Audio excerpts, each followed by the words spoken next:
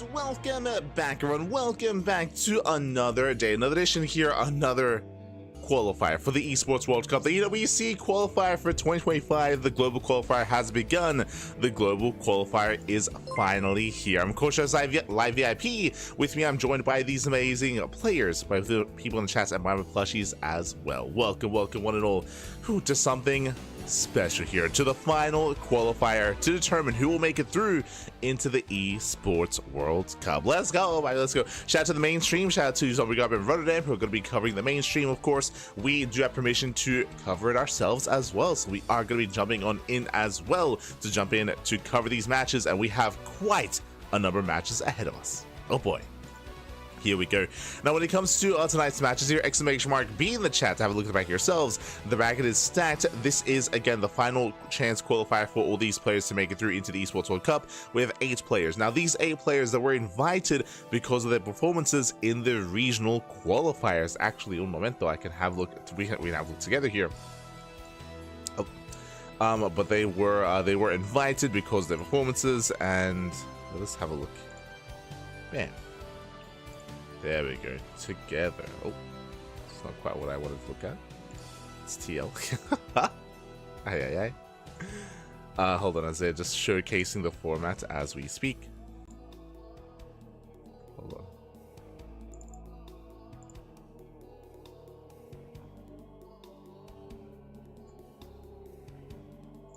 But yes, here we go. We have the format. It's going to be 8 players. It's going to be 8 players here in regards to the format.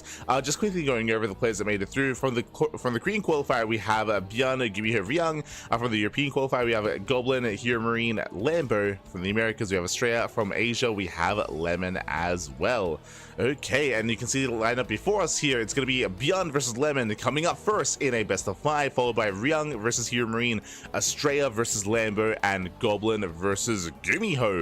Those are going to be the initial 4 matches, and then we have the matches thereafter. Then we have the qualifying matches. Okay, those are going to be best of 7. So we have initially best of 5s, followed by best of 7s. It's going to be intense. It's going to be crazy. It's going to be quite a night of StarCraft. 4 best of 5s, followed by that best of 7. So again, it's going to be an intense lineup. Hold on, I'm just apologies. Just trying to. There we go. So I was just trying to get the bracket up and running.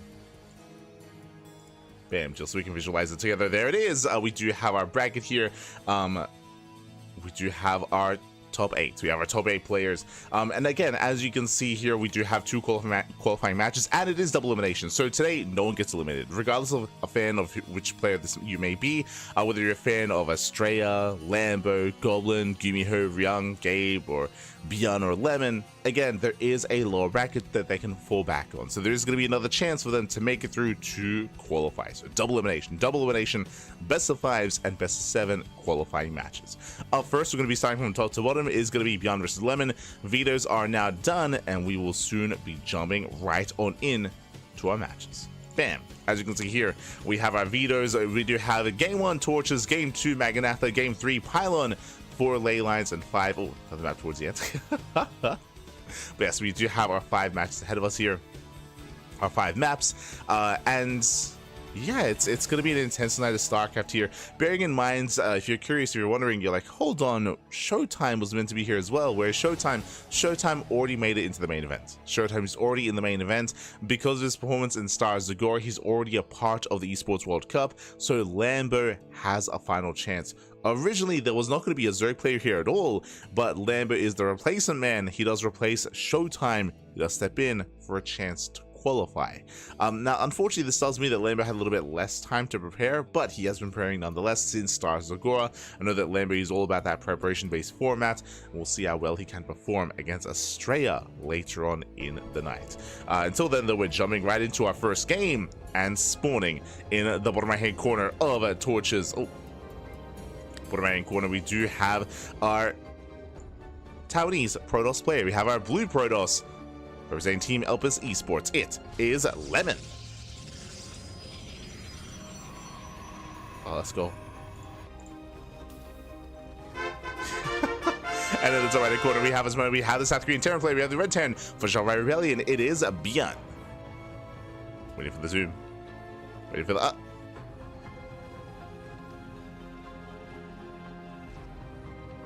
No, we get there. Oh my god! Oh my god! There we go. Jesus.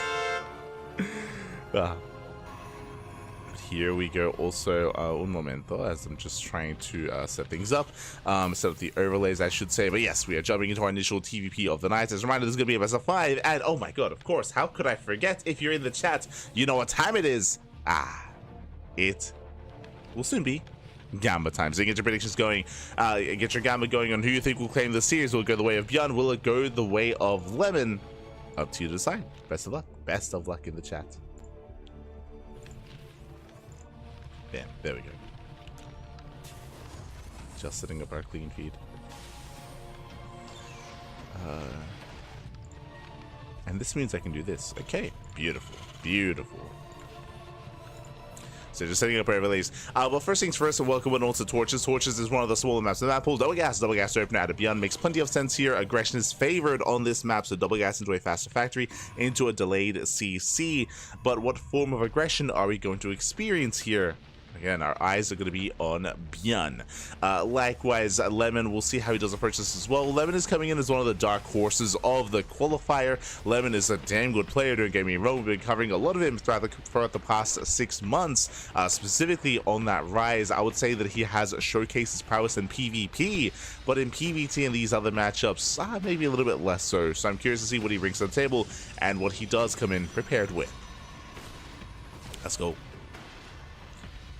So now ByuN does poke in, does pull away. Behind this, we don't have any add-ons. Interesting. So it's going to be singular Reaper into a second Reaper into Hellion production. With this, he will have a small map presence on the map. He can try to go for a Starport follow-up into drop play. Just now going for the reactor on the rack. So no early tech lab out of ByuN. No early tech labs. Does move out. Also, before I get ahead of myself, as we were getting into our game, a big shout to Magnum under the chat. Gab, thank you so much for the Twitch Prime. Thank you, Bobby, thank you. Do appreciate it always. Likewise, shout to Baby Links as well for receiving and getting that first quacker. So thank you so much for all the support in the chat. Always do appreciate it. As we jump into our game, double Reaper into the main base, 2 Reapers it's going for the dive, going for the mineral line, and so far they have not gotten any probe kills. I say that, the probes are getting low, and it looks like one probe does not go down. Whew, clutch hold, clutch defense there by Lemon. Does zone away ByuN. At the same time, heading towards the natural base, but so far ByuN is zoned away. No major damage. Nice defense. Nice defense, and oh, that is not blink. A Twilight Council into charge. That is a crazy follow-up here out of Lemon. Now, charge-based openers have been receiving a bit of an uptick in terms of popularity as of late, to try to blind counter 2-base all-ins and tank-based all-ins. So this could be a read here that ByuN would be aggressive. Extra gateway is going to be on the way. Regardless whether or not ByuN is going to be aggressive, though, I mean, Lemon will be. Like, this early charge timing, he does want to make use of it in some way. Drops are moving out. Now, charge does work really well against these dedicated tank pushes, but against drop play, less so. That's where Blink Stalkers would have excelled. 7 does poke out. Does get some permanent damage on the Hellion. Despite that, does take some hull damage itself. Has to pull away, has yet to scout the main. There thankfully are some Stalkers in position, but the Cyclone does unload, going for the Stalker, and it will get it. Yeah, first Stalker goes down. The Cyclone does survive, now going for the middle line, and we do have a clutch warp in. The Cyclone is gonna get picked up, it is gonna be saved, and almost gets another Stalker, almost. Gasito, there we go, its probes are gonna be going down, Stalkers getting very low, there we go, 2 Stalkers go down, brutal control there, brutal pickoffs, ay. And with that, 4 more probe kills. This is getting out of hand. Not just 4 more probes, that was what, 2, 3 more Stalkers as well. Yeah, the Stalker count getting very low here. Ay. And Lemon, eventually he will deal with this. I mean, he does. But the damage has been critical. Has no momentum, has no gateway explosion, is going for a third base is on the way. So we have confirmation. When it came to the charge based opener, we were curious if it was just going to be defensive, designed to shut down tank pushes. The answer is yes, as we are not counterattacking across the map. We're taking up into a bay to splash damage, still no blink, and working towards a third. So Lemon is trying to stabilize. Meanwhile, ByuN is stuck back at home. Again, he's waiting for his upgrades, and he's done well for himself already here with his Reaper Hellion, with his Cyclone aggression as well. Has done well for himself. Meanwhile, a big shout to Sebestes in the chat. Gracias. Thank you so much. Thank you so much for the raid. Hope you had a great stream. Hope you had a great ladder session. Hope you had a great time. And welcome, one and all, to the Esports World Cup Global Qualifier. Again, we have our first series here, ByuN versus Lemon, but we'll be getting into the rest of our matches. For those that are maybe looking for some more European-centric gameplay, we're going to be featuring Lambo later on, Gabe later on, and more importantly, Goblin as well. Well, we'll get to some Goblin. Don't worry. That'll be towards the end of the broadcast. Until then, 2 more probes. 2 more probes going to be going down. Blue Station does get eyes on the main base. Again, we're going for a sim timing. Here comes the push. Now, bearing in mind, Lemon does already have charge, but he needs more zealots. He needs to work them in as quickly as possible. Colossus are on the way. Lemon, I do think that he has the possibility here to pull off this defense, but it's still going to be a clutch hold, as he does spot it. Okay, does spot ahead of time. He's aware. He has seconds to respond. Raven does hit the mineral line at the same time, at least trying to. Zealot's kept it in position. Fire army's moving in. Tanks able to siege. Yeah, they're able to siege up in time. Ay. Lemon trying to collapse in. Nice kiting here by ByuN. The Marines, though, they do take a lot of hits. The Colossus, the tank shots as well. Yes, some brutal tank connections here on the Colossus. And the tank does barely hold its own. One tank still survives, takes out all the charge lots. And ByuN maintains the position. He maintains this position, pushing now towards the third. Lemon barely not quite ready for this. Holding on to the natural though, at least trying to. Yeah, boys are being pulled. Lemon getting desperate. Tank goes down. Hey, not bad. Takes down the tank. Lemon holds. Lemon holds with the bare minimum. Bled out all those zealots, all those stalkers, the sentries as well, down to 2 stalkers. And is trying to keep up. Oh god. Brutal losses, losing out 3 more stalkers. Lemon is holding, but at a cost. These have been expensive trades, expensive losses here for Lemon. Is holding on though. But behind this, ByuN is getting ahead economically. He's taking an economic lead, getting his third base up and running. Raven harass continues. Now, at least Lemon has to preserve the Colossus, that is true, but Lemon needs a 4th. If we're going to macro out of this, he needs a 4th base.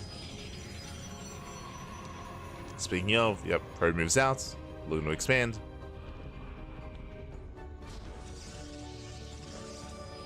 Had some bangers today. Oh, let's go. That's what we want, Pat. That's what we want. And we're hoping for some more bangers here as well. Hoping for them.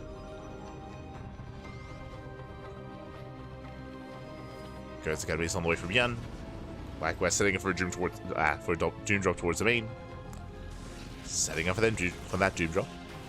This time, Lemon's in position. Does deflect. Deflects the drop. Zones away ByuN. Bearing in mind that ByuN, there's really no pressure on ByuN to push in. He has the greater economy, and likewise taking up the Vikings and the Ghosts. ByuN is refining his army. And I was curious to see where Lemon was going to take us. Is going into a second Robo in towards more Colossus and eventually Disruptor. No Storm. No Storm out of Lemon.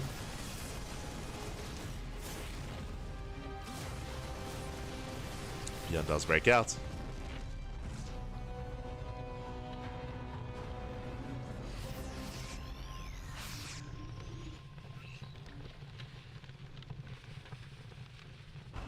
Breakouts being active.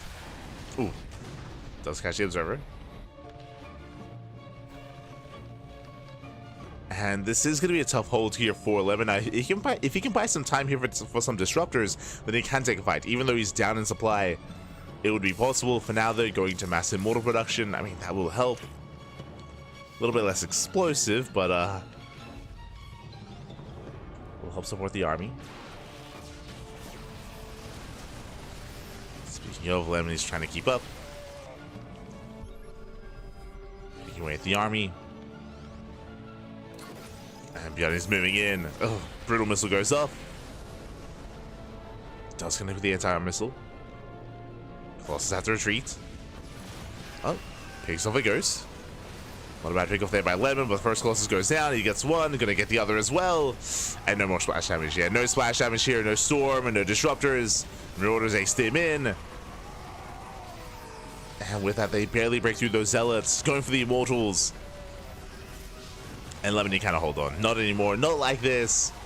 Again, it was just a shaky defense, a shaky game here from Lemon. Just bleeding off a little bit too much around the edges, and here he's broken. He is broken. GG gets called, we'll lose all the Stalkers, and ByuN takes game number 1. Whew. GG. ByuN does take a lead in the series. Oh, does take the first game. And again, it was just a bit of a shakier start here from... Oh. Yeah, it was just a bit of a shakier start here from Lemon. Winding it back, if you remember, Lemon did go for a Twilight Council opener into charge. He went for a charge-based opener, which meant that he had a bit of a harder time keeping up with the early game aggression of ByuN, with the Reaper Hellion, with the drop play as well, and that already kind of set the tone, set the pace. So much damage was done early on, and we saw that Lemon was just playing a little catch-up, playing from behind for moments at the beginning. Did survive, true, did establish his 3rd base, and did survive on 3 bases, but at the same time, he was on equivalent base counts, on a lower worker count as well compared to ByuN, and ByuN did snowball out of control from there, just doing enough damage to maintain his own lead. Wasn't quite breaking and killing Lemon, but was doing enough. There, so a bit of a rougher game there for Lemon, but we'll see if he can recover. As we mentioned before, when it comes to the charge-based opener, it does feel like it's designed to hard counter like these big like tank pushes and tank all-ins. I don't blame Lemon for assuming that ByuN would go for something like that. Unfortunately, ByuN started with harassment, right, with the drop play, with the Reaper Hellion as well. That is where Lemon did have a bit of a harder time keeping up, maintaining his workers, maintaining his army. If you recall, he lost like 3 Stalkers at the start of the game to the Cyclone job, which is crazy. So insane damage early on there by ByuN, but now we're jumping to game number 2. Jumping in and spawning in the bottom hand corner here of Maganatha, we have the South Korean Terran player. We have the Red Terran representing Shopify Rebellion, leading the series 1-0. It is ByuN. We're getting there. Oh, there it is. And spawning in the top left-hand corner of Maganatha, we have Zimano, we have the Taiwanese Protoss player, we have the blue Protoss for Alpha's Esports team. It is Lemon. They always speed through the second player. They spend like half an hour in the first player, and then bam, they just go into the second. Like, oh my god! So calm down, Papi, calm down. Jesus. We're good to go. ByuN does peel us towards the left-hand side. Looks like ByuN is moving out for what looks to be an eBay block, assuming it's the one Rax. Yeah, sorry, assuming it's the one SCV I meant to say. But with this, he can try to avoid the scouting probe, head across the map into the mineral line, into the natural, and throw down that eBay. Yo, shout out to the road to EWC. As the SCV does move in. Yep, there it is. There's that eBay block. Looking to delay the expansion. Now, thankfully, Lemon does scout ahead of time, does check the natural, and Lemon, he can either pull the voice to focus it down, or just ignore it and just go straight for the 3rd. And I'll be honest, I mean, he saw it pretty early. He could have tried to have gone for that eBay to focus it down and to disrupt it, but no, instead, Lemon, he just ignores it, goes straight for the expansion. Fair enough. Does go straight for the 3rd instead. No nonsense. No slowing him down. From here, ByuN going for a CC on the high ground, so he's going for his own Rax Expand, economic opener out of ByuN, and again, he does disrupt the start of Lemon. Now, we can see that ByuN does not follow up with... he does not follow up with a faster factory, so there's no kind of reactored Hellion or reactored Reaper Hellion or anything like that. Is going for more of an economic follow-up here. Lemon playing safe, early shield battery. Does play it safe.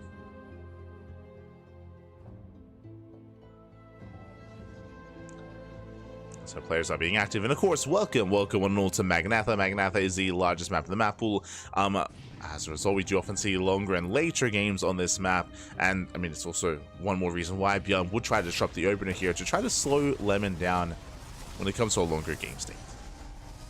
Clutch shield battery. Clutch timing there for Lemon. Moves out, zones away the Reaper. Behind this, sentries on the way. And once again, Twilight Council opener out of Lemon. so it doesn't mix things up too much. Remember, last game was Twilight Council into Charge. On a larger map like Maganatha, I feel like there's less of a reason to open up Charge, and we should be seeing a more standard opener instead, into Blink. As the Reaper is being as annoying as possible. Lemon scouts into the main, and gets eyes on the Tech Lab on said factory.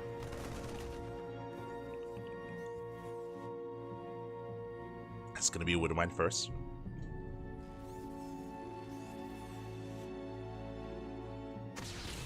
I said we assumed it was going to be another Twilight, or it was going to be a Twilight Council opener into Blink, but never mind. The Reaper should be going down, as I believe there's no way out. Yeah, the Reaper does fall, but it is going to be a Charge opener instead, not Blink. So Charge once again, 2 games in a row. Now, ByuN did not see the tech, but did see extra gateways, so that was a bit of a tell us what was happening. But once again, Charge, and once again, I feel like this is designed to try to shut down an early push. A dedicated move out. Here comes the drop play. Here comes the Cyclone towards the main. Now, we saw that last game this killed 3 Stalkers. We're hoping that Lemon has a cleaner defense this time. Should be where the Cyclone is missing. Tank production has begun.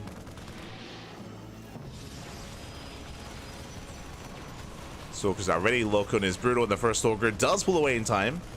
Yeah, it does pull away. Oh, Cyclone goes down. No juggling, but a miscontrol there from ByuN. Stalker's like, get the hell out of there. Day pull. Oh, no, he comes back too soon. He gets one. Gets one Stalker, and he wants the other as well. And he's going to get probes. He's going to get workers here. 1, 2 probes going to be going down. Oh, God, that Stalker is so low. Stalker gets hunted down. So 2 Stalkers and 3 probes. Not the worst trade here from ByuN, as he does get away with the medevac. Does pull away again. The shield already did finish up a little bit too late. And with that, not a bad start here for ByuN. And Lemon is going for the same build. Same build. So it's going to be early Charge into what? Into a Bay, into +1, into Colossus. Delayed Blink. Now, I will say that this, even though he'd sustained some losses here, this was still a cleaner defense than last game. Last game, he lost an equivalent amount of workers and extra Stalkers, so this is, I say cleaner, a slightly better defense this time from Lemon. And on top of that, because of the size of the map, if ByuN were to move out, Lemon would have more time to respond. More time to respond, more time to react. Does go in, gets eyes on the bio tank setup.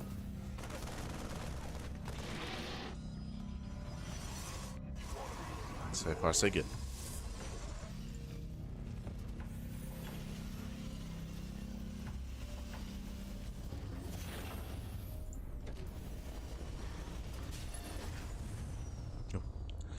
So far, so good. Flawless production well underway. Extra goees as well. And we'll see how committed ByuN is to this move out. He's waiting for Stim, +1, combat shields. Move out gets spotted by the Observer. Keen eyes there by ByuN.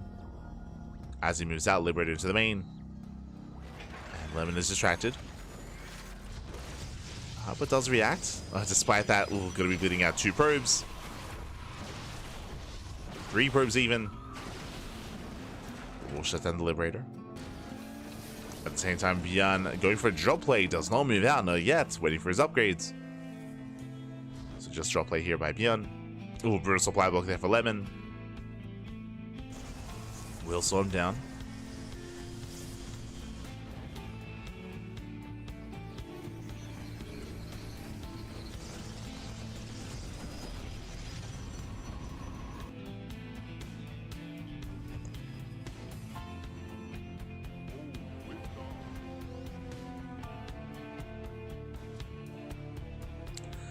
Does slow him down, drop towards the natural, likewise main army pushing towards the 3rd.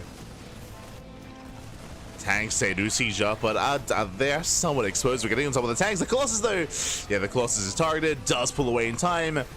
Zels, they trade well for themselves. They get 2 tanks, but only 2 tanks, and ByuN pushes through just barely. Does break through the main army. Oh, takes out the Colossus. He gets 1, he wants the other, he wants it. Oh, shouldn't get it though. Yeah, barely should not. And Lemon, once again, he's barely holding on, but at a cost. He lost so much there, the Immortal, the Colossus. Unfortunately, Lemon, he wasn't quite able to collapse on the army in time. As ByuN was able to siege up a couple of seconds early enough. We see ByuN consolidating his forces, dropping towards the main. Does pick up. Remember, anti-air is limited. Does split the army. Nice movement there by Lemon. Does rotate in time. Blink is done. Just has the one stalker.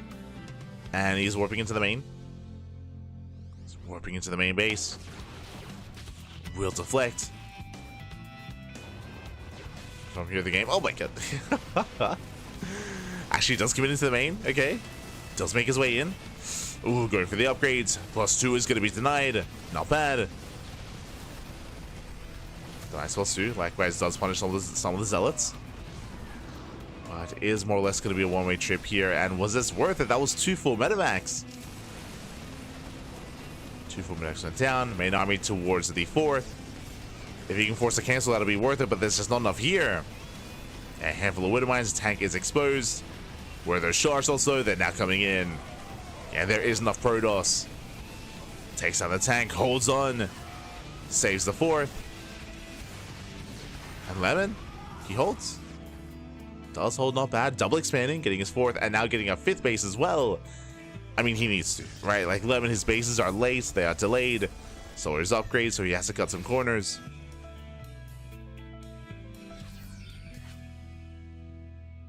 So from here, double expanding.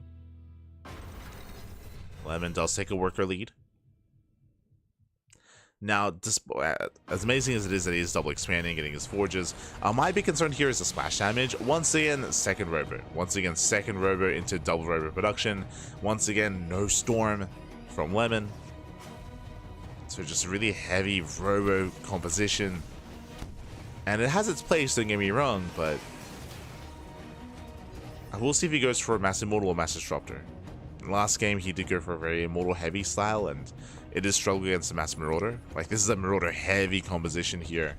It's a lot of Marauders.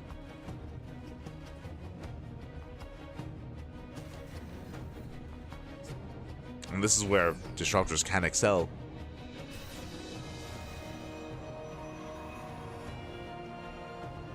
Now building up more Immortals.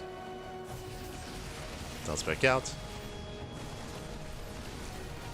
And Zelsa hit the 3rd.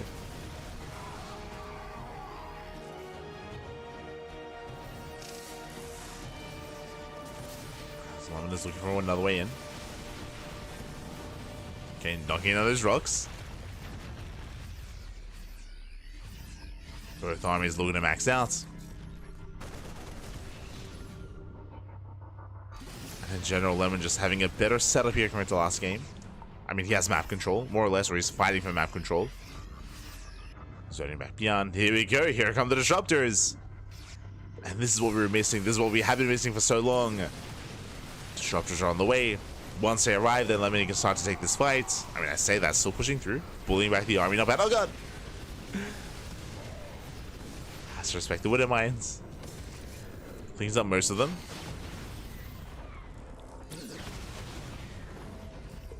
Cleans up all. Widow Mines go down, taking another expansion. And you can see, like, once something gets a little bit of momentum here, just mass expands. 93 probes. That's a lot of probes. That's arguably too many probes. Is going to be hurting the size of the main army.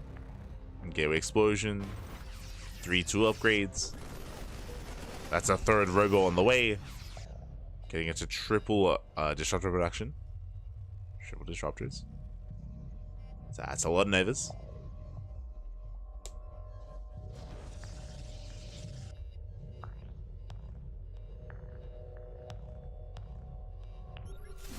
Okay, Lemon can take this. Nova goes off. Nice splits. Very nice splits.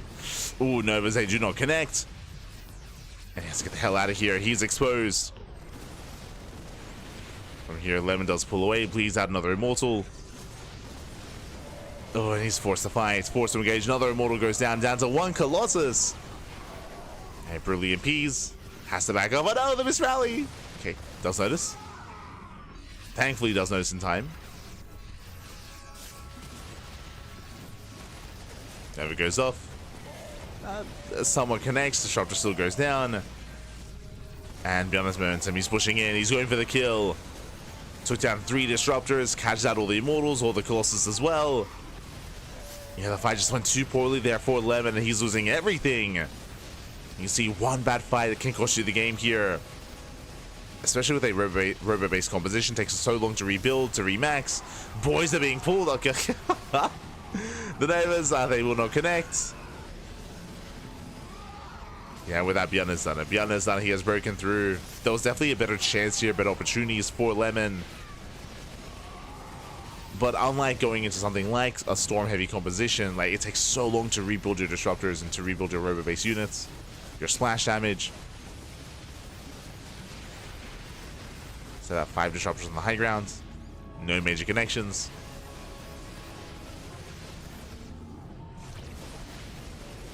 And the base has fallen. ByuN taking it slow. There are a lot of bases, that is true. There are a lot of expansions, but it doesn't matter. There's nothing that can really threaten ByuN here outside of the Novas. We get a decent connection. Nova goes off. Nova goes off. ByuN still just rallying in. He doesn't care about your 90 probes. Ah, God. And again, this was a stronger showing here from Lemon, but the mid game and the mid to late game was still very much so lacking. ByuN rotates over towards the top side, gets a mineral line, gets an expansion. There's no saving this. Oh, Liberators are left on their own. Okay. They still trade against the Stalkers. Still do trade. Now the Liberator goes down. Lemon does save the expansion. Oh no! Bit of mismovement. Yeah, so we're pathing there for ByuN. Ramiro pulls away.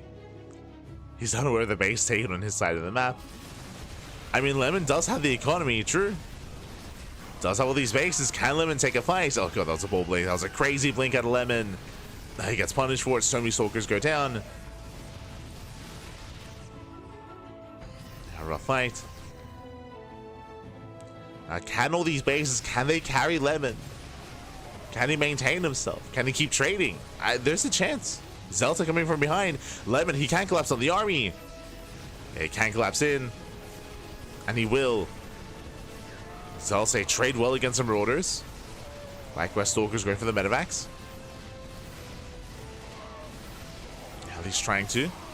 Yeah, Marauders are going down. It's been a messy game here for Lemon, but he's bringing it back. He's bringing, let's go. Zealot reinforcements. Yeah, they're coming in from the ninja base. He's coming in. Let's go. I mean, sure, ByuN, he killed some expansions, he killed some mineral lines, but remember, we had 93 probes. I mean, he could afford it. Could afford it. Ooh. Tower goes down.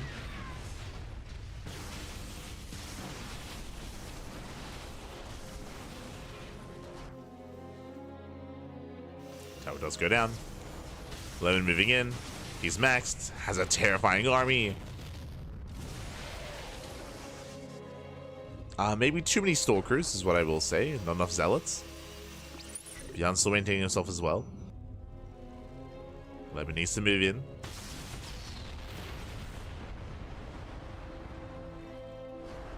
Try to find a better angle. Rotating over. Runs into the army. Which I think he can be a little bit more assertive here, but only if he had more Zealots. Remember, there's no Widow Mines. Like, there's no splash damage here. No Liberators, not anymore. No Mines. More Zealots can excel. Oh, pushing into the Liberator. Straight into the Planetary. Yeah, despite this massive army, Lemon not quite able to make use of it. He needs to. He needs to trade. Remember, he has the economy. He wants to push in, trade out Zealots, and then reinforce as quickly as possible. That's what Lemon should be doing. Just trading out Zealots. Nice EMPs. Nice EMPs from ByuN. Again, Lemon has got 2k in the bank. He needs to be active. Ah. Basically getting spotted. Expansions are going to be going down. Lemon rotating over. Once again, Lemon playing scared because that he's building up a bank that he's not making use of. Lose the base.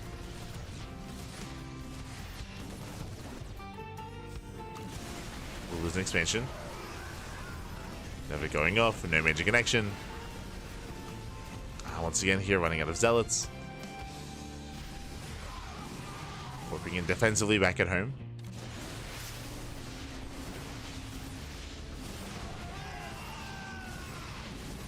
And somewhat trades. But that momentum that Lemon once had is not there anymore. He had it, but alas, he was just playing so scared. He gave ByuN so much time.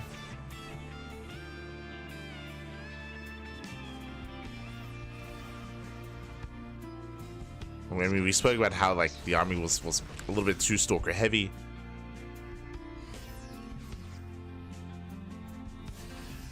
Now pushing him to the bases. Oh, Blink is on cooldown. A lot of stalkers are going to be falling. A lot of stalkers do fall. Right, he's just bullying back the Colossus. And Colossus are bullied back. No more disruptors. We've been here before, getting deja vu from earlier. And ByuN breaks through. He just breaks through the army. He was able to rebuild his Mass Marauder and his Mass Ghost. And the Stalkers, they do nothing here. Now we get the Zealots, but it's too late. It's too little too late. And we spoke about it earlier. Lemon, he has a 3,000k bank, but GG gets called. He wasn't able to make use of it. And ByuN with the comeback. Ooh, he persevered. He recovered. He takes game number 2. GG. Whew. GG, well played. Again, an intense game 2 here. Lemon had some strong moments. He had momentum at some points, able to take some fights, able to gain map control, able to mass expand. But we spoke about it. It did feel like Lemon was playing a little bit too scared. It felt like Lemon was really not feeling too confident with his army. And even though he had an economy, even though he had a bank, he wasn't using it. He wasn't able to trade well enough. He wasn't able to break through the defenses there of ByuN. Didn't commit too hard enough. And with that, ByuN recovered. ByuN, he was able to just defend, recover, build back up, build up that Marauder army, that Ghost army as well, and GG.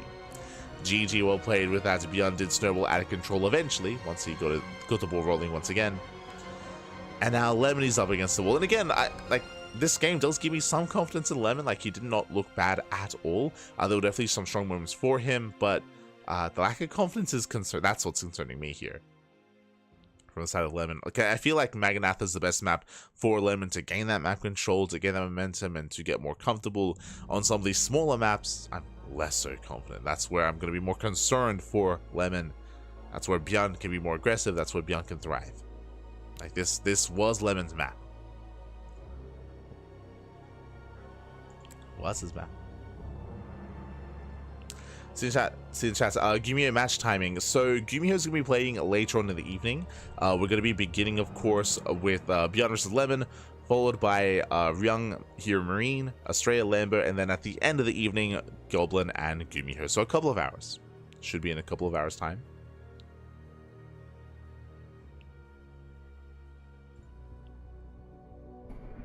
Ooh, as we are jumping into our next game. And spawning in the top left-hand corner of Pylon, we have the South Korean Terran player. We have the Red Terran representing Shopify Rebellion. It is ByuN. Eventually. Oh.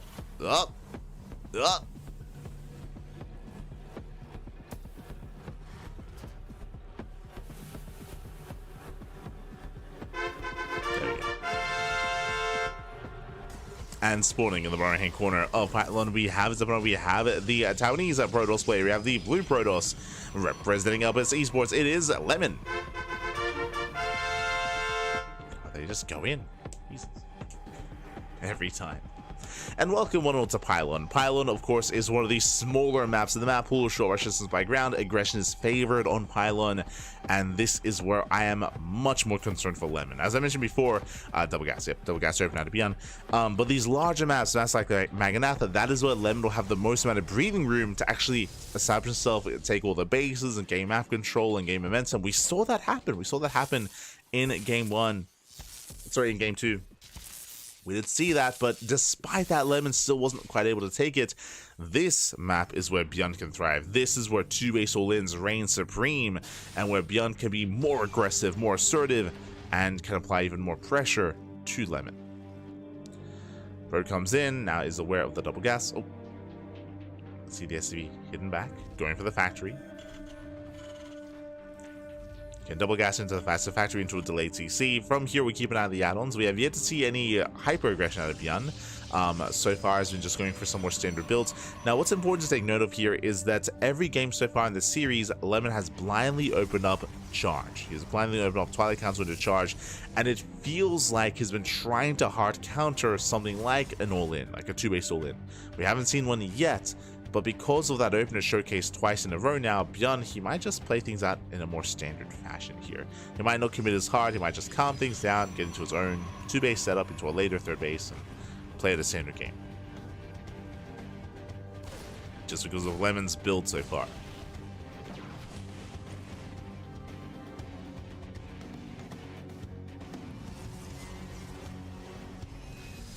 As ByuN does pull away. Does pull back. Going to be a Sentry base opener. We'll soon throw down our tech. There it is. Twilight Council out of Lemon. And we're assuming Twilight Council into charge. It is our assumption here.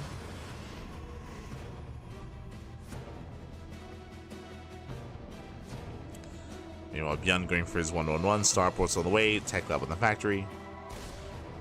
Reapers, they confirm the tech.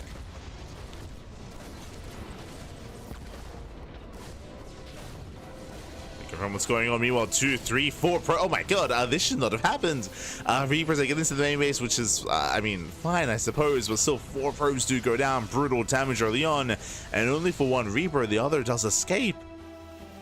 Yeah, Reapers, they get out. Once again, charge. Yeah, no surprise. No surprise there. As we mentioned, every game so far without fail, Lemon has gone charge, even on Maganatha, doing it here on Pylon as well.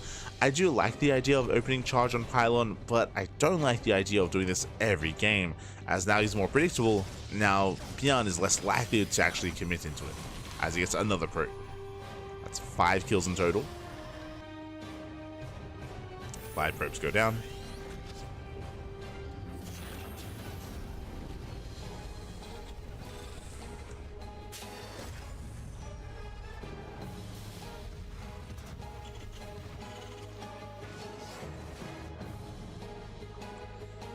Let's get 5. We can see a bit of a gateway explosion there for Lemon, getting into 4 gates.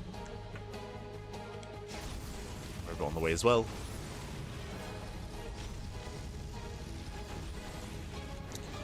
As ByuN drops into the main. We've seen this drop get 2 to 3 stalkers every single time. As lock-ons are brutal. But this time Lemon should have a cleaner defense. Yeah, it's going to be much cleaner here. Takes down the Cyclone, takes down the Marines. This time doesn't lose a single stalker. Whew. Much cleaner here by Lemon. Much cleaner.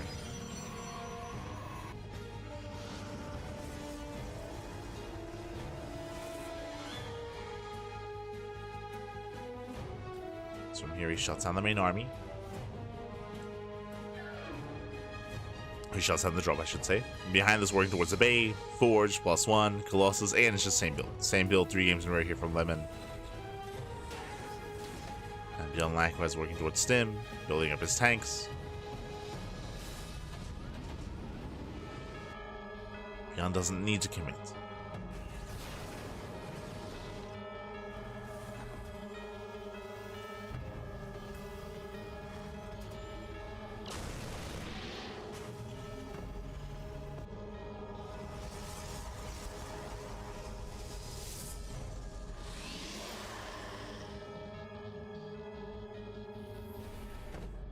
Doesn't need to. Colossus on the way. I really we're keeping our eyes open for 2 things here. Keeping our eye open for either extra Raxes being thrown down for ByuN that will signify a 2-base all-in, or a 3rd CC. And yes, ByuN is building up his forces, working towards that sim timing. But still on a lower max count. And does he notice? He does! Yeah, it does notice the observer. Observer goes down. Lemon is unaware of what's happening.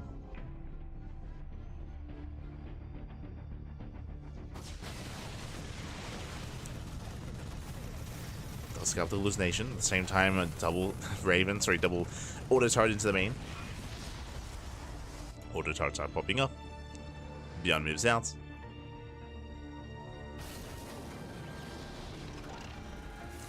Now ByuN throws down 2 more maxes.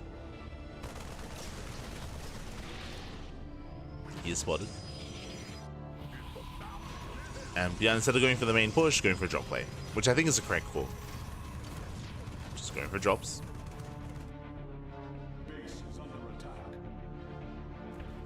He is spotted.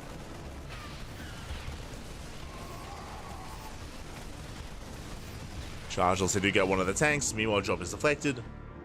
Lemon he's holding. And again, getting a tank is a nice pickup.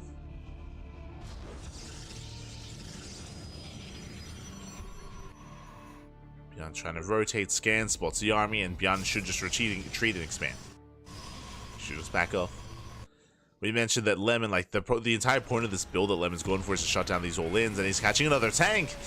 Yeah, ByuN is getting caught out in the center of the map, losing everything. A tank goes down, Marines as well. And ByuN never did expand. ByuN is committed. Oh, we'll deny the 4th. Not bad.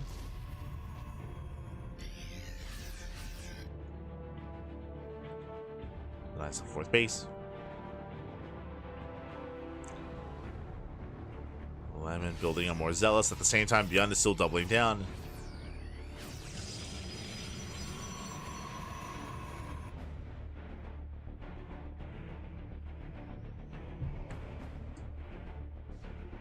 ByuN is on a 5-rack setup. Still no expansion.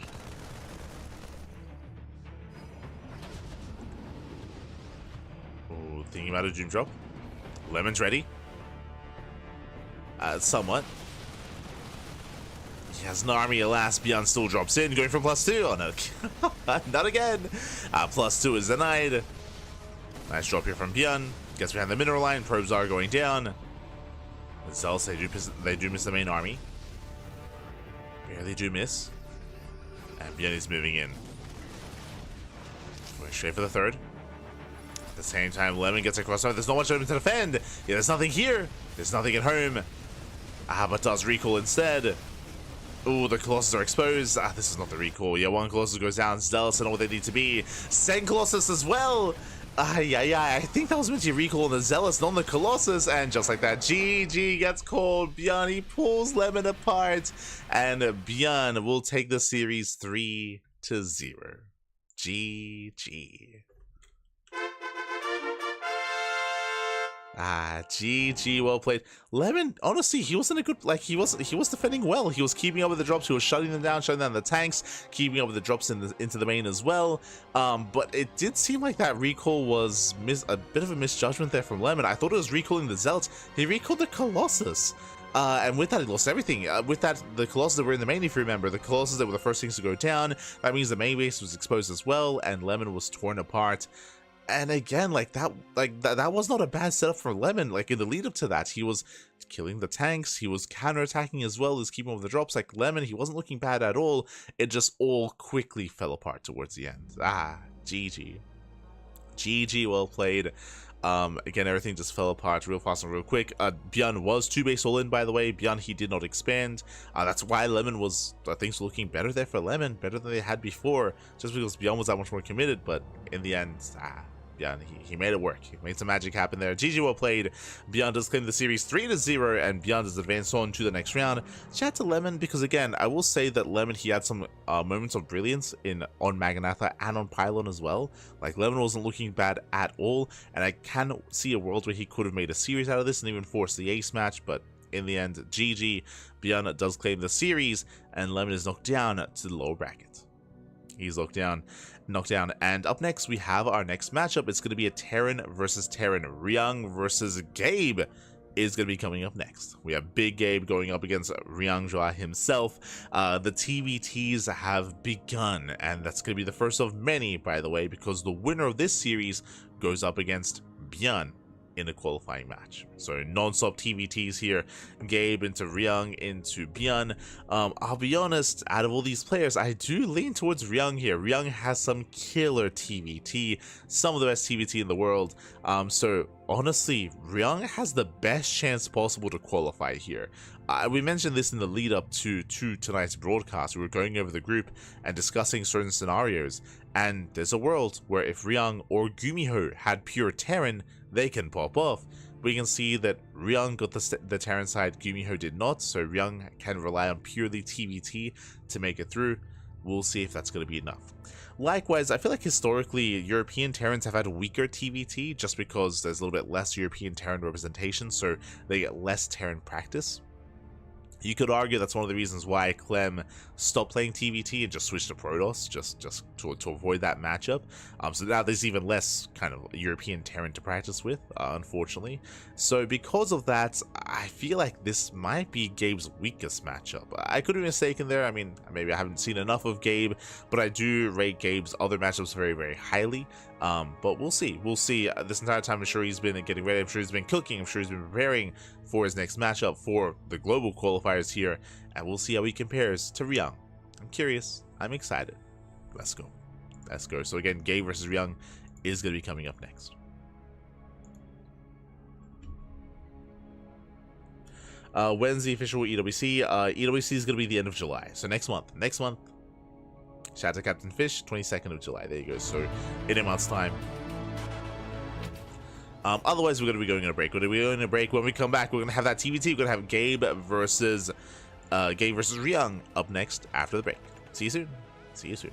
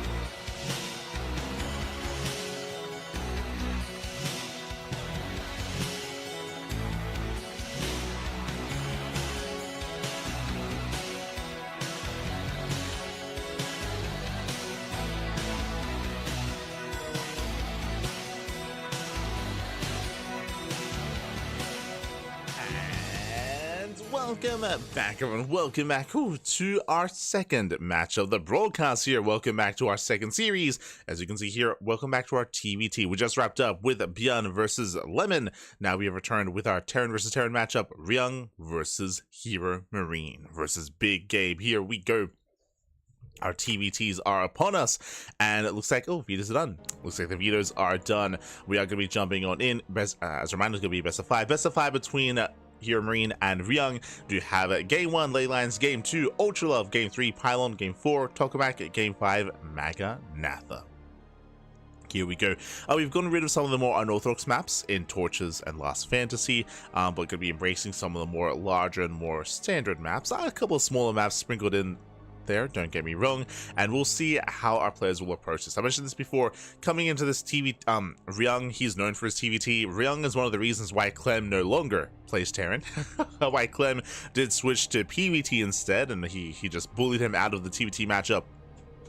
Ryung is one of the big culprits as to the reason why that happened, and we'll see if he can do that again. We'll see if he can bully another Terran out of playing Terran.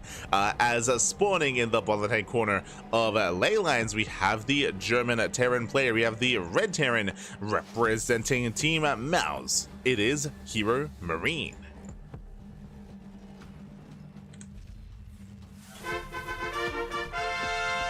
And spawning in the top right-hand corner, we have the South Korean Terran player. We have the blue Terran representing Team Vitality.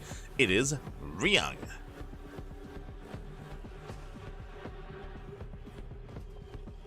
I mean, it is. Oh, yeah, the Tuna Terran. Yeah. That's what they were waiting for. Let's go. Let's go. And if you're in the chat, you know what time it is. It is Gamma time. Predictions are open. Place your bets on who you think will claim the series. Best of luck in the chat as predictions are on the way. Here we go.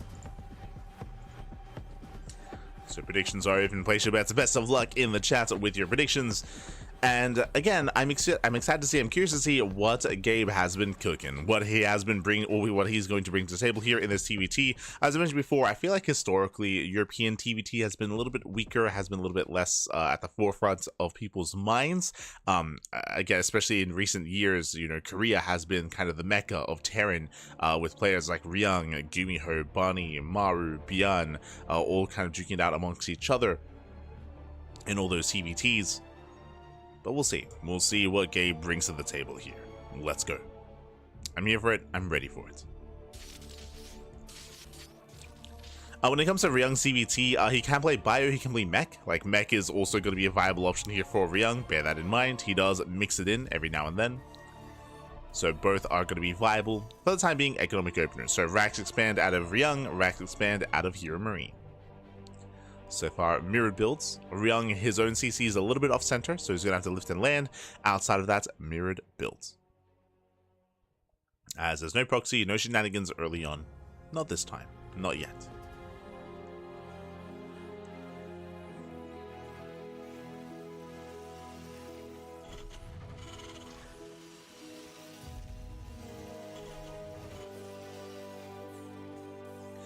As we are following up, again, so far everything looking as it should. So far everything looking standard.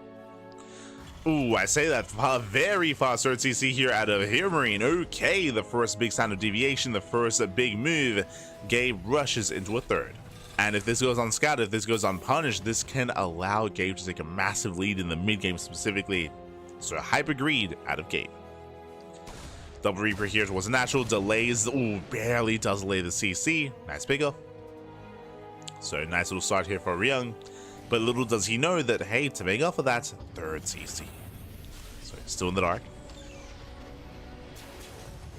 Command center is halfway done at this point. Now, even though this base is going to be completed very quickly here for Gabe, he's not going to land on location anytime soon. The goal here is to make SCVs and make 3 SCVs at a time to saturate that much faster, to build up a greater economy faster as well, to eventually expand. So again, he should not be landing on location anytime soon, but he will still reap the rewards of a third command center. Meanwhile, third base on the way for Ryung. He's actually not too far behind in terms of the timing of his own third. So he's playing catch up. From here, getting to his own 1-1-1 setup. And it is going to be a slightly faster starport for Ryung. So faster starport, getting into Ravens. Ravens, of course, they play a big part here in the early to mid game of TVT. I mean, really, all phases of TVT.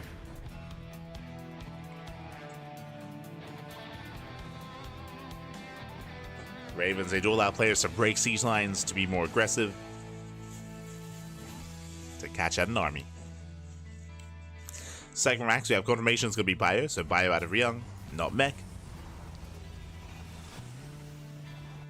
Was there ever any doubts? The answer is yes. there was. But at least this time, Ryung playing ByuN. Likewise, trading with the Cyclones. Better trade here from Ryung. Nicely done. Takes down the Cyclone. So Ryung does out. Oh, Jesus. I knew that he was out trading. Not by that much. So better efficiency here from Ryung. Much better. Behind this, getting into the E-base, better upgrades here, so faster E-base out of Ryung. Faster 1-1, stronger timing is going to be available. But only by a couple of seconds. Yeah, only by a couple of seconds. A lot of this will just come down to the engage. Come down to the siege lines, come down to the interference matrices. Here we go. And despite the fact that Gabe had the faster third base, Ryung is going to be the first to land. So Ryung, he does land on location. Likewise, moving out with the Reaper Hellion. Sorry, Reaper Cyclone. Just to keep an eye on Gabe.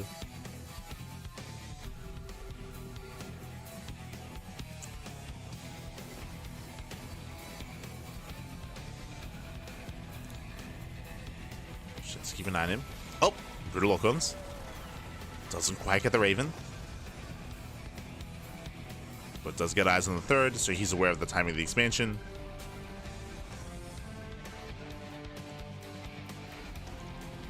Pulling away. Again, working on those upgrades. 1-1 upgrades have yet to begin for Gabe. There we go, just now starting up. So there's going to be a small window in time. Yeah, Andy pointing it out as well, where Ryung will have upgrades over his opponent. Love those upgrades.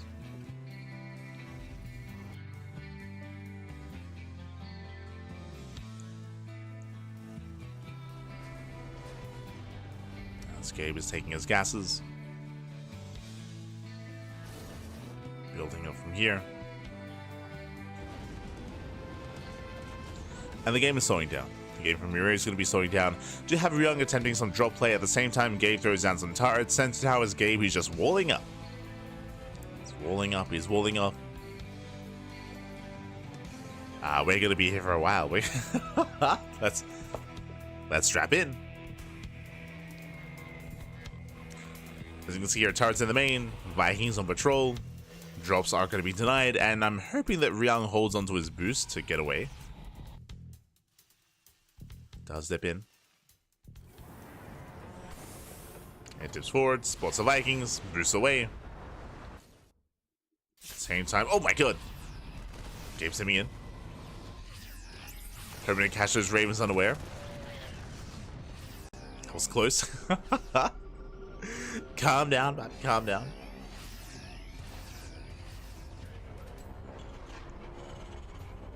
As our players do back off from each other. Ryung claiming his fourth base on location. So faster fourth out of Ryung. Rotating over towards the would-be fourth of Gabe. And he's gonna try to force his way through. Ooh, 1, 2, 3 Ravens go down. That was a big loss there for Ryung, but is it worth it? Getting on top of the tanks, breaks through all the Marines, and he will break through the tank line.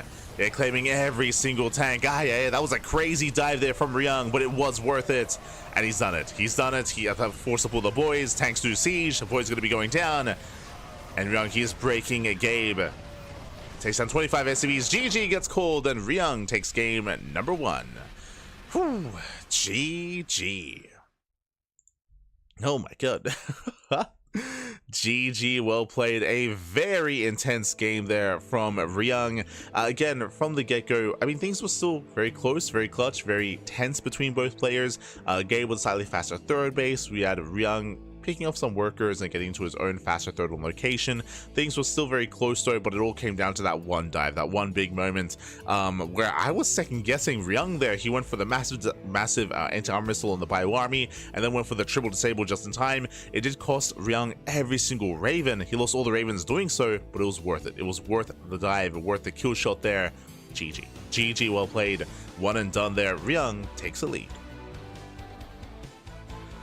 Yeah, he does take a lead. Whew. And again, Gabe, unfortunately, he wasn't able to spot the rotation in time. He wasn't able to deny the Ravens in time either. They were barely able to get close enough. Again, there's a world where if he was able to snipe those Ravens, like even a couple of seconds sooner, suddenly no disables on the tank, suddenly the game progresses, right? The game goes on, and Gabe even takes a lead because he would have had his own Ravens instead. But again, just a really clutch move there. Really last second decision from Ryung. And as TVT, you know, one misstep, one mistake, or one crucial fight, and that can be it then and there. GG. GG, well played. Ryung does take a lead, but now we're going to be getting into game number 2, and we'll see if Gabe can bounce back and recover as we are getting into Ultra Love. And spawning in the bottom right-hand corner, we do have the South Korean Terran player. We have the Blue Terran representing Team Vitality, the Tuna Terran himself, the TVT Sniper. Arguably the best TVT in the world. It is Ryung. I almost lined it up. There it is. And spawning in the right-hand corner, we have the German Terran player. We have the Red Terran representing Mouse. It is Hero Marine. Looking to fight back. Now, as a reminder, it's a best of 5. As a reminder, this is a best of 5, so we do have plenty of games ahead of us, plenty of games to come, plenty of opportunities to recover, bounce back, and I'm hoping for a series here. What do I want out of this? All I want is a game 4, maybe even a game 5. Gibbs, baby, Gibbs.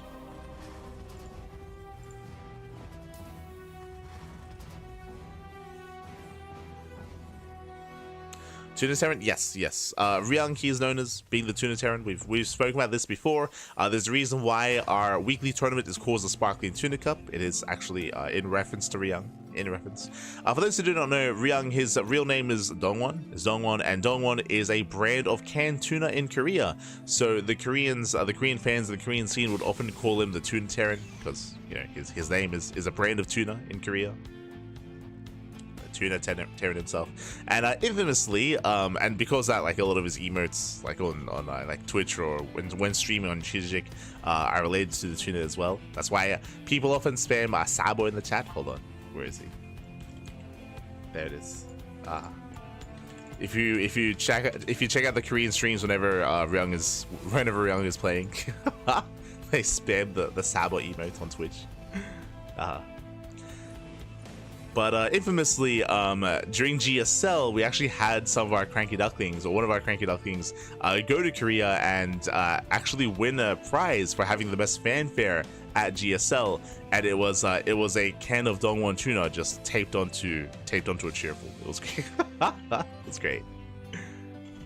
Did win a prize for it at GSL. Did win a prize. Did win some free merch. But from here, we're getting to our standard openers. Again, economic opener out of Ryung. Meanwhile, ooh, double gas out of Gabe. Okay. So Gabe is going for a delayed CC, a faster factory, faster starport as a result, so a more tech-heavy style out of Gabe. Meanwhile, Ryung going for a more economic start instead. Safety bunker on the low grounds, and we'll see what Gabe can get done.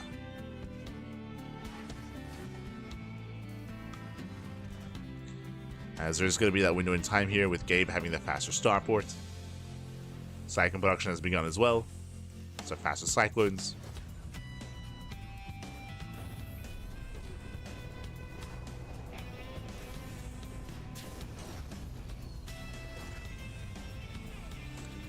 Here Ryung getting his own 1-1-1 as well.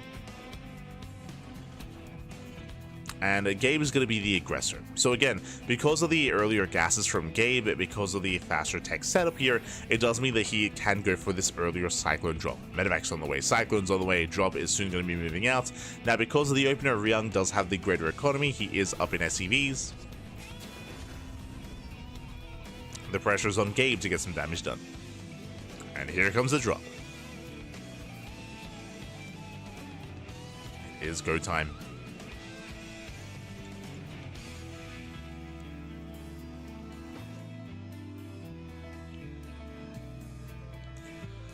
Here's moving out, drop towards that mineral line, bunker's ready, but the main army is not in position. Yeah, Ryung is to the main. Gabe gets one SCV. One SCV goes down. Okay, from here, pulls away. Not a bad start. Ryung rushing to a third CC. Reapers into the main base, they do scouts. I think Gabe saw the timing of the CC. It's not stopping. Ooh, moving out with his tank.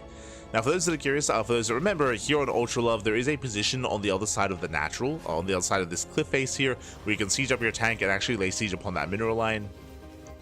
So Gabe going to try to abuse that position.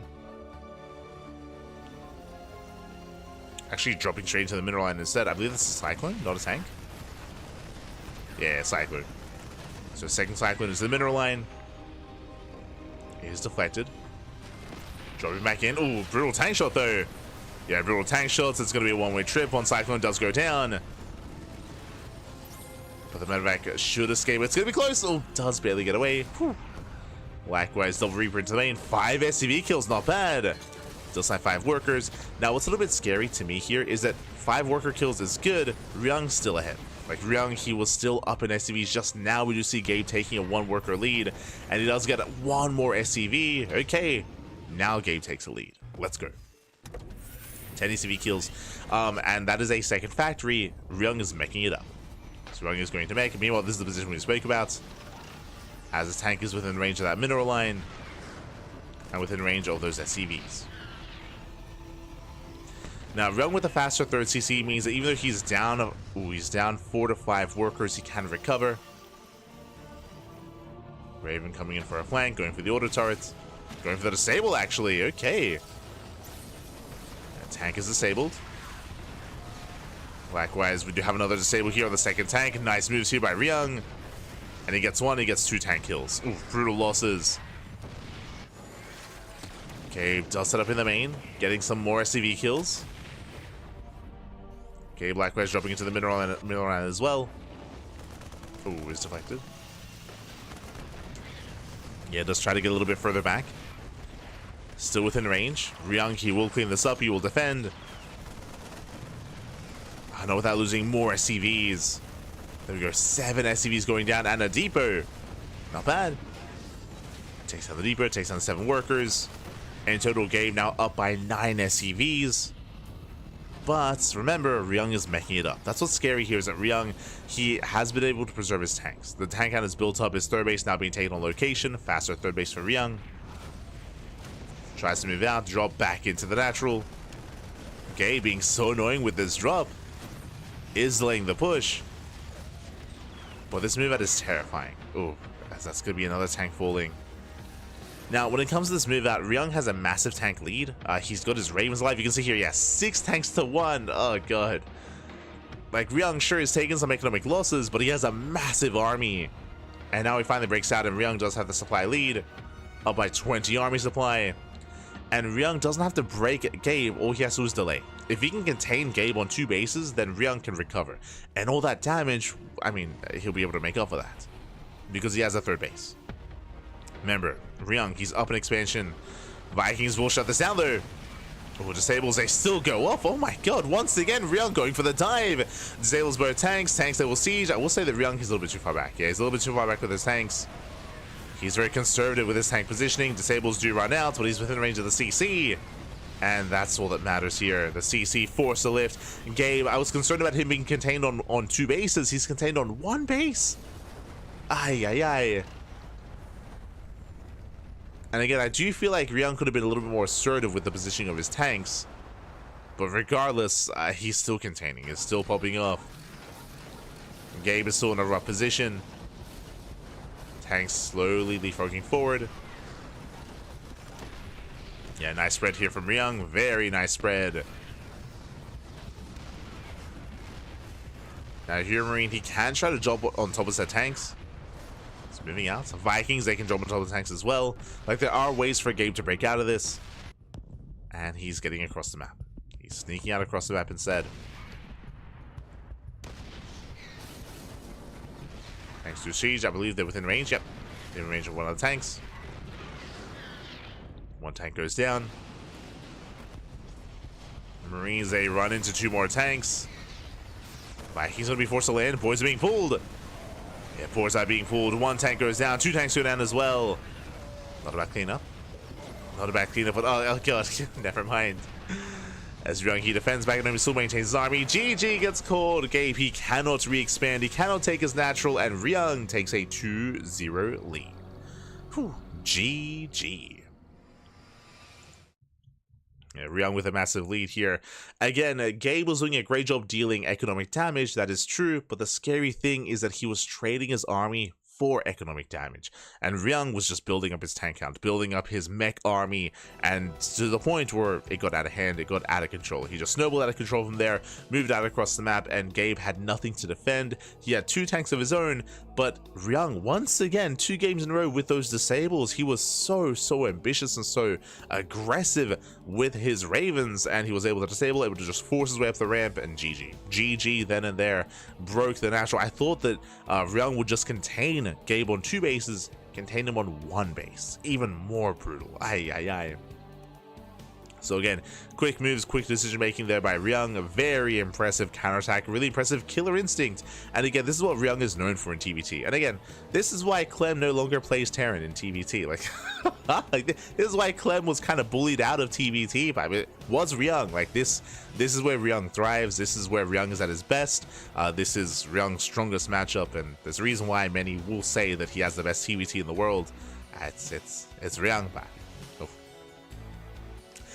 what I will say, I do want to give credit to Gabe though, because Gabe, he had some really impressive aggression. But here we go, we're getting into our next game, getting into game number 3, and I'm hoping we can make a series out of this. The pressure is on, but sporting in the bottom right hand corner, we have our South Korean Terran player. We have, for Team Vitality, it is Ryung.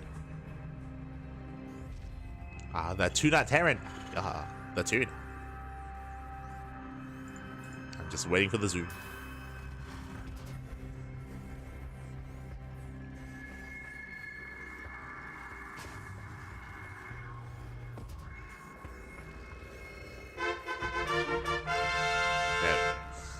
And sporting in the top left-hand corner, we have his opponent. We have the German Terran player. We have the Red Terran representing Team Mouse down in the series, but it's best of 5. He has one last chance here to start that comeback. It is Hero Marine.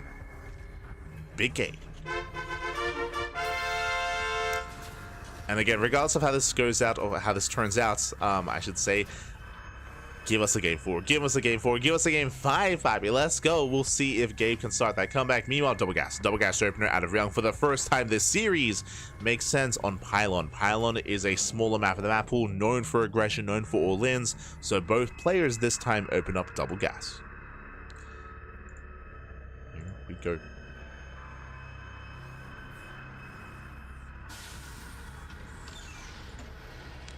They do open Double Gas. But again, I did want to give praise to Gabe, just because Gabe, he did such a he was so aggressive last game, and he was doing a lot of damage. Like, he was pulling Ryung apart, at least somewhat. I say somewhat because for the most part, Ryung, he was able to keep certain tanks in position to minimize losses and to maintain certain positions. But it was still impressive to see Gabe get as much damage as he was. Unfortunately, it came at a price. As we mentioned, like, unfortunately, he lost 2 tanks in the process.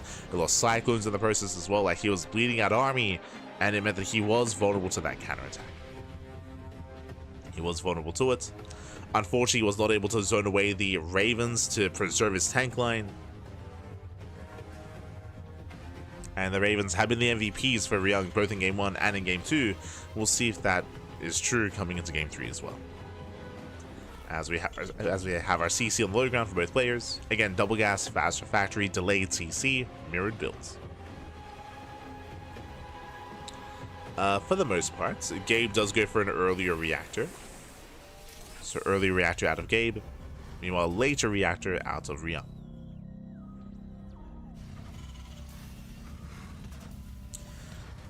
Anyways, so from here we do have Gabe going for Reactor Reaper Hellion. So he's going to be building up a mass Reaper Hellion army. Meanwhile, we have Ryung going for a faster starport instead and faster add-ons. So faster tech lab.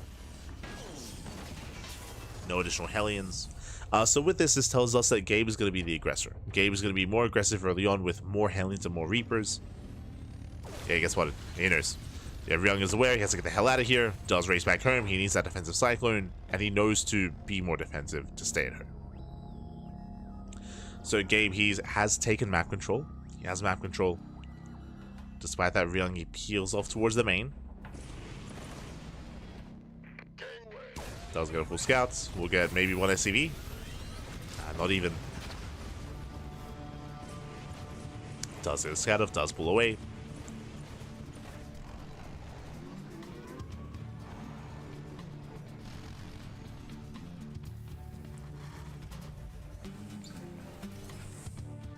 Does pull away from here.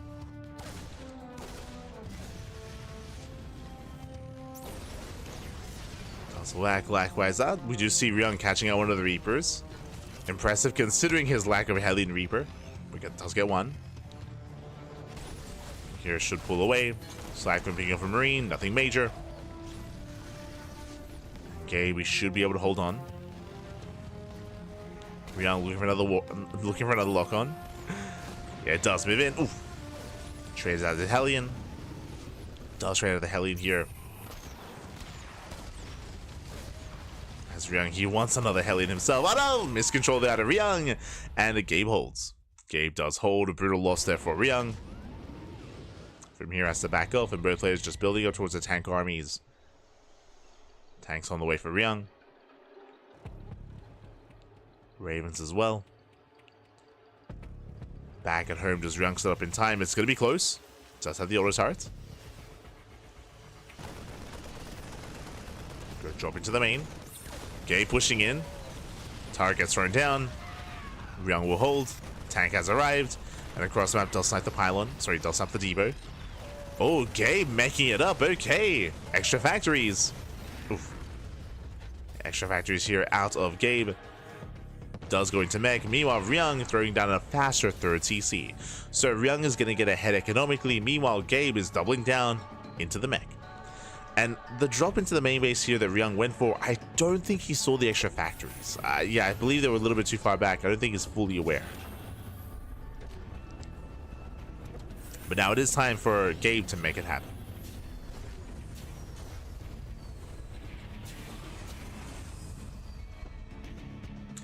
Meanwhile, Ryung already working on his own Viking production, working on air control.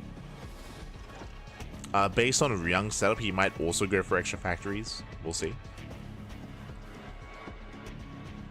We might see mech versus mech. Oh no, second racks. Okay, ByuN. Second and third racks is going to be ByuN tank versus mech instead. A different dynamic. Okay, B scans. He did see the main. There we go. That's what I was curious about. Making his way towards said main base. And I believe barely. Okay, within vision, thankfully. It's within vision. Does pull back. And that's disables here on the tanks. The counter disables though. Let's go. There's still a tank there. There's still a tank within range. And Ryung, he will lose both tanks. Better trade for Gabe. Shuts down Ryung. Force it back off. Now behind this, remember, Ryung, he did have the faster third base, so he has the better economy. But now is the time. Let's go. Here we go. We have a massive tank lead. Gabe is pushing. Now we did just spend some disables earlier on, so his Ravens are not going to be as impactful in this next fight, but he might not need them to be. You know, Ryung, he's setting up here at his natural, has yet to expand. Has a third base, but not on location. And again, right now, Ryung is vulnerable. Ryung is vulnerable. Does spot the army. Tank flow is going off. And Gabe just goes to the dive. He just dives in regardless. Has a massive tank lead. And with that, he will break through the tank line. And we are looking to make a series out of this. Let's go. Tanks are pushing in. Again, Ryung is down to one tank. Stim is finishing, but not enough fire. Not enough Marines. The tanks are slowly pushing forward here. Taking down another, and Ryung, he has nothing left on the low ground. What does Ryung have? Vikings. You can see here he has like, what, 8 Vikings? He has so many Vikings, but that means nothing. That does nothing here to the army. Does disable, boys are being pulled. It looks like Ryung, he will break this, but it'll cost him so many SCVs. 25 SCVs going to be going down. He stims in, takes down the siege line, but I say that, there's still a tank left over. Still 1 tank left, just barely. 35 SCV kills. And we do have a series. Thankfully, no 3-0. Not here. Not between these two players. And again, Gabe, he saw the light, Pappy. He's like, you know what? Let's mech it up as well. Yeah, let's go. As from here, Ryung has been broken. Mule's going to be going down. Gabe pushing in.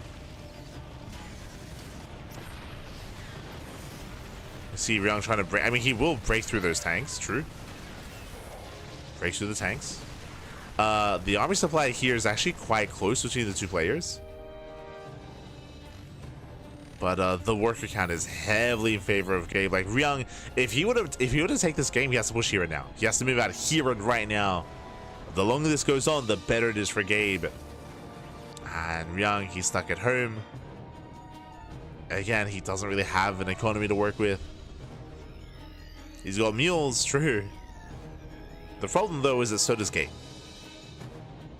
So does Gabe.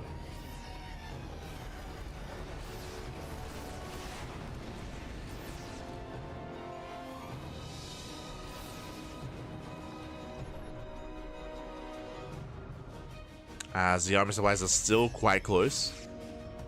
And there's still potential here for Ryung for a little bit longer. Before everything just goes in favor of Hero Marine. Ryung catching out a Hellion. Pushing on the right hand side. At the same time, drop towards the left. Does scan, does spot the tank army. Knows he cannot break the third. It's not going to happen. Drops into the main. Does head into the factories, on top of the production. Yeah, doing what he can. Oh, God. Cannot deal with the Hellbatch. Drops. GG gets called. Gabe defends. And Gabe, he does fight back, putting a point on the board. Whew, GG. GG, well played. Gabe, he does bounce back here. Again, intense back and forth. And we saw that this time it was Ryung that did overextend. He did overextend. Ryung, he lost a lot of units early on. And and likewise lost a little momentum. Meanwhile, it was Gabe that was building up his mech army, going into a faster triple factory setup, into faster tank production, of course. From there, did snowball out of control after winning that fight. I also want to say that the map came into play. Pylon is known for being a very small map with a very short rush distance, so after the fight went in favor of Gabe, bam, counterattack. Did counterattack immediately. From there, was able to break the natural and break Ryung. GG. GG, well played. So with that, Gabe does recover. He does fight back, and the momentum now in favor of Gabe. And can we make it to the ace match? Again, one more game is all that Gabe needs to force game 5. Meanwhile, Ryung needs one more game to claim the series. Oh boy. Here we go. The pressure is on. Now, depending on the map here, we could see more mech, even from both players. We haven't seen mech versus mech yet. We saw mech from Ryung on Ultra Love. We saw mech from Gabe on Pylon. Up next, where are we dropping? Where are we dropping? Just quickly double checking the videos here. We're going to be loading into Tokamak. Ooh, that's going to be an interesting one. Tokamak, of course, is one of the larger maps in the map pool. Larger map, longer rush distance, more defensive bases. And here we go. We're jumping into game 4. And spawning in the top right hand corner here of Tokamak, we have the South Korean Terran player. We have the blue Terran representing Team Vitality, going for the proxy rack. Let's go, going for those proxy 2 racks for Team Vitality. It is Ryung, and spawning in the bottom left hand corner, getting proxied, we have the German Terran player. We have the red Terran representing Mouse, fighting back, putting a point on the board. It is a Hero Marine. And here we go, the SCVs are soon to arrive. Now, a couple of things here. First things first, remember, as we mentioned, welcome to Tokamak. Tokamak is one of the larger maps in the map pool, long rush distance by ground. Because of that, there is a high chance that Gabe is going to go for an economic opener, that he goes for a Rax expand. Thankfully, though, double gas. Okay, never mind. Double gas opener, safe start here by Gabe. Gabe is going for a faster factory, going for a delayed CC. Gabe, he will have the tools to defend, and you can see his rally. He is rallied to scout the common proxy location. So this 2 racks here from Ryung should not work, or it shouldn't kill. It could, you can still transition out of this. It's only proxy 2 racks, not proxy 3 racks, so you can transition out of this into a longer macro game, but this should not kill, this should not cripple Gabe. It shouldn't. I should emphasize that.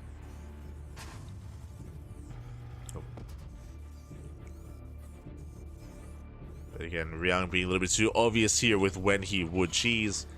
Like, he loses the game, he's up in the series. Now would make the most sense to go for a proxy. And Gabe, he reads it well. Does read it well. As the Reapers are building up.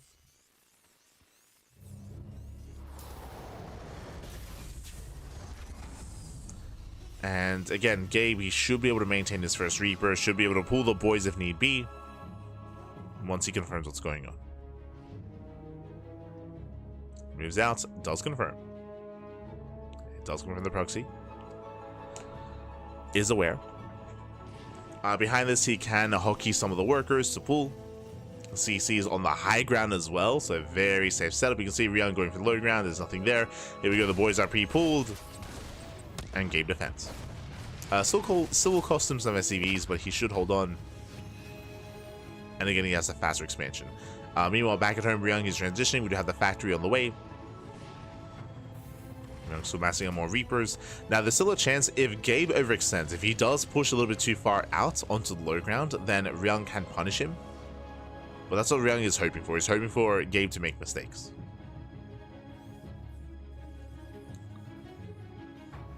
Rotates over, heli position, the heli volley goes off, Ryung gets punished, Reaper goes down, and this is a really rough start here for Ryung. You get a phase check with the Reapers, Gabe has momentum, Ryung racing back home.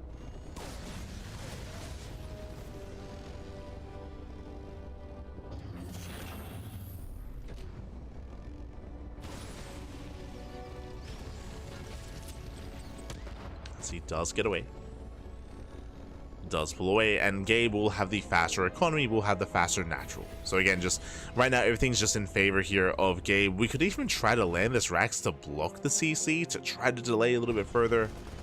You can see he's trying. You can see he's trying. Can he land? He can. He does land in time. No. Oh my god. Almost landing again. Yeah, you can see Ryung just trying to buy as much time as possible. But this is still heavily in favor of Gabe. Meanwhile, it's going to be Mech here from the side of Ryung. Now, Ryung, he's rushing the Macful accelerators. He may just turn this into a 2-base all-in. That would make the most sense. Or he could just try to elongate the game instead. But he's going into Battle Mech. Now, Battle Mech is ideal against traditional form of mech. So if we do see a second factory for Gabe, then Battle Mech will have a timing available to it. Against Bio, it's a little bit more difficult to make Battle Mech work.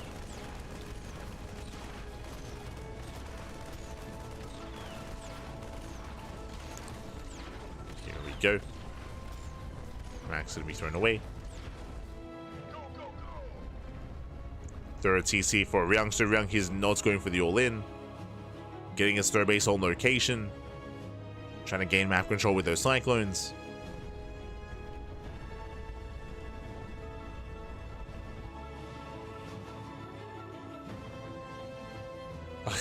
Is he going to try to save the Rax? No shot.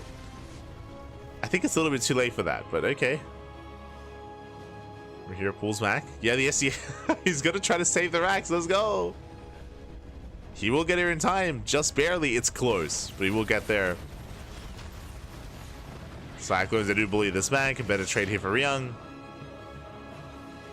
Gabe does overextend. And it is going to be mech versus mech. Okay, so honestly, really good read here by Ryung. So mech versus mech between our two Terrans. Now, I was going to say really good read from Ryung if he does go into Battle Mech, but he's not. He did start some Cyclones, but from here going into tank production. So he's not really committing too hard into Hellion Cyclone. I can already see GuMiho watching this game and being disappointed in Ryung. He's like, Papi, what's going on? Did you learn nothing from our series? Feels GuMiho, man. Feels GuMiho.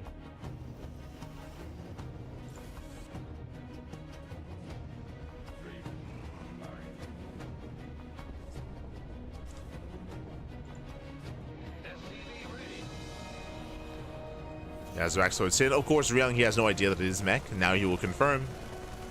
Goes in with a second scout. It does get eyes on the mass factory. So Ryung is now aware. He's now aware of the setup. Ryung, he also saw both tech labs researching, so he knows that there's going to be Blue Flame and Mach Field accelerators. He's aware that he will not have map control.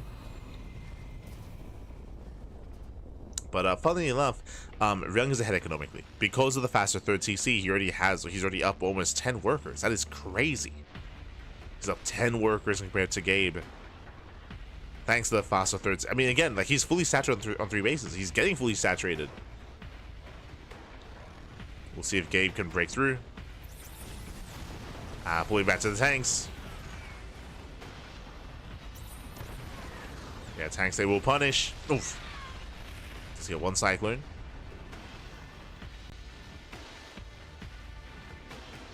And there is potentially, yeah, Gabe is pushing out. So we did speak earlier, if you recall, I was talking about how Battle Mech can break traditional mech early on. And that's what Gabe is going for. He's got Mass Cyclone, he's got his Ravens. Gabe can break this position, 100%. Ryung, maybe he's been too greedy here. Ooh, nice counter disable. Does get one of the Ravens. Yeah, it does get 1. Army trying to push through. Boys being pulled. It's going to be a tough hold here for Ryung. Does land the Vikings. Will clean up the Marines. And Ryung, he's barely holding on. Oh my god. Does barely hold on, but it will cost him 18 SCVs. You know what's crazy? 18 worker kills. Ryung still ahead.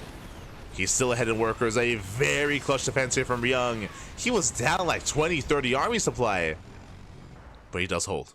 Whew. Does hold on. Again, the counter disables from ByuN from Ryung with the MVPs. He was able to disable the Ravens in time for CC on the way. GG gets called. He was all in, no follow-up, and Ryung, he will take the series 3-1. Ryung will make it through to a qualifying match. GG. Whew. Oh my god, very greedy there from Ryung. And I'll be honest, I thought that Ryung was dead then and there. Like, Ryung had a massive economic lead. Meanwhile, Gabe was 2-base all in. He was 2-base all in, and Gabe had a massive supply lead as well. And I thought that was game then and there. But the counter disables were crucial from Ryung to be able to disable those Ravens, to be able to stop the disables, I should say, on his own tanks. And with that, pull the boys. Really important that he did pull the boys when he did. Remember, he also the SCVs didn't matter. Didn't matter because his opponent was all in. Like, he could afford to lose his workers. So a very clutch hold, very clutch defense. GG, well played. Ryung will advance on. We'll advance on to that qualifying match. Whew. Aye. GG, well played. And as you can see here on the brackets, we'll zoom in a little bit here. There we go. As you can see here, ByuN and Ryung. ByuN versus Ryung going to be happening up next. It's going to be a qualifying match tomorrow. Lemon versus Hero Marine. In the lower bracket in an elimination match. Whew. So again, GG, well played. Ryung, he will claim it. Shout out to Gabe for making a series out of it. Again, it was not a 3-0. He was able to fight back. And again, like, I can see a world where that game on Tokamak does go Gabe's way. Like, he shut down the proxy very nicely. Unfortunately, and again, the 2-base all-in made plenty of sense there from Gabe as well, but barely didn't have enough. Barely couldn't break him. GG, well played. With that, we're going to be getting ready for the next half of these initial matches here. Up next, Astrea versus Lambo. Let's go. We have one lone Zerg player. Oh my god. We have one lone Zerg player here in the brackets. And up next, again, Astrea versus Lambo. We'll see you soon after the break. See you soon. Bye. See you soon.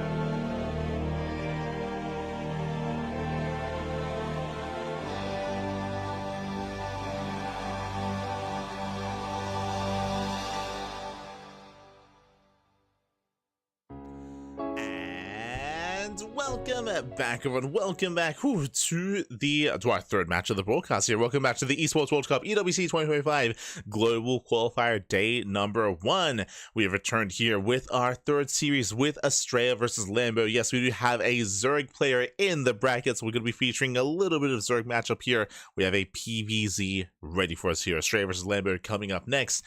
Oh boy, vetoes are done, and we will soon jump in to determine which is going to be the next player to make it through into a qualifying match.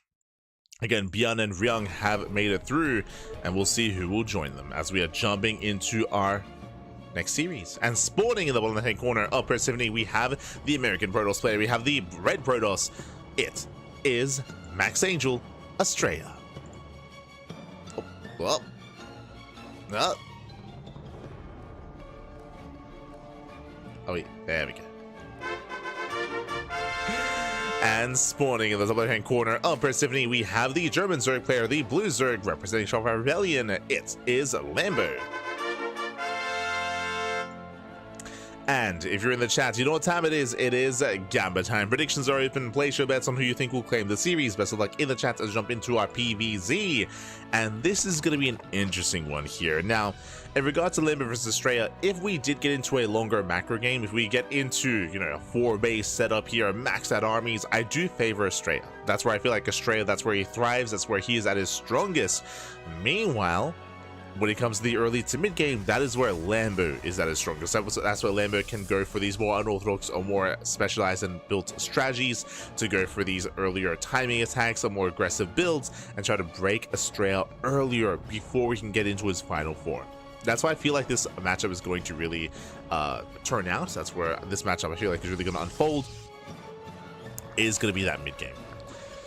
Is going to be whether or not Lambo can stop Astrea from building up. And welcome one all to Persephone. Persephone, of course, is one of the, I would say, more aggressive maps in the map pool. We do have our spawning pool here towards the south side. Well, one of our more aggressive maps here, shorter rush distance by ground, more direct rush distance as well. I say that this map is actually quite polarizing. We do see some shorter games, sure, when it comes to all-ins. Otherwise, if we can get up to a 3 and 4 base setup on this map, very quickly the map gets cut in half. The map is just cut in half here, horizontally, I should say. Cut right down the center, and that does kind of lead into these more longer late games here, hour-plus long games. We have seen plenty of them on Persephone. I should say we've seen a lot of mind-out games on Persephone, just because there aren't that many bases to take. So we'll see if we do end up in that scenario as well.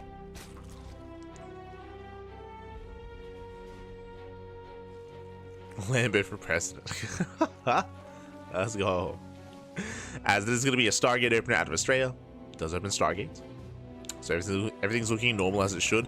Now, Astrea, he does have some quirky builds up his sleeve. Like, I do think that Astrea is willing to rush into Skytoss. He's willing to rush into a Fleet Beacon, into a second Stargate earlier than normal. He's willing to go into Glaive Adepts at times. Willing to go into Robo-based openers. He can be a little bit more diverse in said early to mid game, but I don't really think that's where his strengths really lie.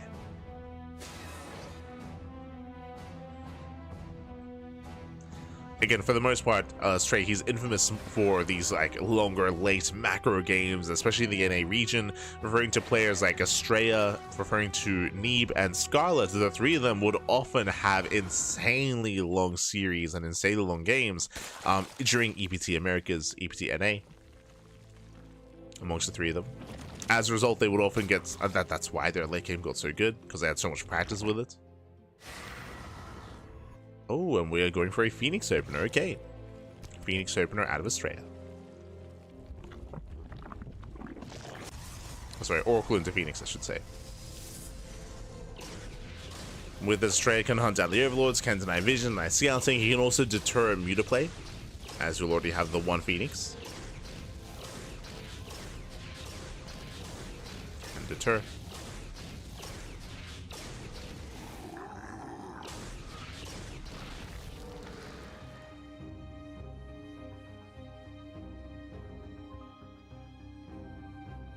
We'll see what Astrea can get done. But now it does take down some of the active tumors. Gets one, gets both active tumors. Not bad. Both tumors go down. Phoenix towards the main. More oracles are on the way, getting to a triple oracle follow-up. and Lambo is going for the earlier Evo Chamber. Now, with the Evo Chamber timing, this does look like +1 melee, but Lambo is going for the earlier Roach Warren, so he's going for a safety Roach Warren just to be secure. Evo Chamber is done, and yep, melee. So this screens +1 melee into Hydras.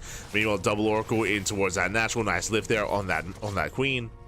3 drone kills. Nice damage here by Astrea. Very nice. Making use of that Phoenix. Behind this, still not done. Takes down another active tumor. Threads the Overlord, trying to force a transfuse. Trying to.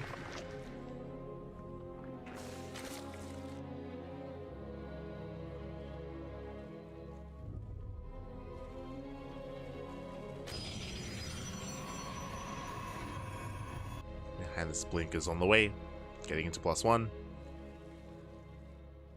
So standard follow-up here. I believe that's a 4th Oracle. Am I crazy? Yeah, I think Indy Indy noticed as well. Shout to Indy. Actually, I should fix that up on the screen. My apologies. I'm not observing.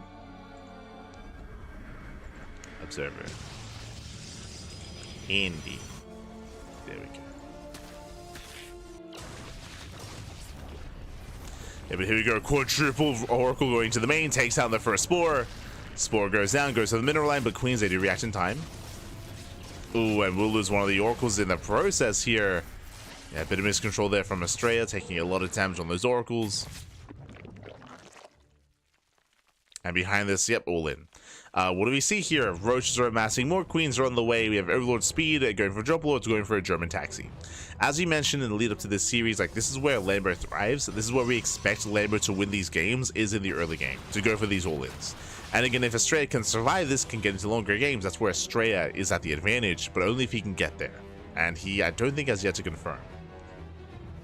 Yeah, he's not aware. Astrea is taking up towards Storm. He's getting ready for a 4th expansion. The 4th base is not going to come into play. Lings that hit the 4th, and here comes the main army right down the center. And now Astrea sees, but I don't think he can stop this. I mean, he shaves off some Zerglings. Drop Lord's pushing forward. Now he's aware. Astrea almost getting surrounded. Has to back off. Has to pull away. Again, Astrea just trying to buy some time. Buying some time. The all-in is upon us. We have 3 shield batteries on the way, a cannon on the way as well. These are late reactions out of Astrea, but Storm is almost done. Needs a little bit more time. Storm is almost there. Astrea blinks away. Shield batteries are finishing. Queen's now moving in. Nice piles. Very nice. Takes down some of the shield batteries. Yeah, Oracle's forced to engage. Queens are putting in a lot of work on the Oracles. Oracles have to back up. And the Oracles are going down brutal piles. And Lambo, he's done it. Lambo, he has done it. He has broken through, takes down the Oracles, does force back the main army, piling down some of those cannons, or sorry, some of those gateways even. GG gets called, and Lambo takes game number 1. Whew. GG. Lambo, he does take a lead in the series, and again, this is where we expect Lambo to thrive, is going to be here with these all-ins, with this early game, with these all-ins, with these timings. Again, Astrea took him a little bit too long, took him too long to realize what was happening, took him too long to realize what exactly was going on. He scouted the army in the center, but remember, when he saw the army, he was already expanding, he was already getting a 4th base up and running, he was already teching up as well, working on that next step, less so focusing on what was coming his way, as he didn't realize what was going on. Likewise, also a shame that he lost an Oracle ahead of time, and if he had seen this earlier, then he could have set up stasis traps, preserved the Oracles, obviously gotten shield batteries a little bit earlier as well. Again, it was all just a late reaction from Astrea to the all-in. Was late reaction. GG, well played. With that, Lambo does take a lead, and depending on the upcoming maps here, there is going to be more opportunities for these earlier timings and for these all-ins that Lambo can take advantage of. Let's go. Let us go. We'll see if Astrea can get a better read on what's happening, a better idea of what is going on. And Scouts said builds. Up next, Pylon. Ooh, Pylon is going to be game 2. Ley Lines game 3. Now, based on our maps here, Persephone into Pylon into Ley Lines. Ley Lines is going to be the map where Astrea is going to be the most comfortable. That is going to be the most like standard macro map in the map pool. Pylon is also known for all-ins. So honestly, especially after game 1, coming into game 2, I expect another all-in. I expect another German taxi or a Link Queen walker across the map. Aggression is favorite here on Pylon, and let's go. We're getting into game number 2. And spawning in the bottom hand corner here of Pylon, we have the American Protoss player. We have the red Protoss. Down in the series. We'll see if he can bounce back. We'll see if he can recover and make a series out of this. It is Astrea.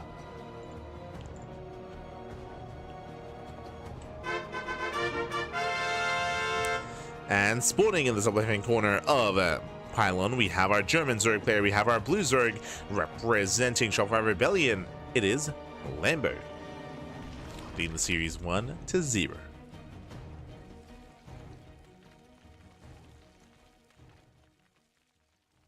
I'll get your Rambos ready for Lambo. Oh yeah, okay, we'll get there. Jesus. As he does have that lead, is up 1-0. Meanwhile, we just see Nexus first out of Astrea. Let's go. Straight up Nexus first. These are the cheeky economic builds that Astrea is known for. You can see Indy's trying to point it out. He's like desperately. He's like, Cash has noticed. Are we? We noticed. It's all good.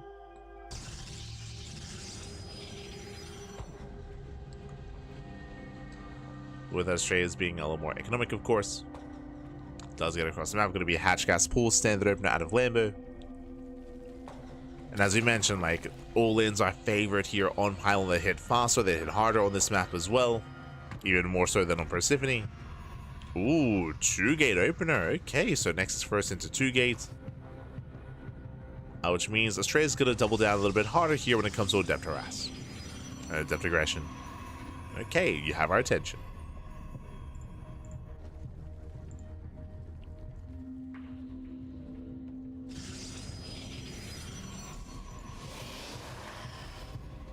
Go. Now, after game 1, I feel like Lambo set a tone for the series, and Astrea should be, again, a little more careful, a little more adamant when it comes to scouting, a little more perceptive. So we're expecting Astrea to be a little more, again, just a little more active in terms of scouting. Now, as a reminder, double gate opener, which means double adept. So we have our first 2 adepts on the way, and we can get a 3rd and 4th adept as well. Lambo is aware. He did see the opener. We have a take-off choice out of Astrea going for the Stargate, also spotted by the Overlord. Lambo sees everything. Saw the 2 gates and saw the Stargate as well.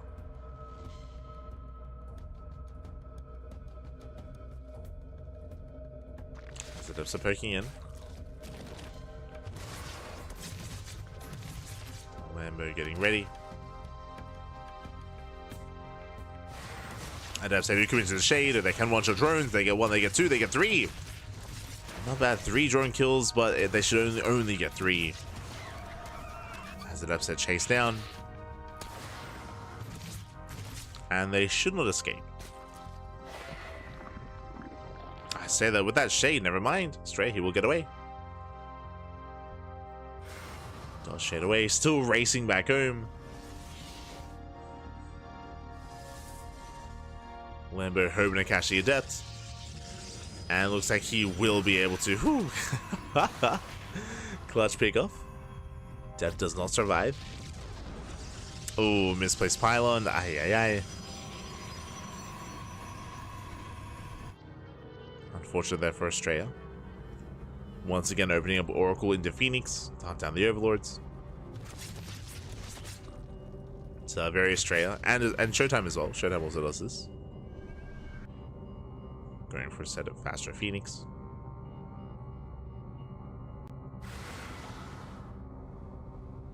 Astrea moves out. Standard follow-up here, going for the Twilight Council into Forge. I say standard follow-up. Actually, this is a little bit earlier than normal, so this might actually be +1 and charge instead of blink. There's a chance. There's a chance here. Can go into charge instead. Let up say cancel the shade. They head over towards the 3rd. They get 1 drone so far. Just the 1. Lings, they collapse in. Now, I'm still hoping that it's going to be Blink and not Charge. Charge is going to be ideal to be the aggressor, but if you believe that your opponent is going to be going for a more Roach-heavy style, that's where Blink can excel. Plus one is on the way. Shade in, no safety Roach Warren. It's going to be Ling Hydra. Yeah, no Roach Warren this time. Astrea has to make his choice. What's it going to be? We have the gas. We have the minerals. We have the gas. What are we going for? Adepse Shade into the bases. Astrea, he's distracted. His macro is slipping. And it is Blink. So late Blink from Astrea. Hey. And again, the reason why it's so late is because he was focusing instead of harass. Just fixated on the harass. With that, going to get shut down. But Lambo's building up towards a longer game. Lair is on the way. Gases are being taken. Again, Lambo should be working towards Hydra Tech. Is that Bailey Nest?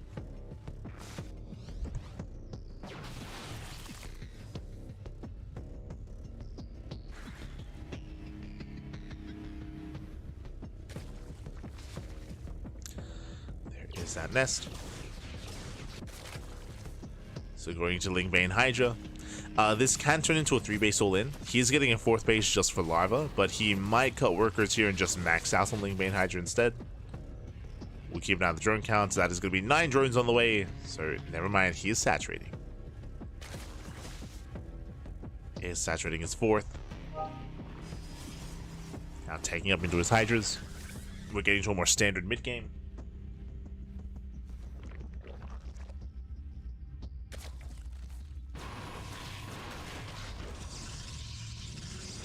And he's just pointing out that there is droning. It's crazy, he's actually making workers. And this is where Astrea is getting a lot more comfortable. A lot more comfortable here. Meanwhile, we have 22 Zerglings on the way. That's a lot of Zerglings. Lambo did run up to 80. He's taking all of his gases. Now, something that is common as well, we should bear this in mind as stasis does go off, is that even though Lambo has a high drone count, he might not tech. He might stay on Lair tech and commit on Ling Bane Hydra. That's what it's looking like, at least for now. So we'll see if extra gases are taken. We'll see if he throws down Infestation Mitt and works towards Lurkers. And works towards a Hive.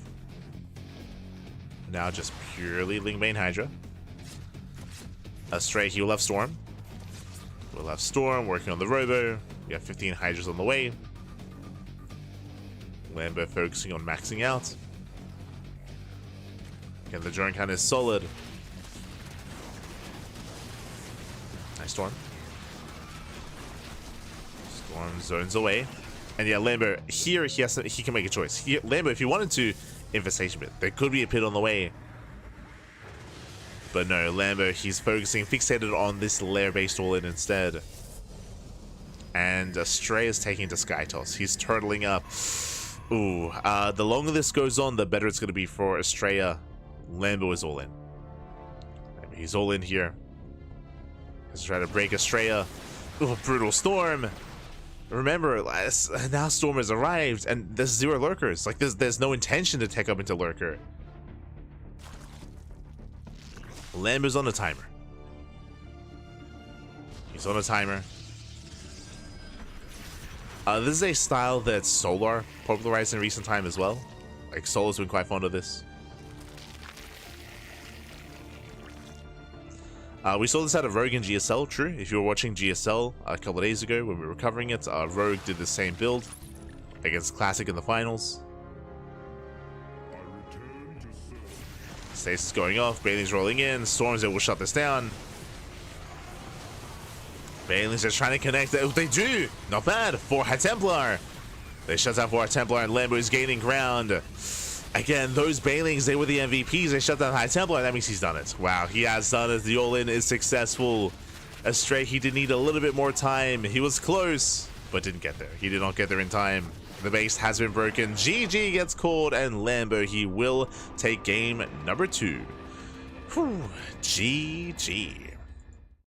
GG, well played. I'll be honest, I was having second thoughts there. I wasn't really too confident when it came to the all-in, but we saw the flanking Banelings. He was able to get on top of the High Templar. He sniped 4 High Templar. That would have been so many more Storms. And if the Storms were kept available here, if the Storms were available here to Astrea, then he would have been able to buy more time, a hold off, and work towards that Skytoss. You could argue that Astrea was working towards Skytoss too quickly. If you remember watching Classic's matches against Rogue, Classic, he actually delayed his Skytoss transition, and he actually did fixate on Immortal Storm Archon first before taking up into Skytoss. So he didn't rush too quickly into that late game. He was just turtling up on 4 bases and just fixated on that more mid-game army first to be secure, then tech up.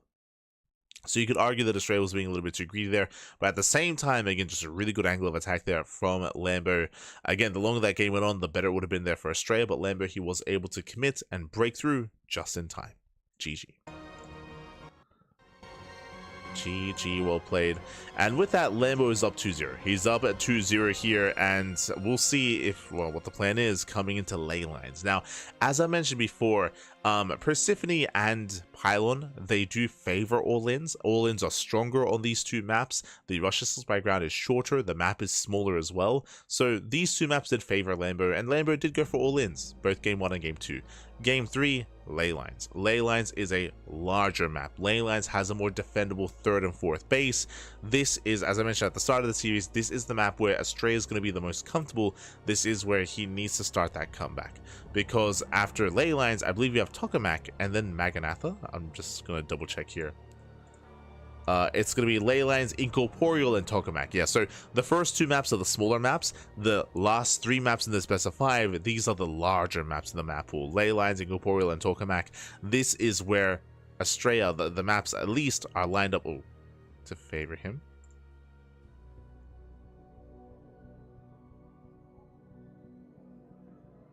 Hold on. Have I been gone the entire time? Hold on. Okay, we're back. We're back. Yeah. But yeah, this is where Astrea has to bring it back here and now on ley lines. Likewise, I would expect to see Lambo shift gears, right? It's like, again, Persephone, Pylon, all-ins makes plenty of sense. Makes plenty of sense. Coming into ley lines here, I would expect to see something a little bit different out of Lambo, to see something a little bit more macro-oriented, to maybe tech up a little bit faster instead and have a different approach. But we'll see. We'll see how Lambo will adjust, coming into some of the more standard, some of the more defendable maps instead. So we will see.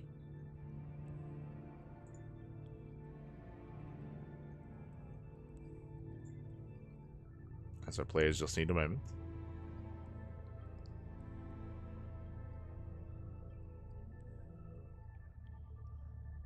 We're good. Here we go. As we are jumping into game number 3. Let's go.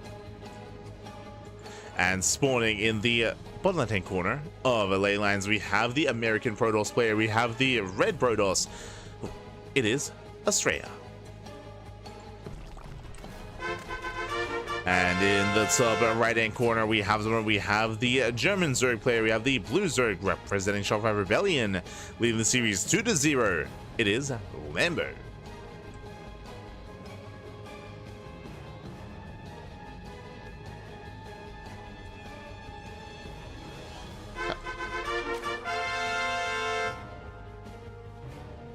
Here we go.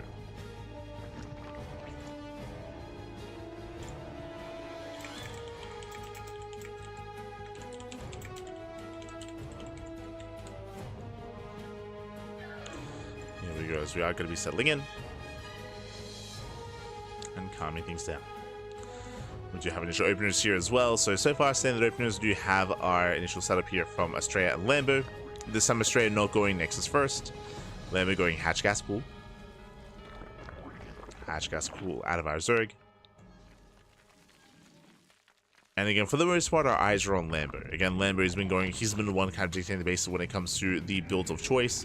Game 1, Lambo did go for the initial 3-base all-in, did go for the initial German taxi across the map. Game 2, instead, did saturate, getting up to 80 drones, that is true, but did go for a lair-based all-in on pure Ling Bane Hydra. Here, coming into ley lines, what do you have for us? Now, on some of these larger maps, this is where I would say muted play is more viable. Like, going into Spire, going to mutas is going to be more viable here, as the map is larger, you're a little bit safer, so you can easily or more easily get away with something like muted play. So that's going to be now on the table here for Lambo to go into Aspire. And likewise, we could just see him actually tech up. We could see him not just drone, but take gases and tech up in towards lurkers as well, into a more tech-heavy style. From the side of Astrea, I don't really see him deviating too much. Like, on the one hand, yes, like Astrea's up against the wall, but as I mentioned at the start of the series, I do feel like Astrea's, like, where he thrives, where he's at his strongest, is the late game. He just hasn't gotten there yet. He's been trying, don't get me wrong, he's been trying to get there. Trying to get into that longer game state, but he hasn't quite gotten there yet.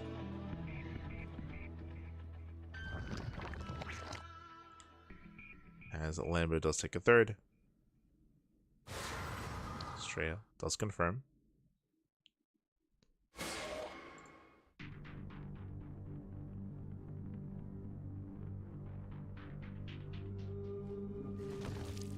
There we are, Ken.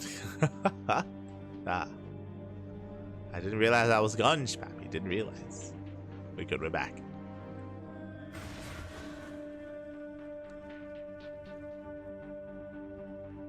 So far, just getting one drone. Drone has gone down. Second depth has arrived, bearing in mind 2 depths taking one-shot workers. Lambo is keeping up.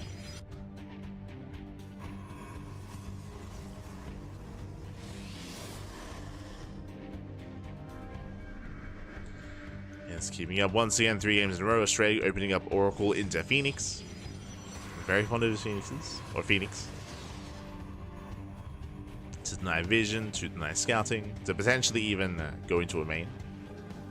Go for a mineral line. Ooh, that's going to be a very fast +1 Forge. Forge or +1. Twilight Council as well.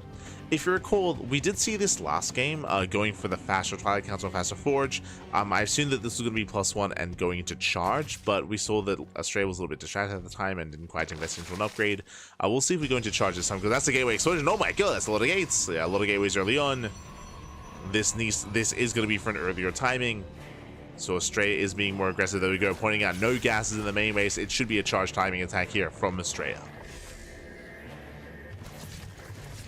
Going for station traps. Gets a queen, gets 2 drones. There we go, charge on the way. Now, I believe Lambo did not see the gateway explosion. He's not fully aware.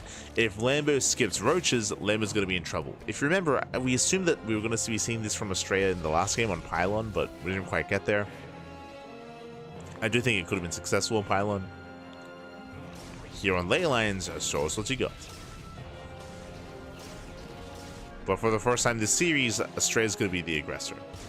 And again, no Roach Warren. If Lambo is going straight at Ling Hydra, he is going to be so exposed. And damage should be done. I say damage, this might even end the game. We'll see if Astrea gets like a safety Baneling Nest. Oh, there it is. Okay. Baneling Nest on the way. So Astrea, he'll have some safety Banelings available. He'll have the potential to defend, depending on when Astrea strikes. He's still waiting for charge. You see Lambo trying to get read what's going on. No tells yet. Looking a little bit suspicious. Basically, Lambo, he was looking for extra warp ins. He was looking to see what was being warped in. He sees nothing so far. So he's not fully aware, but he is massing up Zerglings. Yeah, there we go. Safety Banelings, he knows. Or he's aware that something is wrong. He's aware that something is wrong. Got a handful of Banelings on the way. It's only 4 though. Here comes Astrea. There we go. We have 8 Banelings in production, but 4 of them are going to be late. Oh, just now waddling in. Decent connections. But that's still just a wall of Zealots. Does take some Banelings to the face. More Banelings finishing up. It's going to be a tough hold, and it looks like, oh, better connections. Queens are going down, but Lambo holds. Yeah, Lambo, he holds. He shuts this down again. The Banelings, they finish up just in time. And with the help of those Banelings, Lambo, he shuts down the timing. And now Astrea is in a rough place. Oh, good. This had to do more damage. Just had to break an expansion, get into a mineral line, kill some drones. It did not do enough.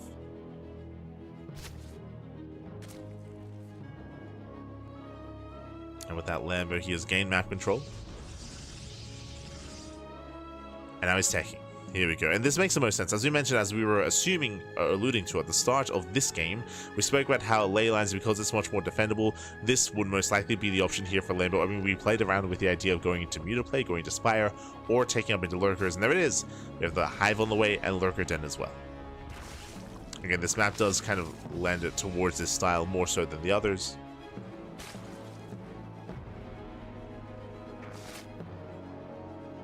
So Lambo's taking. And so is Astrea, but the problem is because the early charge timing didn't do any critical damage here, it tells me that Astrea, the rest of his tech is late. Blink is delayed, Storm as well. Astrea stuck on 3 bases, where's the 4th? Where is the 4th?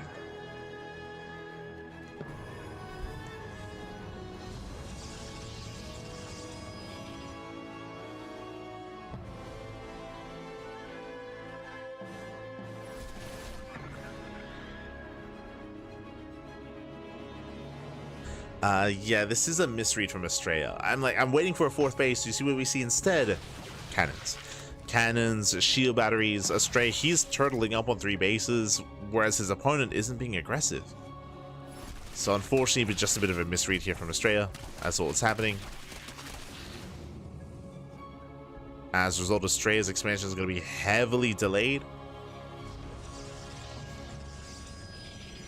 As it's just now on the way, so late 4th base by Astrea. Late expansion, late saturation means that Lambo should be the first to max out.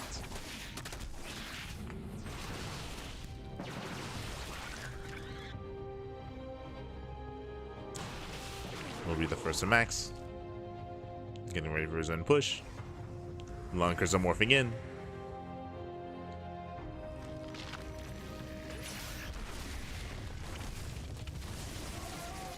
In. Pushing between the bases. The Queen's coming in as well. Oh my god. The Queen's also committed. I don't think that Lambo should quite be here actually. Lurkers are getting caught out. Massive storms. Yeah, and Lambo is caught. Brutal storms here on the Lurkers. There's what, like 2 Lurkers left, down to 1. Yeah, barely any Lurkers remaining. Link Bane doesn't quite connect. Hydras are coming from behind. Oh, not a bad fight here. Actually getting on top of the High Templar once again. Oh no! Takes out all the High Templar. Despite that chaotic fight, despite this maybe going the best way it could have here for Astrea, it's still not enough. Ay, ay, ay. Lambo still overwhelms. Pushing towards the natural. Blings, they slip into the bases.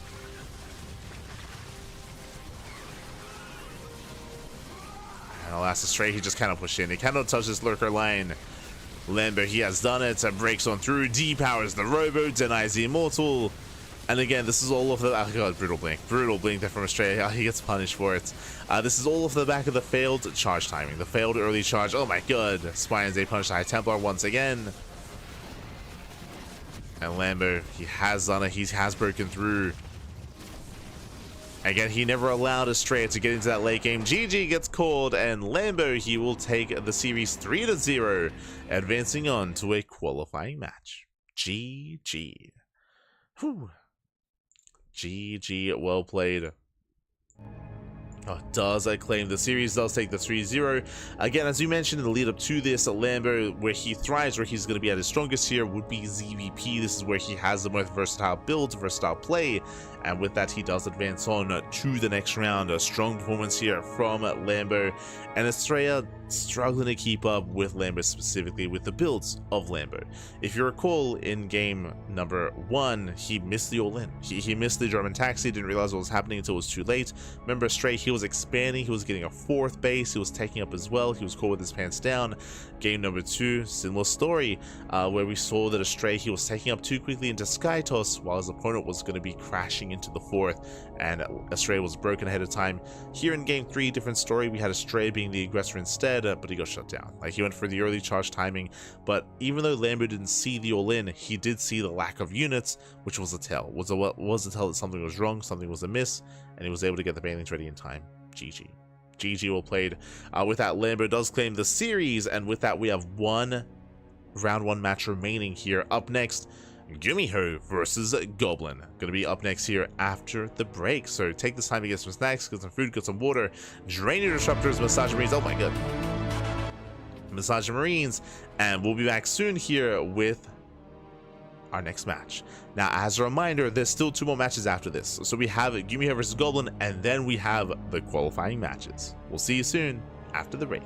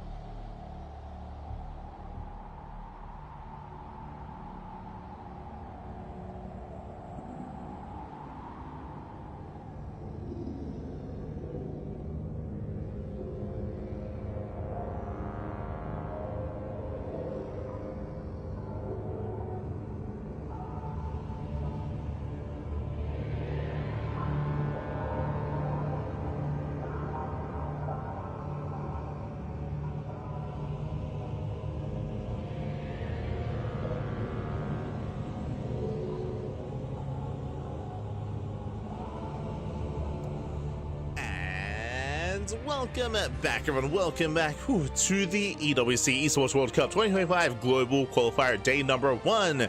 We are almost done with all of our first round matches. We just wrapped up with our first 3 matchups, our first 3 best of 5s, and now we have one final series remaining here. It is going to be GuMiho versus Goblin in a TVP, and this is going to be a banger here. Now, coming into this, on paper, I favor GuMiho, of course. GuMiho, he's going to be I mean, he has a more veteran player, more historic player as well. He's got so many accolades to his name. He did have a really strong performance when it comes to this season's GSL, making it to the top 4. Definitely is a favorite player.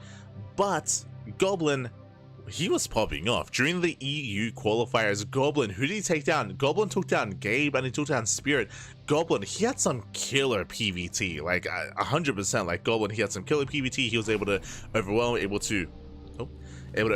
to have a really good showing against all the Terrans in Europe, and we'll see how he compares to a Korean Terran. As spawning in the top left hand corner of a pylon, we have the South Korean Terran player representing SAUL Esports. It is GuMiho. And spawning in the bottom right hand corner, we have the Croatian Protoss player. We have the blue Protoss. It is Goblin. I lined up the first one so well. No.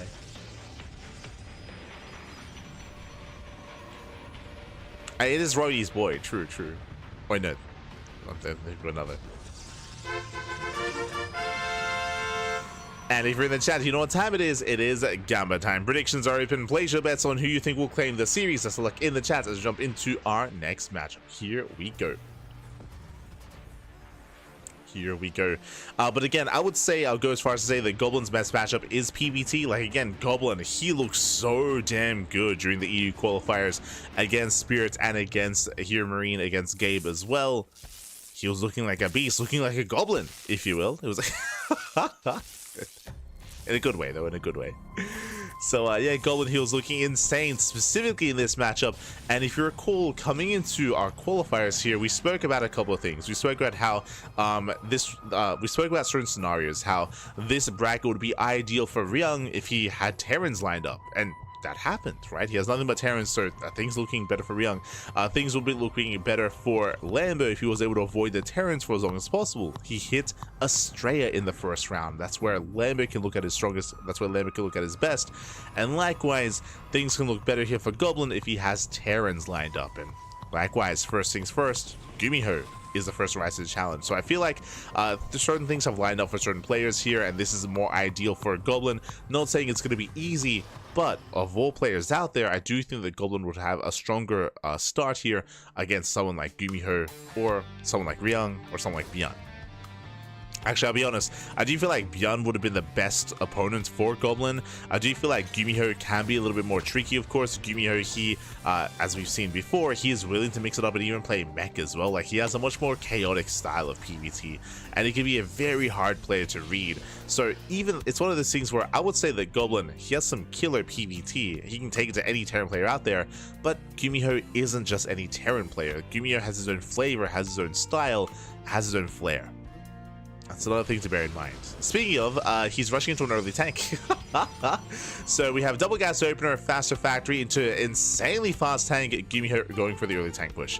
I believe early tank drop. This is a killer move here. This can, if not scouted, this can catch a Protoss player completely off guard, and this can kill. Hallucination goes in. Hallucination does not get eyes on the tank yet. Again, this is insanely fast tank here from GuMiho, and so far unscouted. As the hallucination is zoned away. Ooh, and this is dangerous. This is dangerous here. Oh, going back in. And GuMiho, he does hide it. He does hide the tank. He intentionally did pull the tank back. He did rotate his Marines. And so far, completely unscouted. Oh boy. There is Terran, then there is GuMiho. Exactly. And here comes the push. Here it comes. First tank, second tank's gonna be moving out, and unfortunately Goblin, he has seen, there we go, now he knows. Now he does see one of the tanks, now he's aware of the drop. And he needs shield riders, back at home, and he's warpins as well. Here comes GuMiho. And the purpose here is to try to strike the natural and try to get on top of the production and depower the pylons. Stalker's moving in. Tank does siege. Oh, that's actually a lot in the main. That's Naruto's pylon, powering 2 gates and the Twilight Council. Now the pylon should be targeted. And will delay blink. Massive pickoff. Pylon goes down. Depowers everything. Oh god. Everything is depowered. Cybercore's under threat. If he can snipe the Cybercore, that means no more Stalkers. And you can see Goblin just going for the counterattack. He's going for the counterattack instead. Cybercore goes down. Gateway as well. We see Goblin trying to get his gateway count back up and running. Throwing down 2 more gates. You know, Goblin does hit the natural. I'm loving this counterattack. There's not much of them to defend. Gets 1, gets 2 SCVs, but doesn't push into the main. Denies mining. Can he deny blink? No shot. Blink is getting low. Oh. Yeah, the Twilight Council getting low. Nice friendly fire on those Marines. Stalker does, sorry, tank moves down to low ground. And Blink will complete. Whew, thankfully, just in time. Blink does finish. But Goblin has lost so much already here. 2 gateways, Cybercore, Twilight Council, extra Stalkers. Thankfully, did have a backup Cybercore. As Goblin, he can now dive on this army. Yep, dives in. We'll clean up. We'll clean up both the tanks. Oof. Both tanks will go down. GuMiho is reinforcing from across the map. He is rallying out. Banshee, oh no! Banshee has to calm down. And now here comes GuMiho. Now, GuMiho did just lose 2 tanks, true, and Goblin's expanding and getting a 3rd in the midst of all of this. GuMiho is still very committed, very all in. Very all in here. GuMiho, he has to end the game. Goblin now with Blink, he can kite back. Gets a couple of Marines, not bad. Picks up a couple of Marines. Tanks are slowly pushing forward. More shield wires on the way. Throwing out more shield batteries. Boys being pulled. Oh, just to saturate. Yeah, tanks to do siege. Nice snipe on the Banshee. Very nice snipe. And again, you can see here that GuMiho is running out of steam a little bit here. Goblin rotating over. Natural's exposed. GuMiho, he dives in. I'm loving this on siege from GuMiho. He sees an opening here. Straight in. Doesn't wait. Yeah, boys are being pulled, coming in for the surround. It's all or nothing. He gets 1, 2. It looks like he will get all 3 tanks. Yeah, nice snipes. Very nice snipes here from Goblin. Does he have detection? He does. Yeah, clutch moves here. Goblin holds. Whew, Goblin, he does hold on. There's only 1 tank left. That 1 tank does pose a threat. But this was once 3. It's once 3 tanks. 3rd base gets spotted. Goblin rotating over. Does catch reinforcements. Snipes down another tank. Very nice pickoff. Catching more.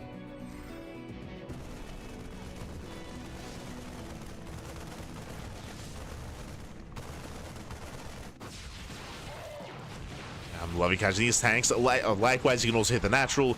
Back at home, GuMiho, does he have anything to defend?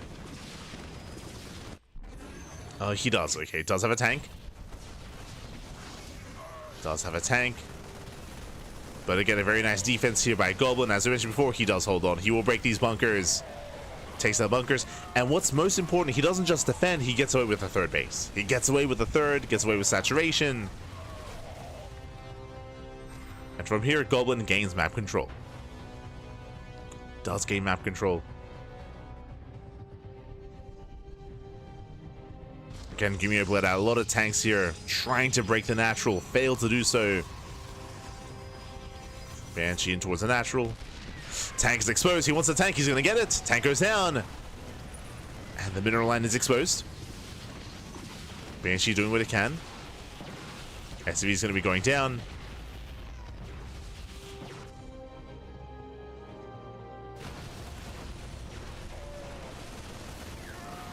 So far getting 5 SCV kills. Very nice damage. Oh, the Observer gets awake. The scan did miss the Observer. Goblin, he can rotate into the main. He can, and oh, Willie. Tempted, but doesn't quite go in. Doesn't go for it. Pulls away, containing GuMiho. Observer finally goes down. GuMiho taking a third, forced into a longer game. Catching up more Marines. And again, GuMiho, sorry, Goblin, I think I want to say he's in a better position. The one thing we're missing, of course, splash damage. Whether it's Storm, whether it's Colossus. There it is, Colossus production has begun. Goblin looking secure. Claiming a fourth.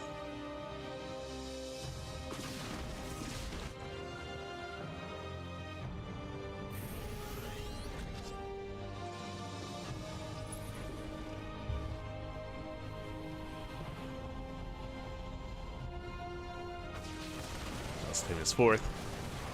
Likewise, GuMiho trying to break out. Stim is finally done. And we're getting into the mid-game. Getting into the mid-game here. Now, on the one hand, Goblin got away with his third base, but remember, he did have to pull the boys, so he still lost a lot of probes in the defense. Likewise, he still bled out a lot of stalkers as well. But GuMiho, he cannot fight out in the open like this. Yeah, tank goes down. Massive pickoff, gets one, almost gets another. And Goblin, he can chase this down, going for the tank once again. Takes out another tank. One tank left.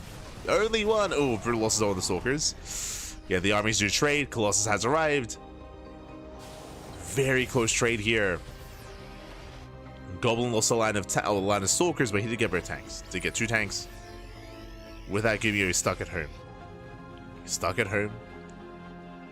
More Zealots filing in.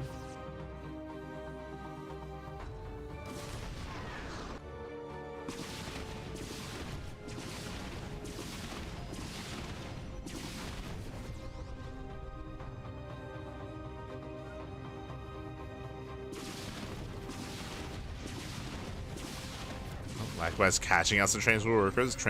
There we go. 7 more probes going down. Not bad. Does catch 7 more probes. 4th CC on the way for GuMiho. And we're building up into a longer game. But these Banshees are doing so much here. 9 more probe kills. Like, Goblin, he should have an economic lead. He should be up 10 plus probes. But he's not. So Goblin's economy is not where it should be. The army's still terrifying. The army's still, I would say, in favor of Goblin if they fight out in the open. At this point, GuMiho is stuck at home. He's stuck at home. Stuck defending.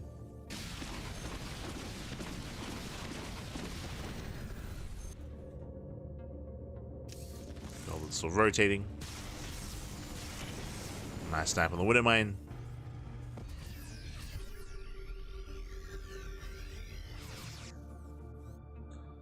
Ghost production has begun. And from the side of Goblin, we have yet to go into any other form of splash damage, just Colossus so far. Bearing in mind, no Vikings. Viking production just still underway. Without Vikings, you can see the, oh my god, these Colossus just get so much free damage. They delay the 4 CC, they pick off a couple of Marauders, a couple of Marines. We get another worker. The Viking count is still trying to build up.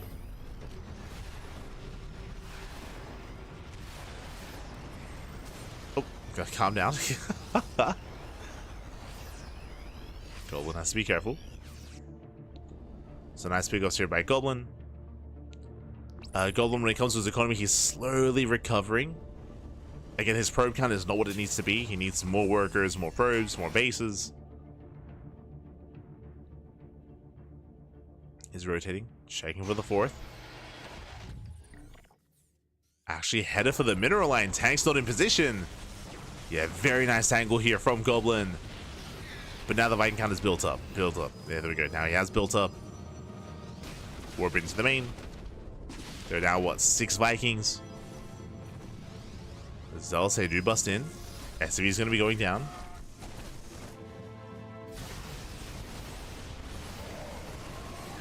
Crouching the army. Does snipe 3 of those Vikings. Not bad. Nice target firing there by Goblin. But the Colossus, they're finally going to be going down. He gets 1, he gets 2. 2 Colossus full. There's 1 Colossus left. Yeah, Goblin has to get the hell out of here. Has to kite back.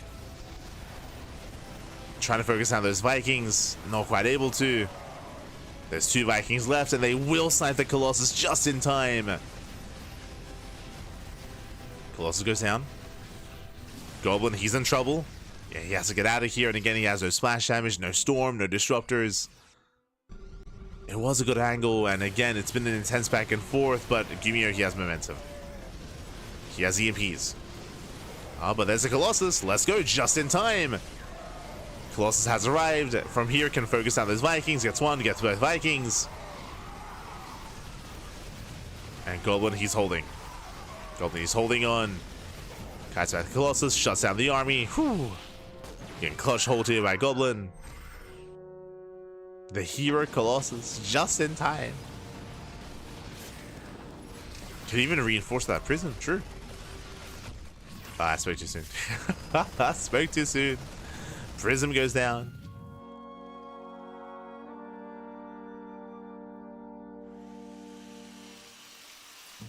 As the game does continue. Now, what's important here after this defense, Goblin now has 2 robos. His second robo is now done. His second robo was delayed because of all the economic damage done earlier. But now he's on double robo production. He can make 2 Colossus at a time. Denies mining at the third. GuMiho, he's hurting. Oh, that's an orbital. That's not a planetary. We could have actually gone for it. Regardless, killing SCVs. Still damage. It's going to be 7 SCV kills. More Zealot Rumblers are on the way. And again, GuMiho is so greedy with this CC. And the fact that this is not a planetary here means that Goblin can't get damage done. More than he should have. And there it is. Zealot Rumblers into the mineral line. Goblin taking another expansion, making 2 Colossus at a time behind this. Goblin has momentum. Goblin is ahead. He's ahead in this game. He's in the driver's seat. And Goblin's going to be the first to max out. Again, GuMiho, he was so committed earlier. He's bled out so many SCVs. Goblin, he's running away with this. Takes down the tank. No tanks left. Zelsave rush in. The Colossus, oh, some wasted DBS on the depot. So a bit of wasted DBS there, but does cause a distraction. More SCV kills. And GuMiho is running out of money. Running out of money. Running out of steam.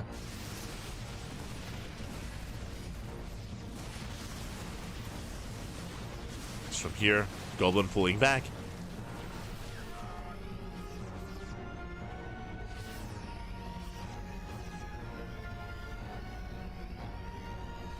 Sky back. Disruptor is now on the way. Let's go. 4th base is denied. So it's now stuck on 2 bases. And here comes Goblin, snowballing out of control, collapsing on the main army. Takes out the Vikings. They do get a Colossus. They get 1. They take down a Colossus. But again, this is kind of a one and done army here for GuMiho. He has no bank behind this. He has no economy. He's being outscaled. And GG gets called. Goblin, he will take game number 1. He will take a lead in the series. Whew, GG. GG, well played, Goblin. He will take a lead. Again, a very, very intense game here from Goblin. Very nice scouting out of Goblin as well. That was probably the most important thing at the start of the game. I did notice a comment in the chat, which I feel like did kind of miss even the previous series, so I do apologize if I did like mischaracterize. It says here, it's like Astrea, lack of defensive prowess. Astrea, what he struggled with in the last series wasn't his defensive prowess, was his scouting. He had a really hard time reading and confirming the all-ins that Lambo was going for. That was the big issue there for Astrea. Here, Goblin did scout. Remember, he did see the tank. He did see the tank at the start of the game, so he was able to prepare back at home. He was losing pylons, he was losing tech, but he was replacing it, and more importantly, he had the wherewithal to go for counterattacks. I loved the counterattacks there from Goblin. Time and time again, I'm referring to like the first 10 minutes of the game. Whenever there would be a tank push towards one side, he would always catch reinforcements, counterattack, hit the natural, force supply to be kept back at home as well, and set up for those surrounds. And on top of all of that, crazy to see Goblin expand during the defense as well and take the third and get away with the third base as well. So really nice defensive setup there from Goblin, and again, a lot of it came down to his scouting. He was able to respond, able to react, able to shut it down. Likewise, from the side of GuMiho, he was successful when it comes to the first push. He was sniping a lot of tech. That was solid, of course, but again, he was bleeding out units. He was bleeding out units towards the fringe of his bases. The Banshees were able to keep him in that game, but it was just an intense back and forth. Intense back and forth, baby. Both players had their moments. Both players had their time in the sun there. But GG. GG, well played. In the end, Goblin did stabilize, and Goblin did take the first game. Let's go. Did take the first game. We'll see if GuMiho can bring it back. Again, Goblin's strongest matchup is PvT. Like, this is where Goblin can thrive in the most. This is where Goblin can shine.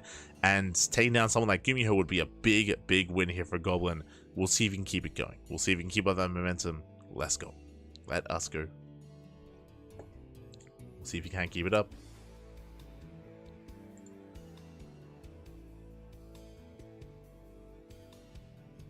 At one point, GuMiho was slightly ahead. I think, yeah, he was. If you're referring to like GuMiho, he had momentum when he caught all the Colossus. If you recall, there was a rough fight that Goblin took where he did bleed out 3 Colossus on the left-hand side when he was caught out in the open outside of the third base, for example. Like, that was a really strong moment for GuMiho, for sure. But here we go. We're getting to our next game, and spawning in the bottom-hand corner of Tokamak, we have the Croatian Protoss player. We have the blue Protoss, leading the series 1-0. It is Goblin.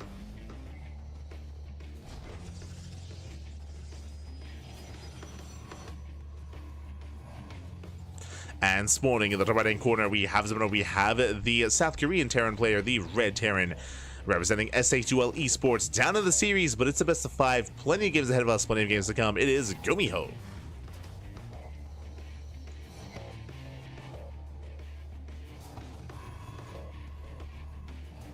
Here we go.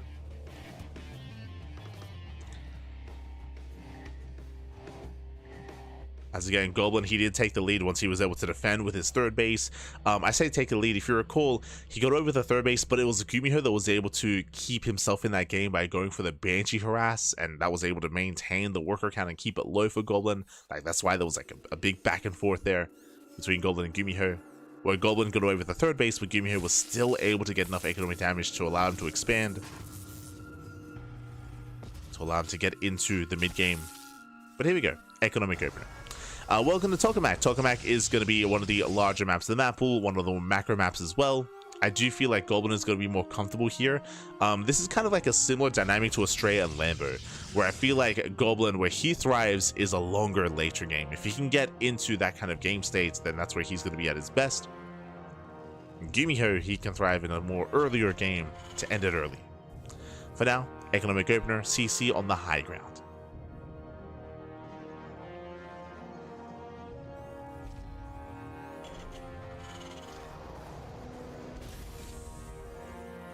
Go.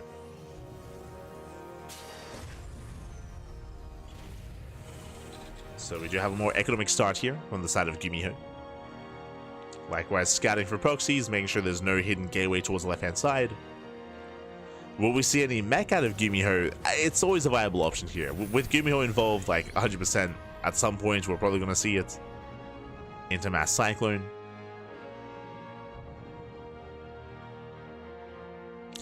But I am a little bit concerned, though, for sure. For GuMiho, I mean. What I'm getting at is, Pylon, that's a Terran map. Like, Pylon is a smaller map. That's where aggression is favored. That's where Terrans are meant to break Protoss players early. And for that map to go the way of Goblin is concerning here. Again, these larger maps do typically favor Protoss players, as they're able to get a handle on a greater base count, a greater economy, map control as well, and overwhelm. So Tokamak is going to be working against GuMiho coming into this, at least initially. So we'll see how he does approach Tokamak. Behind this is going to be a Twilight Council opener out of Goblin. Working towards the Twilight Council, working towards Blink. Gateways being thrown down. I believe 3 gates set up here from Goblin. Yep, working towards Blink. So standard opener is going for a standard start.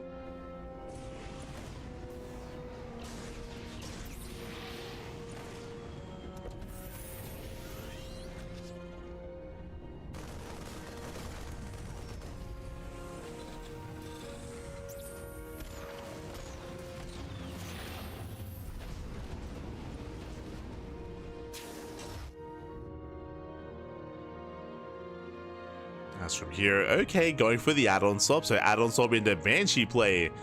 No cloak yet, so Banshee's there we go. Cloak is being resourced, so cheeky start here from GuMiho, and we'll see how long. Oh, Goblin delays his robo, going for a third base before the robo. Greedy build here by Goblin. Is being greedy. Cyclone has arrived, dropped towards the natural. Goblin being spread thin. And can he save his third base? Can he save the expansion? But now keeping up with the drop. Takes down a couple Marines. Cyclone going hand there on that base the entire time. Brutal lock on. Stalker is getting low. But Goblin holds. Goblin, he does hold. We'll bleed out 3 probes. But we'll defend. So a nice start here for GuMiho. Again, my concern is how late the robo was, but we do have the robo on the way. And as long as we get the observer in time, should be okay. As here come the Cloak Banshees. And here comes the early tank push as well. Again, the map is larger here, so it does mean that this push is going to be a little bit more delayed. GuMiho, oh, taking down the Cyclone. It doesn't get ahead of time. Does have the Cyclone. Again, GuMiho was unable to lift. I don't know if you saw, but GuMiho, he had too many Marines in the medevac, so he could not fit a Cyclone in. So he couldn't juggle.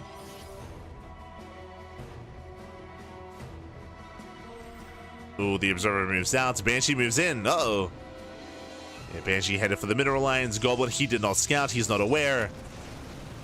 And this is a nice snipe here for Goblin, engaging the center of the map, but probes are falling. He has to race back home. Yeah, getting 4, getting up to 5, 6 probe kills. Ay, ay, ay. Nice attention here by Goblin. Takes down a couple Marines. Not bad. But that's still 7 probe kills. A strong start for GuMiho. Does take down half a mineral line. And now getting his 3rd base on location. Not going 2 base all in. Oh, that's he's not done. He's not done. Taking down 2 probes. So what's important here is that GuMiho does get a lot of economic damage, but Goblin was actually trading better on the front lines. Like Goblin is time to tank. Got more Marine kills. So we have a back and forth here with Goblin winning in the main fights, but of course being harassed to death here across the map. Going for the tank, he can get it. The tank goes down. Very nice big off. Takes down the tank, bleeds out a Stalker here on the right hand side to the Banshees. Banshees moving in once again. Uh-oh. Yeah, 2 Banshees, they can one-shot workers. Making the way towards the natural. Goblin is in position.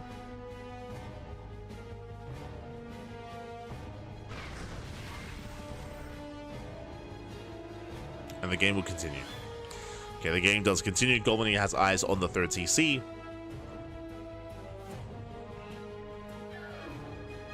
Goblin rotating over. He shouldn't get any workers, but he does get Reaper. Observer gets caught. Oh, Banshees, they're hunting down the Stalkers. No Observer, no detection. Yeah, Stalkers going down. Brutal pickoffs. Getting 1, 2, 3. Oh god, 4 Stalkers. 5 even. Getting almost every single Stalker. 6. And Goblin's hurting. Goblin's in trouble.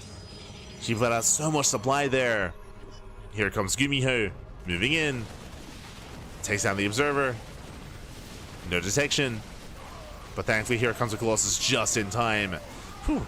Colossus has arrived. Takes down the medevacs. And Goblin holds. Goblin, he does hold. Does punish the army. And on the one hand, Goblin lost a lot of Stalkers earlier, but here GuMiho will lose the entire army, losing every Banshee as well. So we're getting messy. Once again, the game is getting messy. Once again, we're trading back and forth. GuMiho catching Stalkers, but then Goblin catching the army.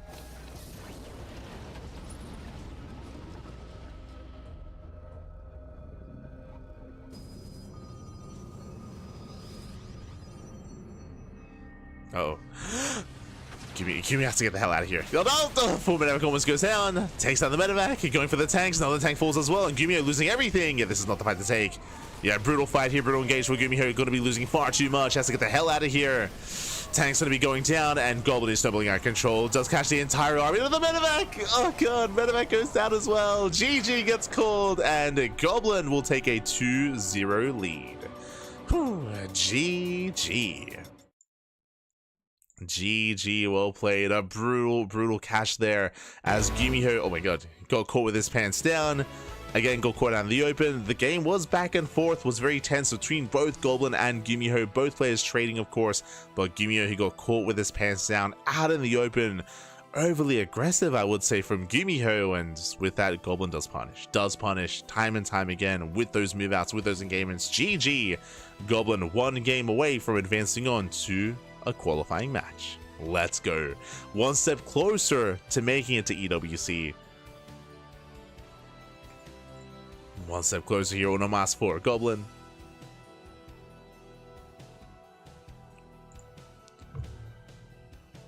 And again, we'll see if GuMiho can bring it back. Now, I mentioned before that I do favor GuMiho on some of these smaller maps, less on the larger ones. We spoke about it, but again, these move outs, these pushes, this aggression from GuMiho is weakened, is lessened on Tokamak because the map is so large, because it takes so long to move out as well. So the map was working in favor of Goblin, having more opportunities to try to catch out GuMiho. But not just that, but Goblin was being more active on the map, right? He was being very active on the map. We saw that in game 1 as well. Now we're seeing it here in game 2. So just a much more active style here from Goblin, just catching out GuMiho. Much more of a active and faster style. Up next, Ultra Love. Ooh, up next, smaller map of the map pool. This is where these two base wins are more favored, and here we go, we're loading on in. As spawning in the bottom right corner of Ultra Love, we have the Croatian Protoss player. We have the blue Protoss leading the series 2-0, one game away from advancing on to a qualifying match. It is Goblin.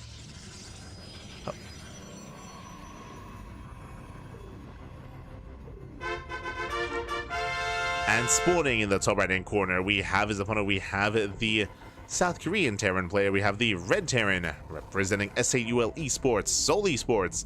Down in the series, that's my back here and now to make a series out of this. It is GuMiho. Here we go. And we're expecting a double gas opener here on Ultra Love. Welcome on all. Ultra Love is one of the smaller maps in the map pool. Short rush distance by ground. Aggression all-ins are favored here. And there it is. Second gas. Double gas opener. GuMiho, he's going for a faster factory. From here, if you remember, last time we saw this, GuMiho went for an early tank. He went for early factory, early tank production into an early tank push on Pylon.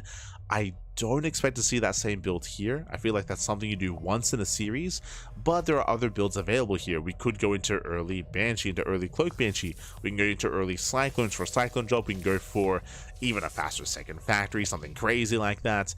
We'll keep an eye on GuMiho to see how committed he is. You can see Indy just pointing out both gases, as I mentioned. Double gas opener. Shout out to Indy. Indy, of course, our lovely observer. Here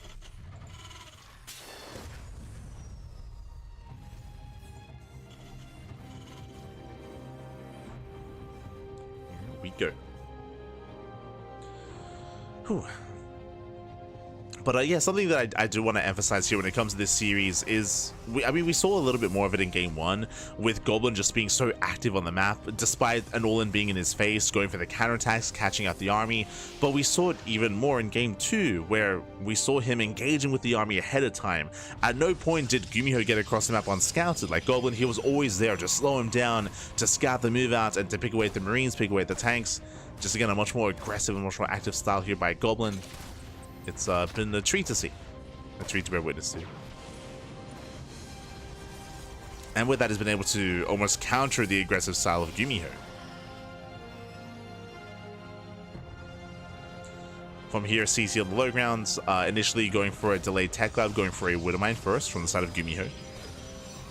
So reactor on the racks, making a second Widowmine, so opening up with the drops. Opening up with a mine drop. As I believe that is the second Widowmine. And we should be able to get into a third Widowmine before the medevac pops out. And again, the pressure is on GuMiho. Ooh, as the scout is denied. Nice setup with the Widowmine. At least Goblin is aware of the drop play. But he hasn't seen anything in the main. Going for a second hallucination.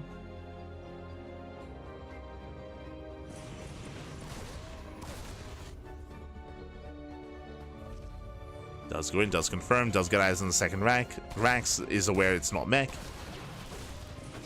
which we can assume, but it is GuMiho, so you gotta confirm. Attack that one in the factory. Widow Mines are moving out. And again, Goblin's fully aware. And it is going to be 3 Widow Mines, so 3 Widow Mines in total. Medevac is moving out. And again, it's on Goblin to keep up. Drop towards the main. Widow Mine here outside of the natural. Tank production has begun. Interesting. GuMiho skipping Cyclones, just going straight into tanks. And he's also rushing into his 3rd racks.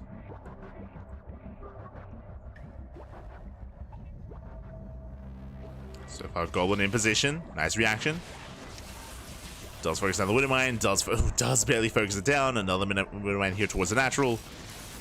And this time, the shot will go off. Oh, I spoke too soon.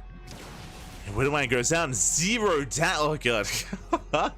0 damage here by GuMiho. 2 Widow Mines and not a single probe kill. Ay. Does lose some mining time, I suppose, but a very nice defense here by Goblin. Goblin, calm down. Oh my god. With that, he breaks out across the map.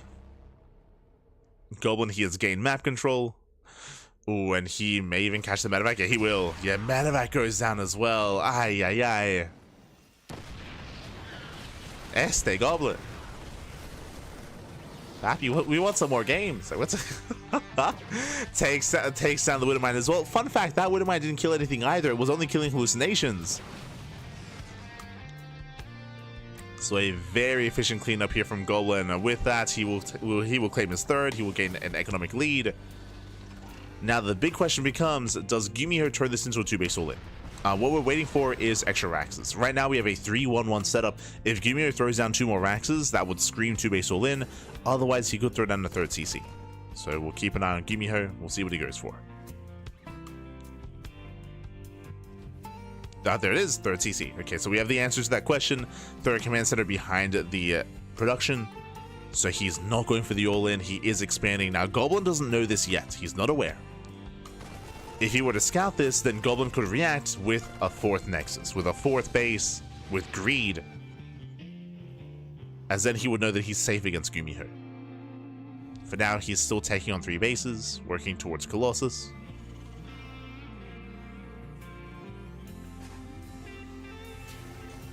So he's taking up.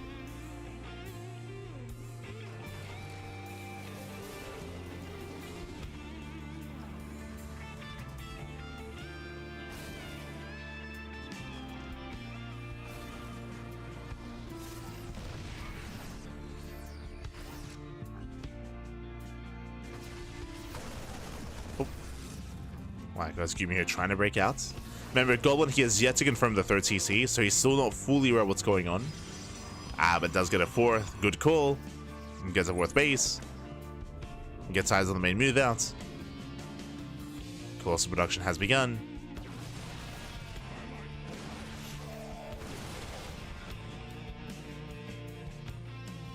Again, Goblin, his blink control has been just so on point here tonight. Oh, I say that one Stalker does go down. Gets one. GuMiho is pushing. You can see here he's just posturing with his army. Remember, he's expanding. GuMiho doesn't commit. And Goblin, he's, freely expanding. Freely getting his 4th base. From here, he can work towards the 5th.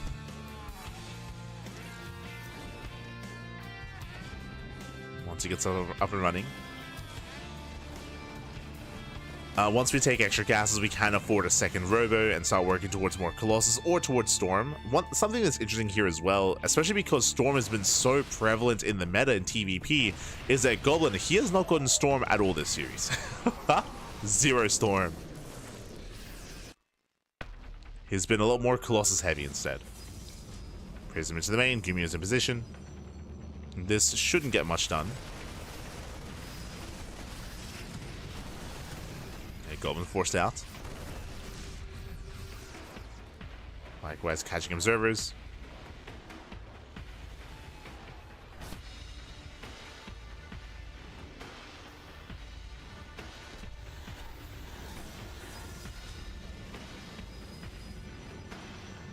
Now, Goblin does not have to push into this, by the way. We have a minefield set up. That's what, 6 Widow Mines. Goblin trying to bait some of them out. Poking forward. Another mine shot going off. Okay, careful movement here by Goblin. Very careful movement. Now committing in, going for the tank. The tank does go down. Diving on the army. We see GuMiho not completely in position. And, oh, he doesn't quite get into the mineral line. As he mentioned again, Goblin doesn't have to push into this. Okay, calm down. Let's go knocks down the tower. Kills the Widow Mine. And backs off. Goblin, he bled out a lot of gateway units there in that fight. A lot of zealots went down. And that does trigger a counterattack. Yeah, after winning that fight, so GuMiho now he breaks out, moves out across the map. Goblin, he's in trouble.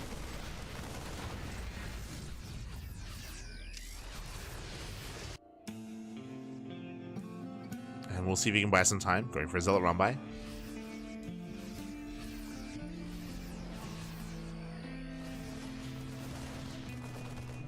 Oh, as Free Colossus goes down.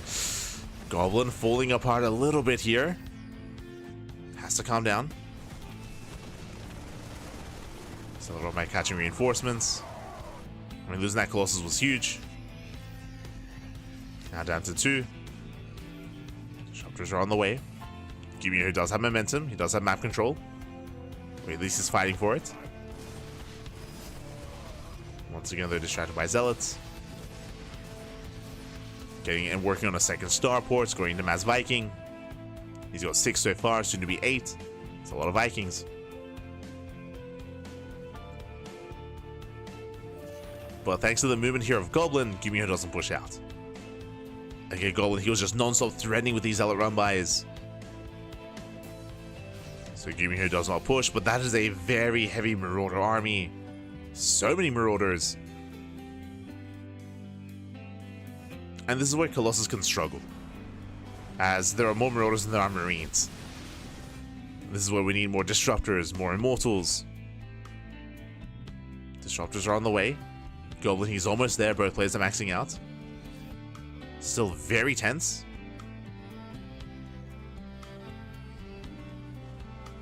Ghost Academy here for GuMiho. That is a later academy, but that's fine. In the current meta, we have seen a little more earlier Ghost play, but that's only because of Storm. In this series, there has been no Storm, so there's been no need to rush into Ghost.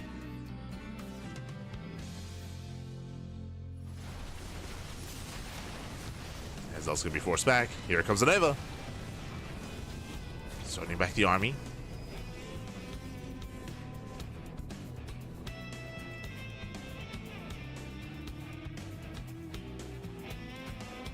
Goblin pulling away. Looking for a way in.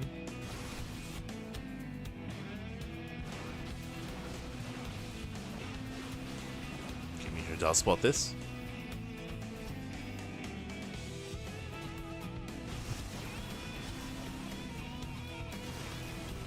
And essentially we're waiting for either play to flinch. You can see that Goblin's ready for a zealot run by if the army moves out.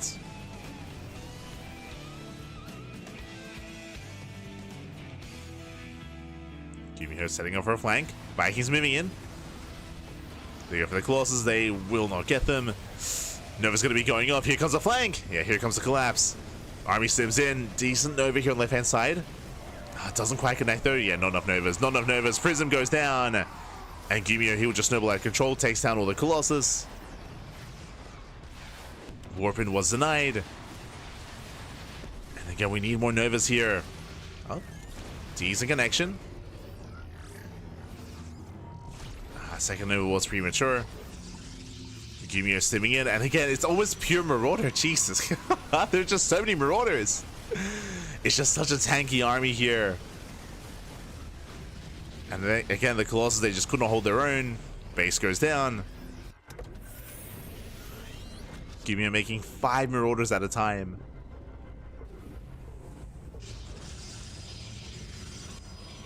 Goblin double expanding, trying to build back up. GuMiho's maxed. He's super maxed even. It's a massive army.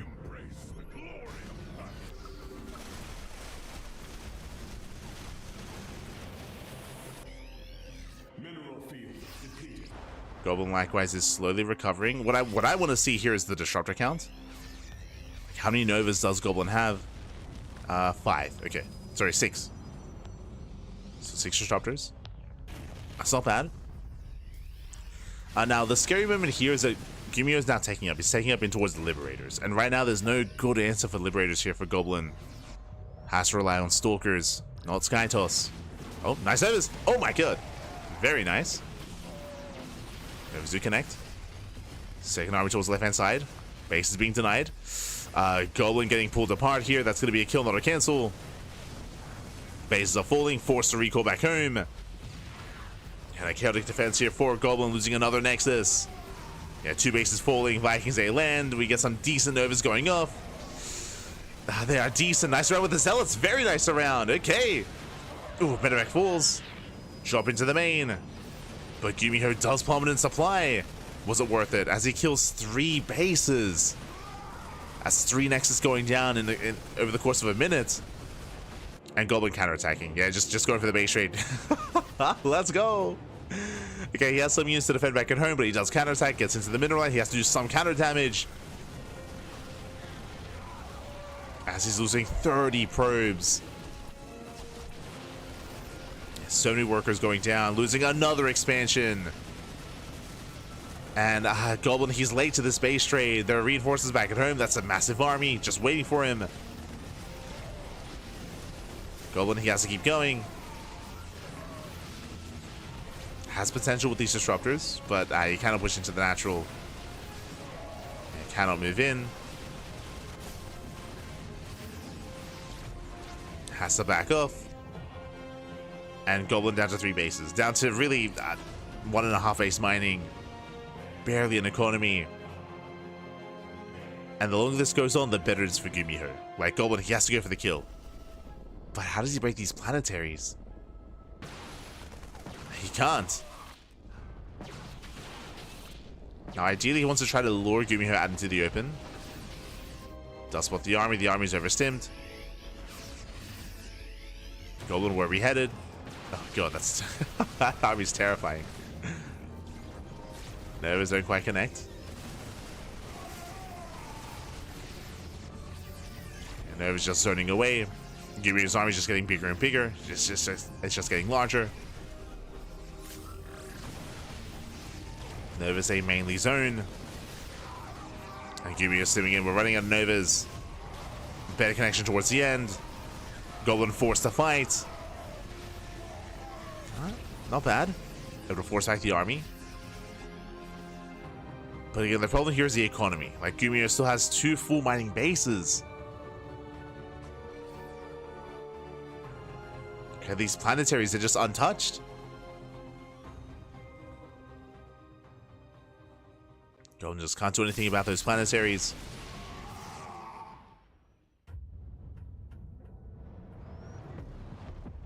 Instead, Goblin trying to catch out the main army, down to 4 disruptors.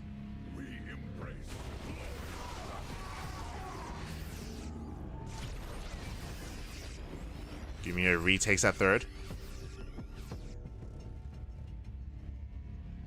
Now going back to Colossus. Now there's still a chance that Goblin can take 1 big fight, but another base goes down.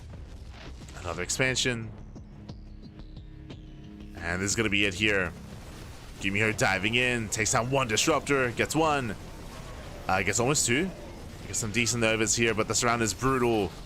Yeah, reinforcements coming in. The Colossus, they try to hold their own, but down to 1. And GG gets called. He's going to get outscaled. And GuMiho, he does fight back. Does put a point on the board. Whew. GG.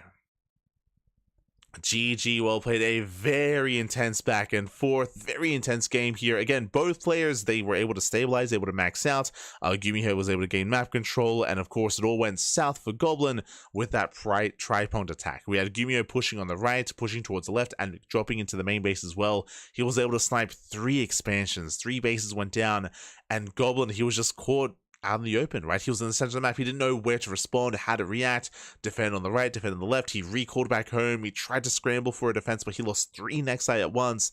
And then we had a weird base trade, right? We had like a weird pseudo base trade there with Goblin trying to counterattack, but he didn't really achieve any damage. Shout out to GuMiho. He was able to, if you remember, evacuate his mineral line to the planetaries. He just raced to the planetaries.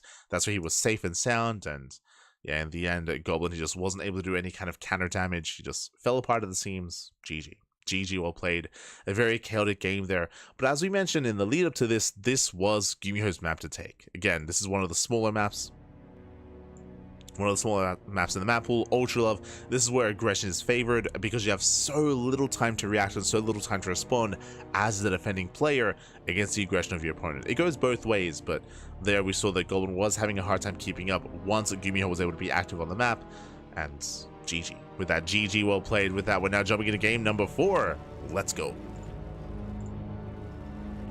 As spawning in the bottom hand corner of ley lines, we have the South Korean Terran player. We have the Red Terran representing SHUL Esports. He has begun the comeback. Can he force the ace match? It is GuMiho.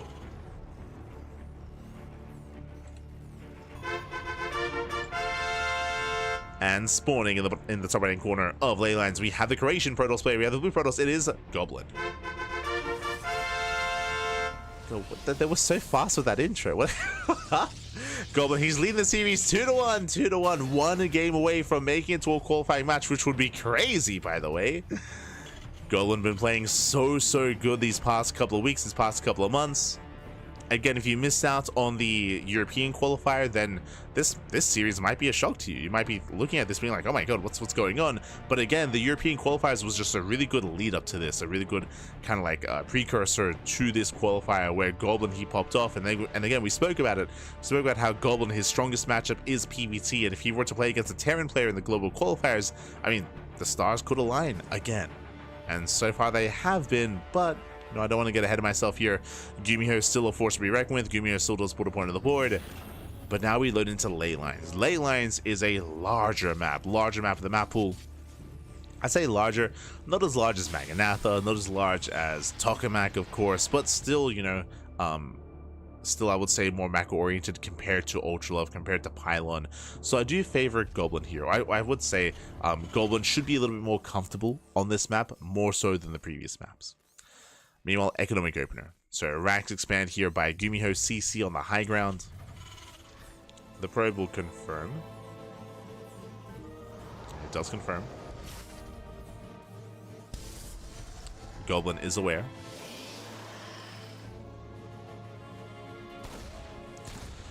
And we'll see how GuMiho will approach this. I'm not too fond with the idea of GuMiho being too active with early game tank-based pushes, but factory's almost done. We could work towards something like Banshee play from here. But again, last game was a very intense back and forth. We even had Goblin with a stronger start.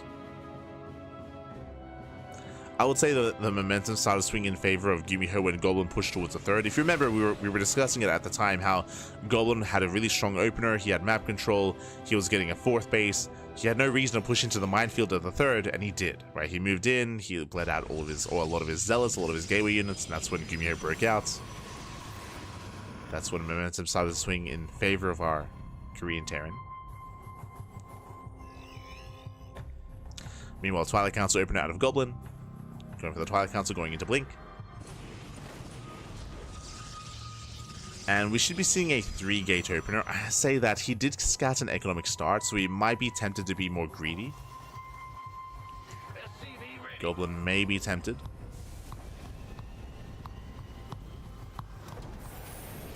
Hallucination does confirm the 1-1-1 is going to be a Cyclone drop. And Goblin does throw down an extra gateway. Okay, so 3-gate Blink. 3-gate Blink out of Goblin, very safe play. Very safe.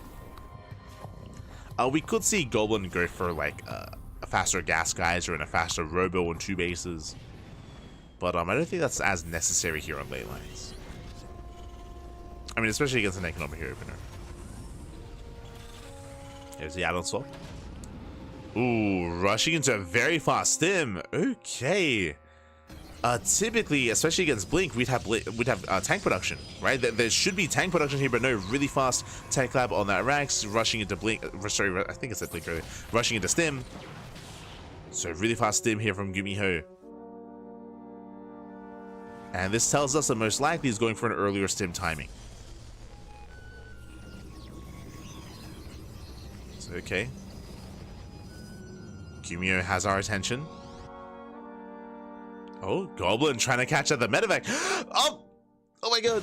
Blink's not yet done, but brutal shot's going off. Can he get it? He can. Medevac goes down. Very nice snipe. Ay, ay, ay. Shuts down the medevac, has gained map control, and Goblin should be pushing here. And what I want with this move out, he scouts. He sees. Yeah, he does see the research. Big scout here for Goblin. He does spot the research on the tech lab. Is aware of stim. Third base on the way. So far, I would say a stronger start for Goblin. Has been a stronger start. Now working towards charge. Charge, forge, +1. Delayed splash damage in favor of charge loads, which is more ideal against a more tank-heavy start. Towards an earlier push. Stim is almost done. And again, this is just insanely fast stim.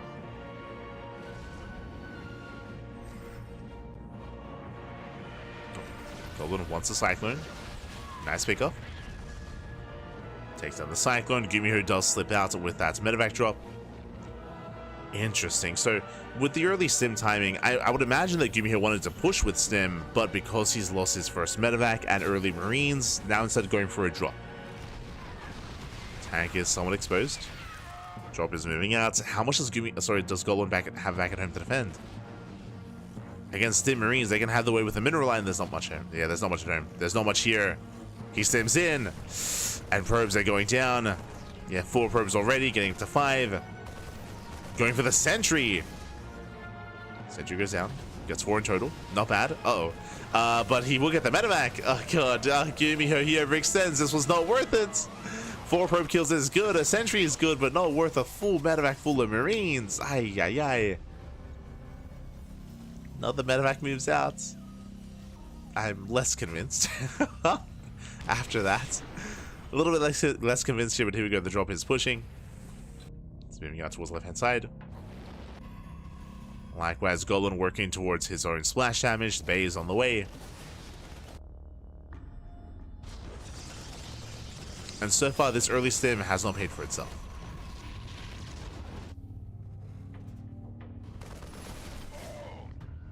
GuMiho is expanding. I believe we saw a 3rd CC in production earlier. Unless I was seeing things. Yeah, there it is. So 3rd base is being taken. Goblin, he will scout this. He will confirm. He is aware.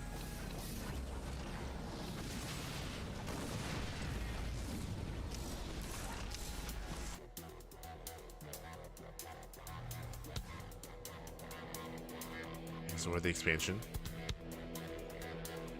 From here, Goblin can now take a 4th. They would get 4th bases on the way.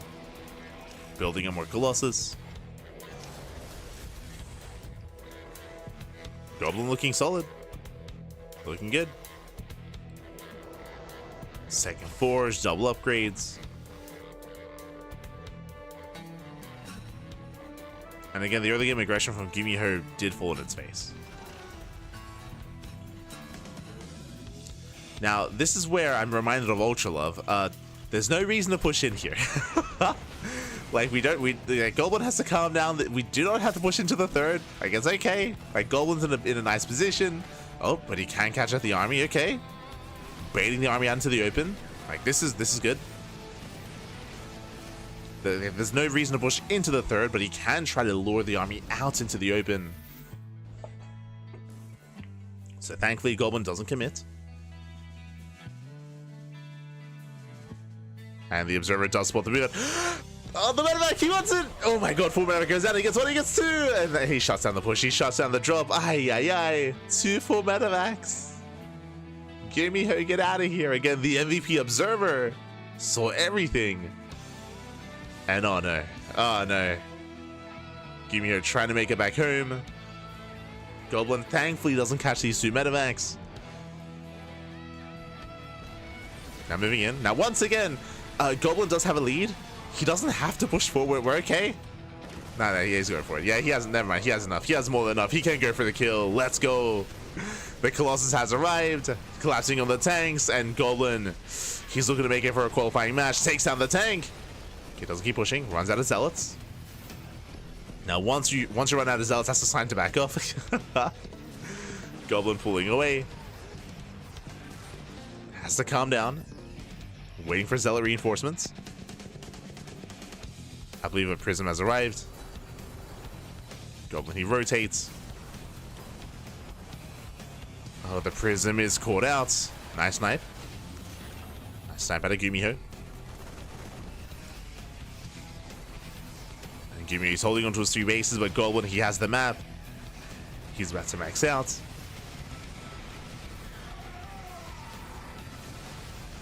And again, Goblin just poking in. Slides a Viking, will lose a Colossus. Ooh, Colossus goes down. Better pick off here from GuMiho. Goblin, he has to be careful, as the Colossus is going to fall once again. Takes down 2 Colossus. And 2 Colossus going down. Goblin trying to punish, picking off a couple of Marauders. Well, that's going to be all the splash damage gone now. Oh, tank is stuck. it happens, Papi, it happens. Tank behind the mineral line. But again, these are decent trades here from GuMiho, sniping 2 Colossus. Bearing in mind that Goblin only has 1 Robo, so replacing the Colossus is quite an endeavor here for Goblin. He can only make 1 at a time. Likewise, his gas income is limited. So down to 1 Colossus. That is a concern. But the Viking count is low. Yeah, lower Viking count, more Zealots trickling in. Goblin, he goes for the dive, it takes down the tank. Gets 1, and he doesn't quite get the other. Going for the CC, and he does get the expansion. Very nice snipe here. Takes down the base, takes down another tank as well. Saves the Colossus. And that second Robo just finished. He just got his second Robo, working on +3. GuMiho just contained on 3 bases, and that's all that Goblin needs to do, just contain the Terran. I say that's what he needs to do, but Goblin, he always wants more. He always wants a little bit more, Papi, and there we go. Here comes the reinforcements, pushing him once again. Goblin's so greedy. Oh, crazy blink. Takes down 2 Vikings. Does catch a couple of Vikings, but now the Colossus is exposed. Stalker's out of position. Colossus goes down. Extensive loss for Goblin. Likewise, Goblin is macro slipping. He does have 2 Robos, but it looks like only 1 of them is hotkeyed. He doesn't have the other hotkey. There we go. There we go. Disruptor's on the way. He's making use of his production. At this point, he could afford a 3rd Robo. I wouldn't be opposed to it. Like a 3rd Robo behind this. And maybe even some extra gas geysers. I know it's standard to stay on the low gas counts, but I mean, he has a mineral bank. He could afford it.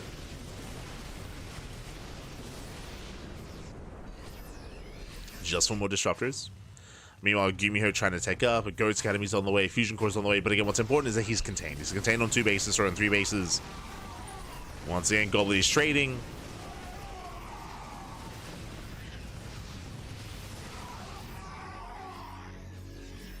Pulling back, throwing away more Zealots. Goblin does get eyes on this expansion. And Goblin is rotating. It's rotating over.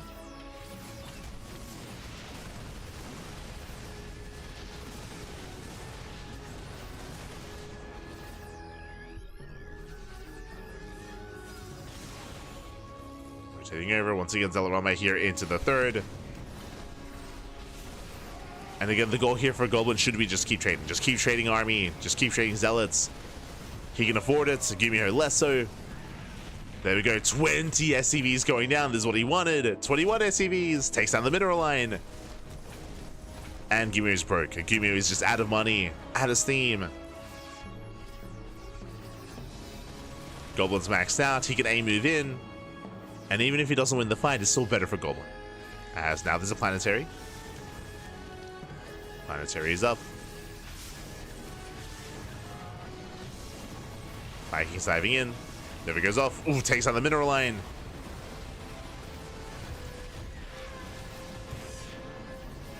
Four CVs going down. GuMiho is super maxed, true. Does have a massive army. Meanwhile, going for the CC.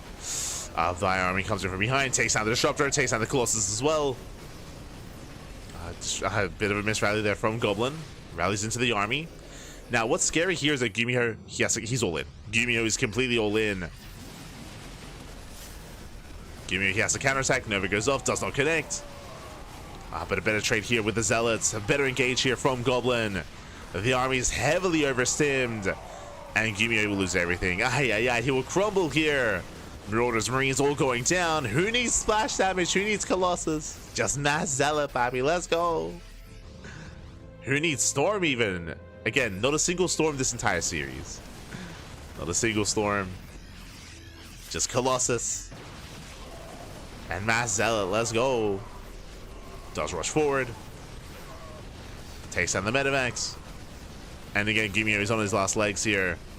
Down to 36 SCVs. GG gets called, and Goblin, he will take the series 3-1. He will advance on to a qualifying match. GG. Whew. GG, well played. Congratulations, Goblin does claim the series. Again, Goblin popping off here. Hold on, where's the Protoss team? There we go. Goblin popping off here in PvT. It is his strongest matchup. He was able to showcase that earlier in the European qualifiers, just dominating, looking dominant over players like Big Gabe, like Hero Marine, like Spirit as well, and here showcasing his PvT prowess also in the global qualifiers against GuMiho. GG, well played. Whew, Goblin doing what he does best, and again with a much more aggressive and active style as well. And as I mentioned, especially during a meta where, during a time where there are so many Protoss players embracing Storm in this matchup, not a single Storm out of Goblin, going for a much more gateway heavy style, going into Colossus. Again, this was a lot more common, like maybe 2 months ago, but a much more aggressive and active style as well here by Goblin. GG, very impressive, very well played. Does claim the series, and that means we have 2 matches left here tonight, 2 qualifying matches. Bearing in mind the qualifying match is going to be best of 7s, it's going to be a best of 7 between Ryung and ByuN in a TVT, and also a best of 7 between Goblin and Lambo.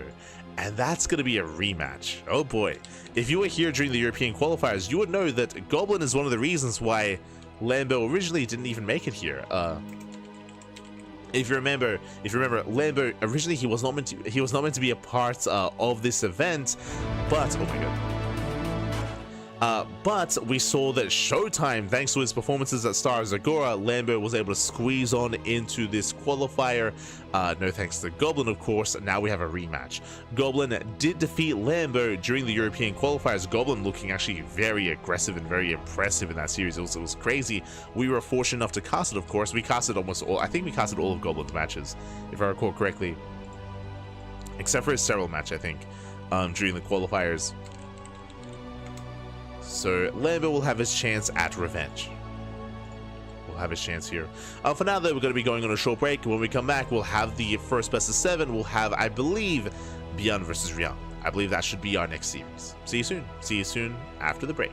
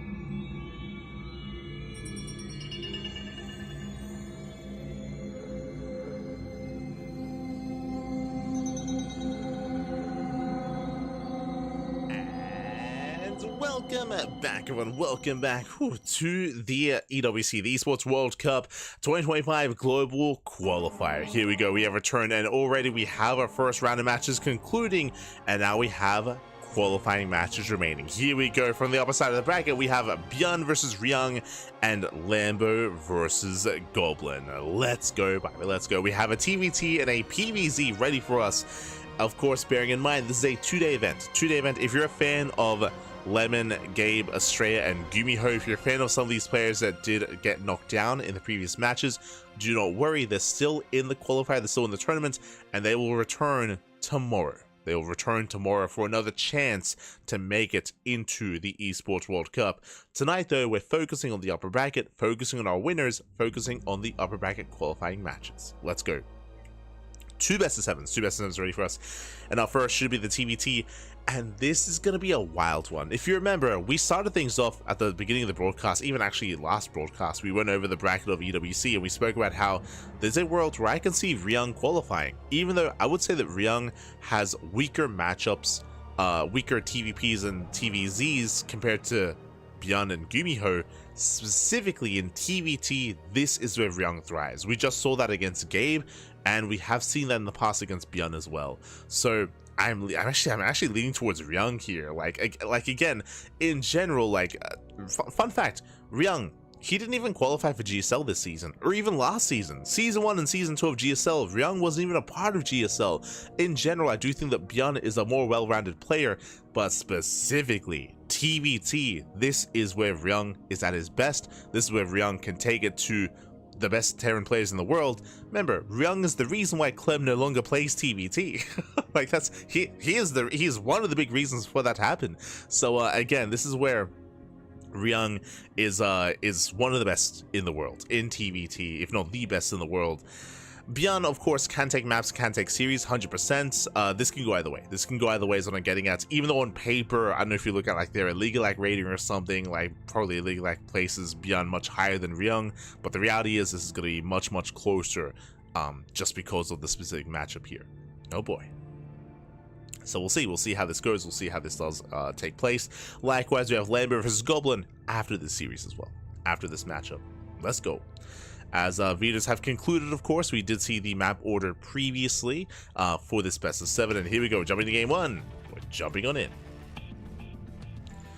And spawning in the bottom left-hand corner of ley lines, we have the South Green Terran player, we have the Blue Terran representing Shopify Rebellion. It is ByuN.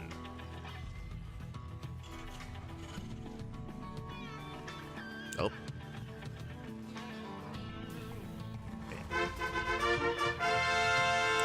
And spawning in the top right-hand corner, we have his opponent. We have the Red Terran player. We have the South Green Terran representing Team Vitality. It is Ryung.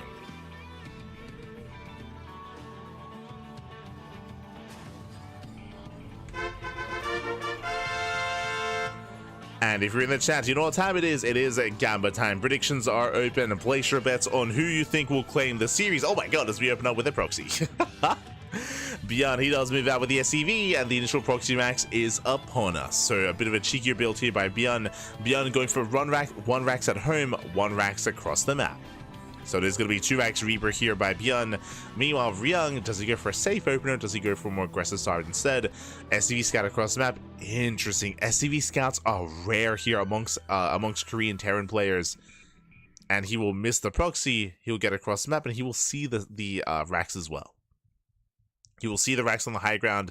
That will tell him it's going to be more of a standard opener. He's going for an economic start. He has single gas geyser. Ryung going for the CC on the low ground. And ByuN has potential to wreak havoc, to overwhelm, and to punish Ryung.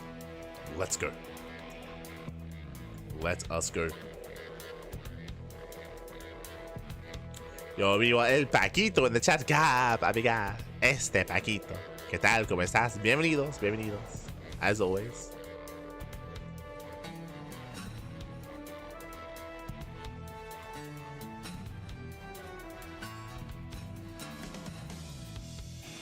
Here we go.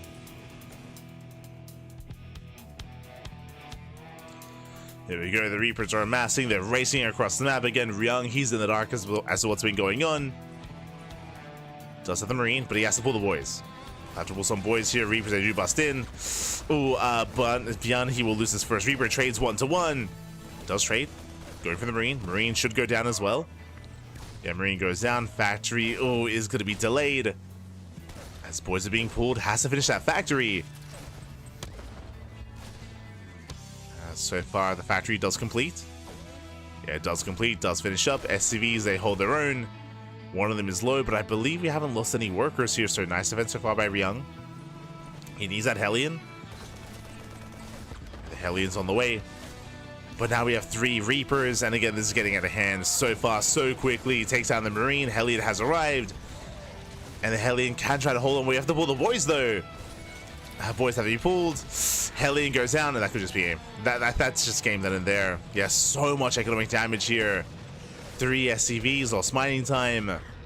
Again, losing that first Reaper was brutal, as Ryung was late to pull the boys. Second Hellion has arrived, but this is critical damage. As Ryung does clean up. Does try to hold on. We have another 2 oh god. He's going for the dive. Yeah, it takes out the Hellion. And that should be game. That should be game here. 8 SCV kills.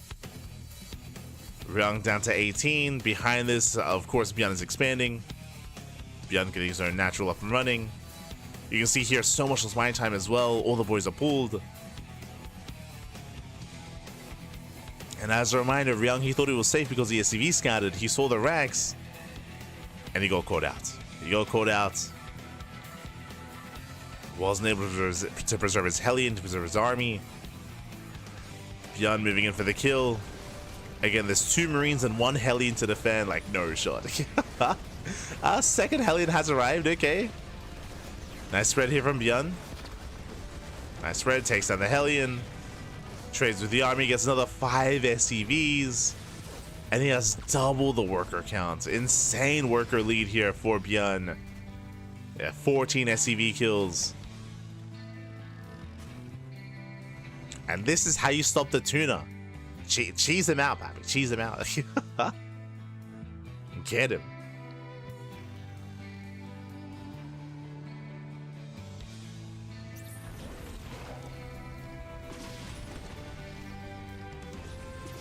Oh my god. Astrea, calm down. Nice hold position micro. Again, nice little moves here from Ryung as he takes on the Cyclone.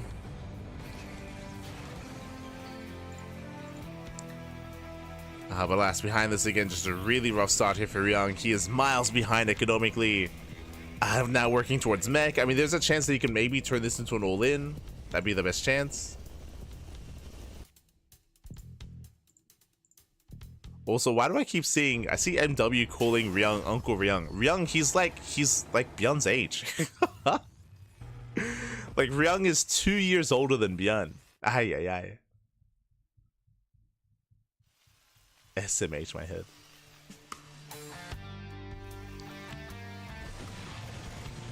Here we go. As Raven does dip in.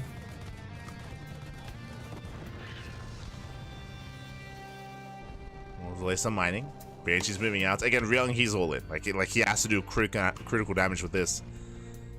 He has to snowball out of control. There are just so many Marines, though. Nice kiting here with the Banshees. Get a Marine. Cyclones will zone away.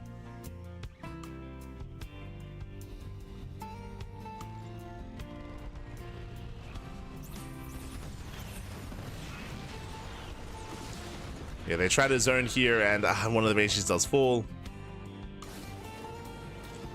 And the one chance that Ryung has here is if ByuN is overly greedy, if he overextends, if he pushes out on the map. Oh god, oh no.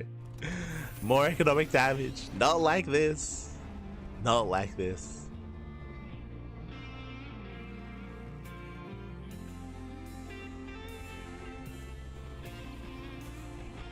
Cheddar beats the tuna. It does, it does.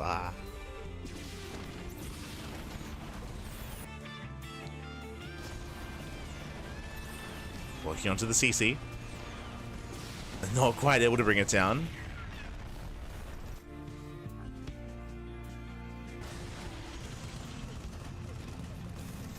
And it's one of those things where if ByuN is too passive, if he's too defensive, then maybe Ryung can recover in this game, getting into mech.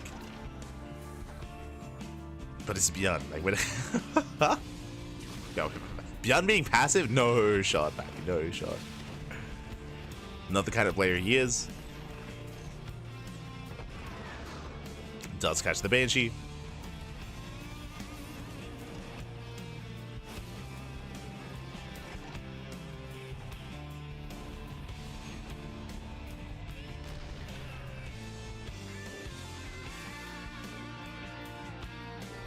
And GG. GG gets called. I was a little bit concerned that we were just gonna try to play that out, but nah. Too much of a lead here. ByuN, he will take game number 1. Will take the initial lead in the series. GG. Does take a lead. Again, Ryung just had a really rough start. Winding it back here as to what happened. It was a 2-Rax Reaper by ByuN, but it was 1 Rax at home and 1 proxied across the map. And what had happened was that Ryung went for an SCV scout. He saw the Rax at home, so he assumed standard opener. He was like, oh, okay, you have a Rax back at home. Everything's normal. He didn't know that there was a 2nd Rax out on the map instead as well. And with that, he was able to, or ByuN was able to just double down with his aggression. We saw that Ryung, he lost his first Reaper. Losing the first Reaper that early on is brutal. You have to pull the boys. You have to pull the boys. You have to preserve your army and buy time for your Hellion. We saw that even though, yes, he bought time for the factory, he bought time for the Hellion, he had no support for the Hellion. So ByuN was just able to snowball from there. Just focus on the Hellion time and time again and just ensured that, alas, Ryung could not build up an army, could not build up a defense. And he just took too much damage. He lost 14 SCVs. Insane damage. Game-ending damage. GG. GG, well played. The game did basically end then and there. We saw that Ryung, he tried to play it out. He tried to go into Banshee and Macfield Accelerator Cyclones. But as we saw, like, ByuN, he was looking very solid here back at home. He was able to muster up his defenses. He wasn't cutting corners. He was working towards his bio army. And GG. GG, well played with that. ByuN does take a lead in the series, but I don't think game 1 really told us anything, to be honest. And here we go, we're getting into game number 2. And oh, let's go! Spawning in the bottom left-hand corner of Last Fantasy, we have the South Korean Terran player. We have the Red Terran representing Team Vitality. I said Tuna Terran himself. It is Ryung.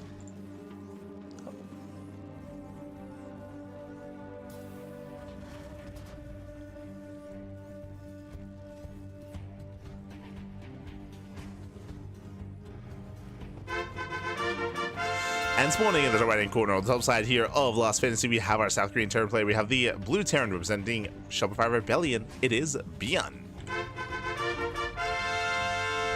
Here we go. But again, I don't think game 1 really told us anything about the skill level of our players and how they compare to each other. Again, ByuN basically won with the initial 2 Racks. Meanwhile, we do see Ryung going for a double gas opener. Hello. Interesting. A tech-heavy start out of Ryung. Meanwhile, ByuN opening up economically. Okay, the turns have tabled, and instead Ryung should be the aggressor. Of course, welcome to Last Fantasy. This is the most vetoed map of the map pool, but of course in a best of 7 we have less vetoes, and we're able to embrace some of these otherwise unorthodox maps. Let's go. Let's go. Where was the... Just double checking here what the vetoes were actually. I would imagine torches, right? Yeah, so torches was the first veto. And the other was Ultra Love. Okay.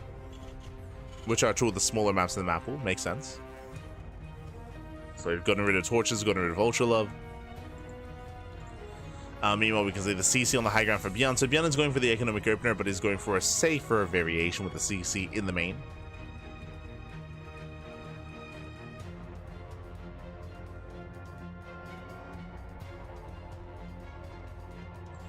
As Ryung, he's fully aware of the location of ByuN.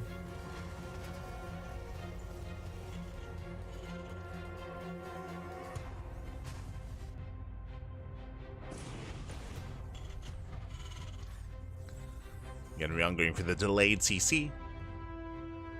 Building up his Reaper Hellion.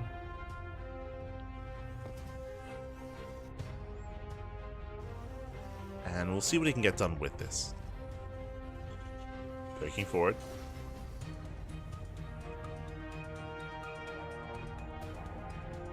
believe ByuN is yet to be active. Now you can see that Ryung, he's still continuing Reaper Hellion production, so he's just doubling down on Reaper Hellion. This kind of army early on doesn't really scale well into a longer game, but ideally has potential to get economic damage. That's the hope here for Ryung.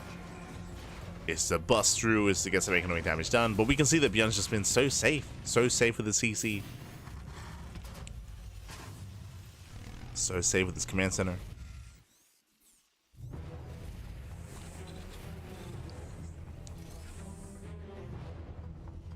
Both players getting to their own 1-1-1s. We'll see if we embrace mech at some point in the series. I'm sure we will. Could even see mech versus mech. Like ByuN, he does dabble in mech from time to time in TVT.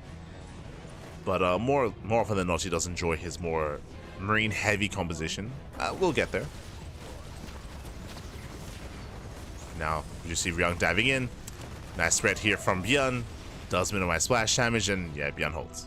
ByuN, he holds, he shuts down the army. Bit of defense here from ByuN. And Ryung does pull away.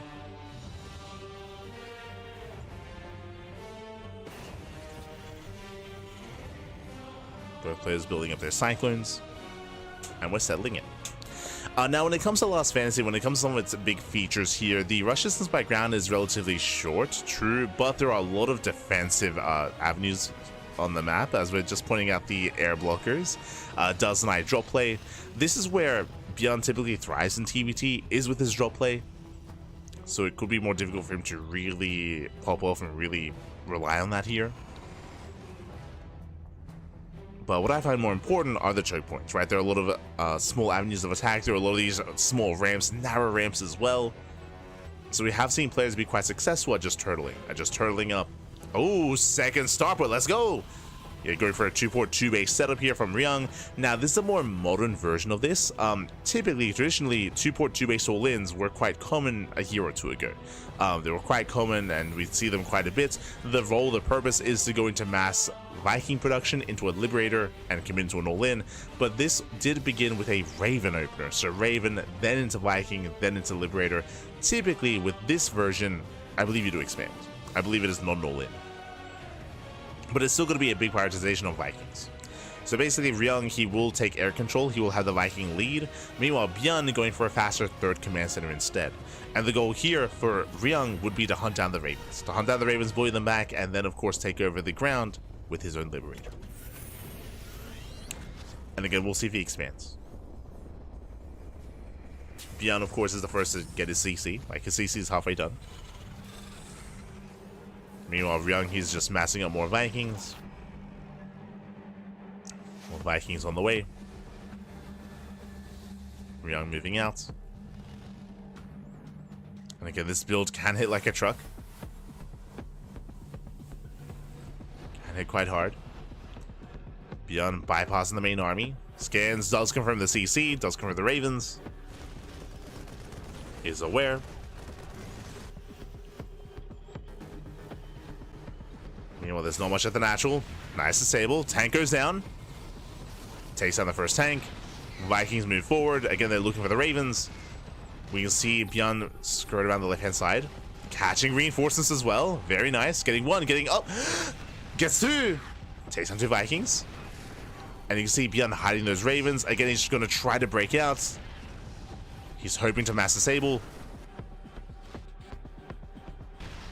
And here they come from the flank. Yeah, no counter disable. Boys are being pulled, and ByuN, he breaks out. ByuN, he will break out. Yeah, Ryung, he was out of position. Order shot's going to be thrown down. The disables are, yeah, they're going to get cleaned up. They're going to get cleaned up here. But that's still 16 SCVs. That's still 16 workers falling. It was a decent fight for ByuN, but he's still contained. He's still stuck on two bases. The Liberator does push forward. Vikings are still looking for those Ravens, actually dropping on top of Stim. Too late. Yeah, a little bit too late though. That would have been a brutal pickoff, but last Stim does complete. Ravens are spotted. Ravens are spotted. Ryung trying to hunt them down. Liberator's repositioning. Gets a medevac. Does catch a medevac. We can see the Ravens coming in from behind. You can see them on the minimap. ByuN once again trying to flank the army. Ryung once again out of position. Oh, nice disable. Disables one. Vikings, they land. Yeah, they land just in time. And it looks like Ryung, he should have enough here. He's trying to hold the line. Takes down the Marines. Takes down the SCVs. And he holds. Yeah, Ryung, he will hold the line here. Shuts down the ByuN army. Maintains his position. That was another 25 SCVs going down. And ByuN is all in. At this point, ByuN is all in. He's got half the work count of his opponent. Ryung is on 3 bases. And what does ByuN have? ByuN has tanks. True. He's got a lot of tanks. Oh, good. Ravens are hunted down. And tanks are good and all, but what about the Liberators? Yeah, Ryung, he's setting up.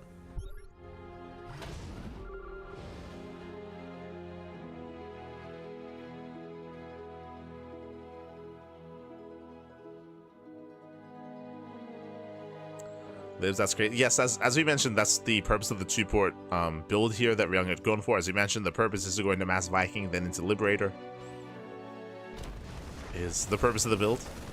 And there we go. ByuN, he does get behind the army, not bad. Getting into the mineral line, pushing in towards a third as well. Ryung going to be harassing. Drop is being cleaned up. At the same time, ByuN pushing in. Boys are being pulled. Damage is being done. Ryung not quite in position. And he will lose another 12 SCVs. Yeah, nice damage here from ByuN. Takes down up to 15 SCVs, going for +1, denying the upgrade. Yeah, Ryung not quite in position. Oh, does have in his main. Does have in the main base. Ryung is still up in economy. This is decent damage, but ByuN needs more. ByuN, he needs more damage here. Now moving in. This time the Ryung's ready. Okay, there's a scan.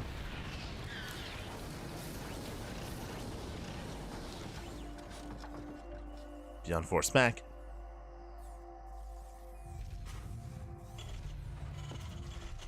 And from here we're settling in. And from here we're calming down, we're settling in. We see Ryung, he does have to resaturate. Does rally over. And despite Ryung having a stronger start to this game, we're calming down. We're calming things down. ByuN is bouncing back. Getting to his bio tank. Of course, Ryung embracing mech. So we have a game. See, the income was in favor of Ryung for the most part.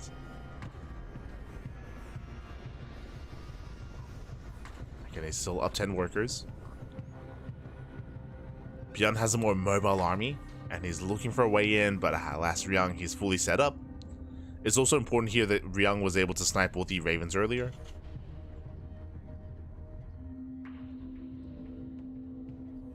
So no extra Ravens here.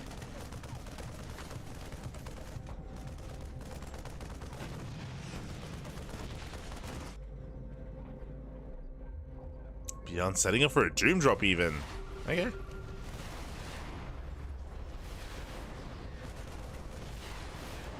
See him causing a distraction. Scan, I don't think saw the main army of ByuN. Now moving in.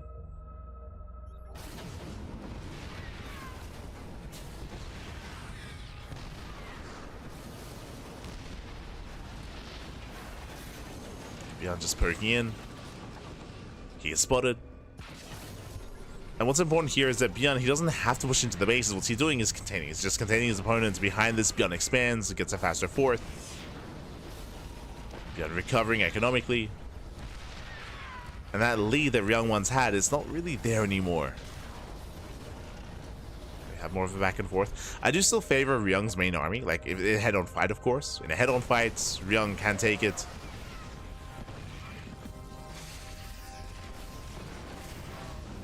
For more disables. Ooh, miss rally out of Ryung. We'll lose a free Raven. Ay, ay, ay.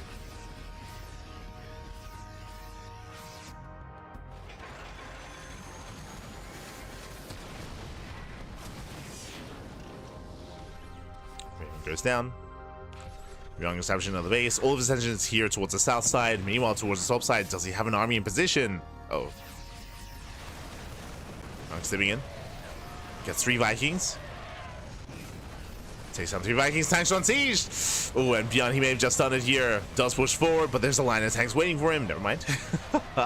There was a line of tanks. And Ryung holds.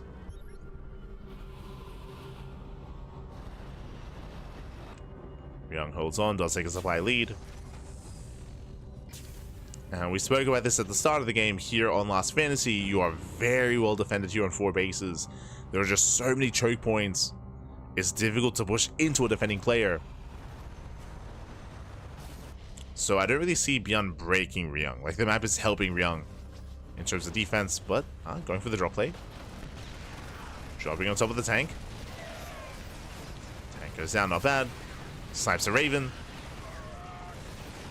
Very opportunistic here from ByuN.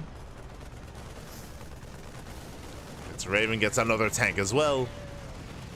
We even focus on as many CVs as possible. Yeah, 13, 14 SCV kills. Ay. Oh, meanwhile, that's not a planetary. Uh-oh. And not a planetary here, so SCVs are falling. Ryung able to pull some counter damage, not bad. 9 SCV kills.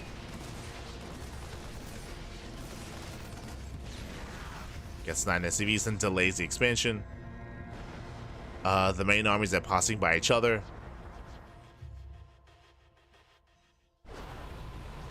Ryung, he wants to be active.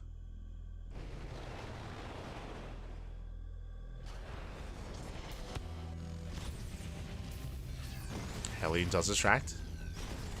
Because of this, there's nothing at home to defend. ByuN, he's left open. He is left wide open. If Ryung wanted to, he could just walk into the main. He could just walk in.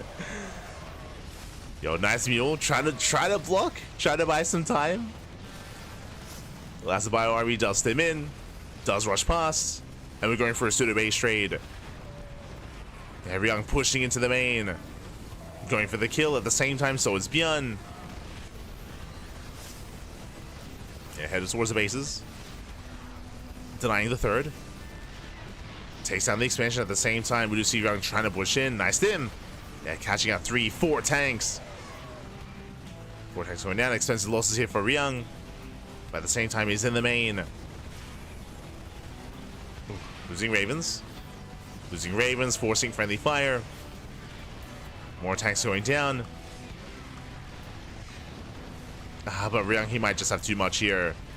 Yeah, just shutting down all the production. The boys have been pulled to repair. Let's go. The boys are here. Oh. Actually, have Vikings.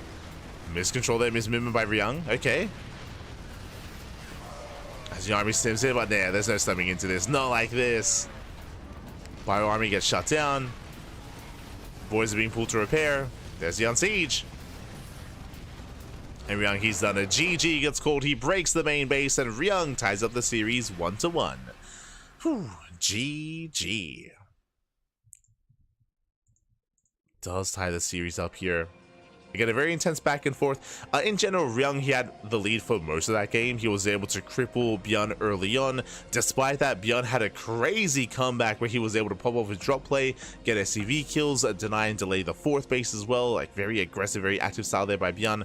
Unfortunately, we saw that Ryung, he still had the greater army, and he just snuck out across the map. He skirted around the edge. We saw that ByuN was distracted. He was out of position, and Ryung just went for the kill move. He just went for the kill move, went straight for the main base. Once he got into the main, that was GG. That was GG. Then and there, we saw that ByuN could not actually push back behind this, or could not push into the siege line, push into the tanks. It was still very intense and very intense, very chaotic game. But regardless, GG. GG well played. Ryung does fight back. Let's go. Again, Ryung, he just wants to get into the mid game, Pappy. Oh my god. That's all he needs. Of course, it was a cheeky build initially, going for the 2 racks, going for the 2-port opener. Going 2-port into the Mass Viking. And with that, he was able to shut ByuN down. But now we have a tied series. We have a tied series here, and we'll see who can take a lead. Who can get ahead.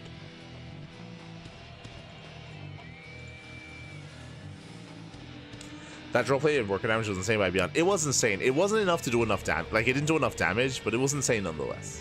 And here we go. We're getting into our next game. And spawning in the bottom right-hand corner of Incorporeal, we have the blue Terran player. For Shopify, it is ByuN.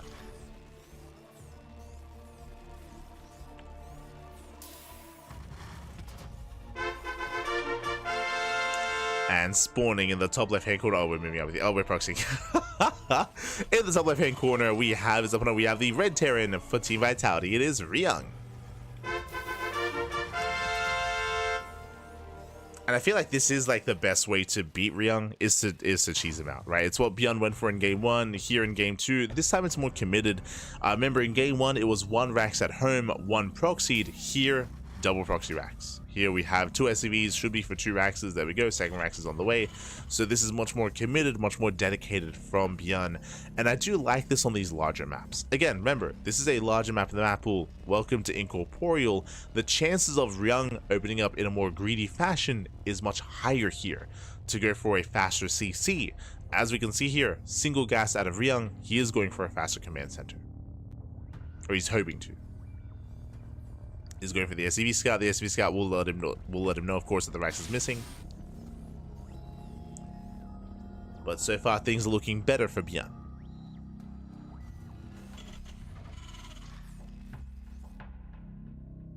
As the Reapers are on the way. SCV scout does confirm. Yep, does get eyes on the missing Rax and on the second gas. So Ryung knows. Yeah, he knows. You can see he's setting up at the high ground. Bunker on the way. Is taking this seriously. Yep, going factory first at Rax into a delayed factory, but a factory nonetheless. Bunker's on the way. And ByuN, he knows he got scattered. Oh, kills the SCV. Does snipe the scouting SCV. You can see Ryung, he does pre-pull the boys, but the bunker is now done. Ryung is holding. ByuN, he tries to sneak by. Quick moves there by Ryung. Does keep up, does zone away. So far so good. Helium production has begun. And we can see if ByuN can try to force his way through. Oh yeah, going for the dive. It does rush past, but alas does not get the Reaper. Not this time. Nice defense here by Ryung. He shuts down the aggression. CC's on the way, and Ryung takes a lead. Ryung does take a lead. Is working towards his command center. Meanwhile, we can see that ByuN, he's flying back home. The proxy has failed, but he still has the army, still has potential. There we go, CC on location. And ByuN has some catching up to do.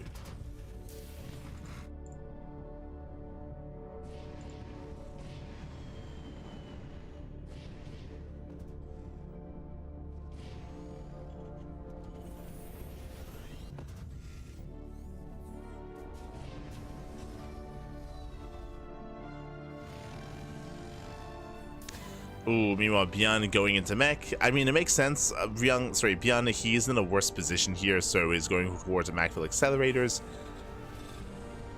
ByuN is going to mech it up. And again, we have seen ByuN play mech before, specifically in TVT and against in TVZ as well. True. Has been playing a lot more mech as of late. In multiple matchups.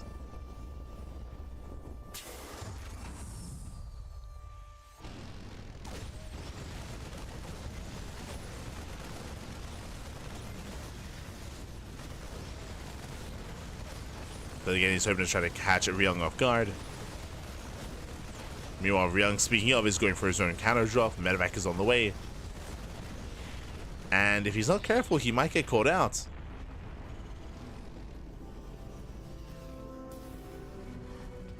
We'll see who catches who.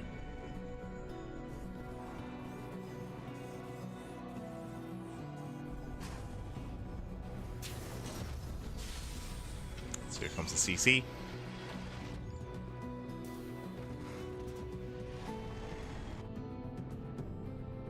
Moving out is going to be spotted by the Zarnaga. And Ryung, he knows he got scattered. Knows he got scattered. Third CC is on the way. ByuN massing up more Cyclones. Meanwhile, Ryung switching into tanks and Ravens.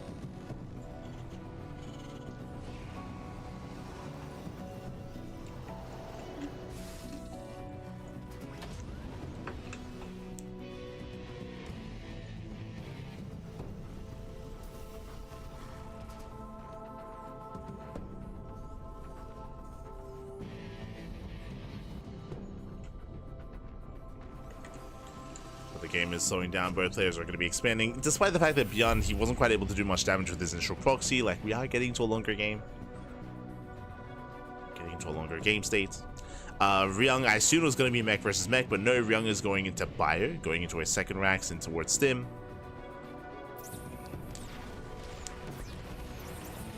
Like by Cyclone drop into the main. And with good enough control, should be... Oh, never mind. Oh my god, it gets shut down. Trades 1-to-1, and the medevac does boost away in time. Whew. So they trade Cyclones, gets 2 SCVs. Medevac into the main base, does get a full scout, does confirm the racks is okay. So despite the Macville Accelerator opener, ByuN is going into ByuN. It is going to be more delayed though, so it also shows just how far behind he is. Like, he has a later third base and later stim, and slightly later upgrades, so Ryung is slightly ahead. In terms of upgrades, in terms of economy.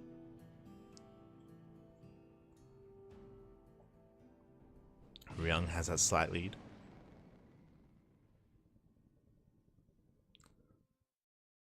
We'll see if ByuN can recover.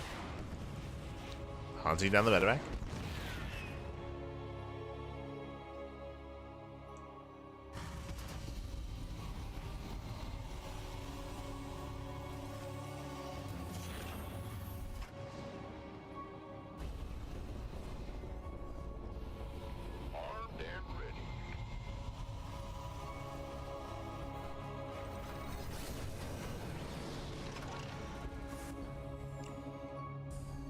So now the game is slowing down. No mech from anyone, let's go. ByuN tank versus ByuN tank. ByuN going to be threatening a Cyclone drop towards the natural. There is a turret and somewhat of an army in position.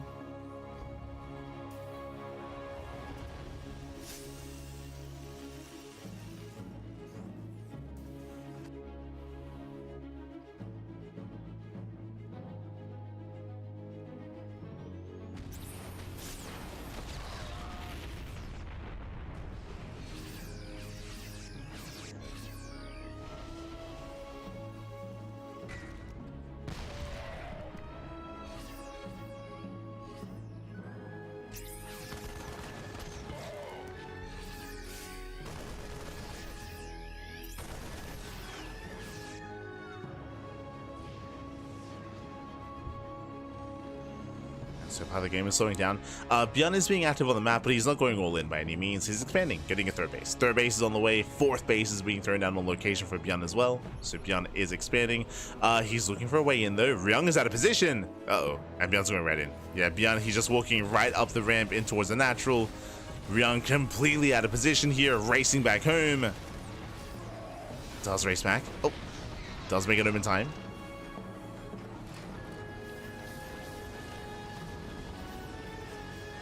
Does make it back, does deflect. 2 upgrades are on the way from the side of Ryung.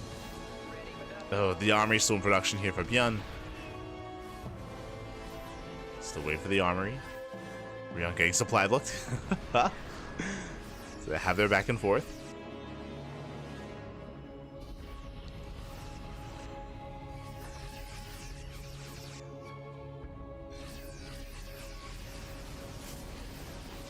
At the end of the day, despite these small leads or the small differences between the two players, it comes down to positional play. Just comes down to positional play. Who's able to catch out who's able to siege first in a main fight. Will anyone be caught out of position? And to be fair, this is where Ryung excels. Like Ryung, he does excel in this kind of more positional play kind of setup. It's one of the reasons why he has some of the best, if not the best, TVT in the world. ByuN, something unique to him though, is a much more marine heavy and medevac heavy style. Basically, ByuN is very fond of skipping Vikings. He just skips Vikings, goes into mass medevac, mass marine, and goes for a lot of drop play. It's typically where ByuN excels. He's one that doesn't often really fight for air control.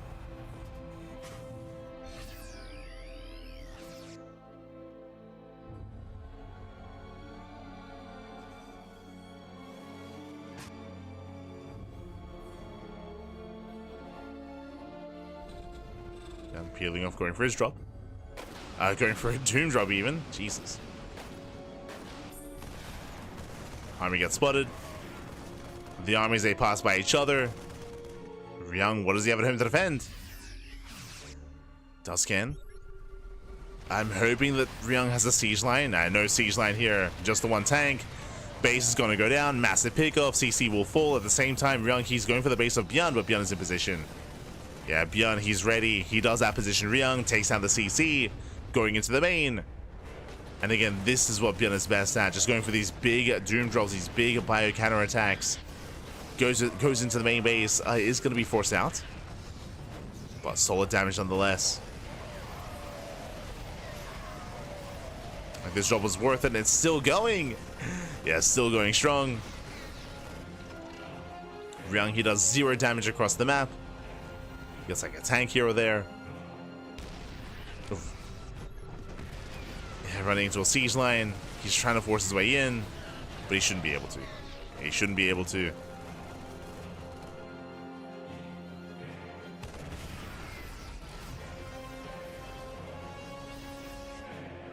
Gets a tank. Once again, trying to rotate, but here defensively, like ByuN, he's able to keep up with the rotations. There's no way up these ramps.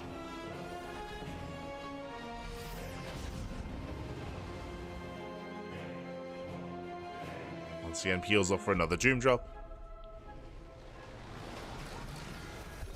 Ryung does not spot this. Oh. Saves his tanks. Gets the hell out of there. Now, on the one hand, ByuN, he was able to get a base, he was able to get a mineral line, but Ryung is recovering. Ryung, he's slowly recovering. ByuN still has the lead. Like, because he was able to be so efficient, he's building up a bank. Right, so ByuN has the bank, Ryung less so. Army's looking for a way in. And this time Ryung is ready for the Doom drop, but he will deflect. Likewise, he defends the ramp, okay. Bet a couple of moments here for Ryung. He stims in, chases down the drop. Punishing ByuN.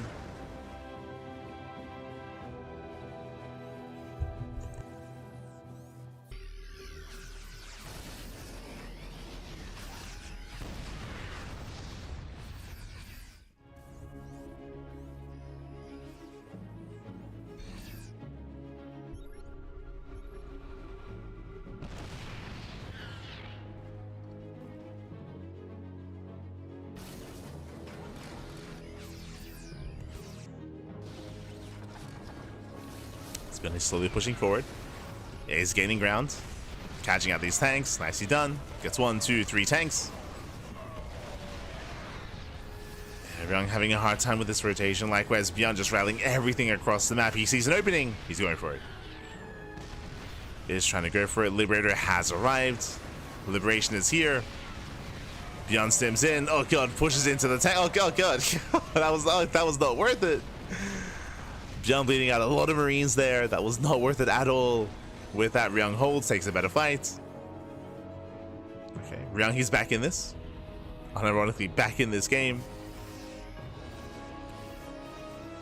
Going for his own counterattack. Will kill a free CC.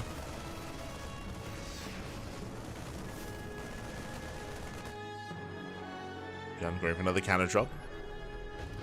Oh. Once again, Ryung out of position. Racing back home. Nice disables. Very nice disables. Takes down the tanks.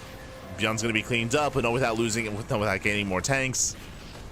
And getting 1, 2, 3, 4 tanks. Ay, ay, ay. Oh, god. Man with gun is pretty good. It's pretty good here. Ryung caught on siege, so we do have a back and forth. Ryung killed the base, true, but ByuN killed the siege line. There we go. Six tanks, crazy damage. Six tanks went down. ByuN can go right down mid, right through the center. Tank count is low now for Ryung. Down to 3 tanks. That should not be enough. Yeah, 3 tanks should not be enough here. Yeah, it just comes down to the tank line, takes out another, down to 2 tanks left. Oh, there's 1 tank here at the natural. Raven goes down. Oh, we do see Ryung going for the counterattack. Okay, also pushing right down mid. Does push down the center. Headed towards the main. Stays out of range of the tanks. Pushing into the expansion. There's a tank. Nice disable. Very nice. Ah, but a second tank has arrived, and it looks like there's barely not enough bio here. Oh, gets a tank. Takes down both. Okay. The back and forth continues. Still trading. We're getting scrappy. We're getting very scrappy here. As Ryung does came to the production, finally cleaned up. Ryung does have the larger army. Meanwhile, ByuN has more CVs.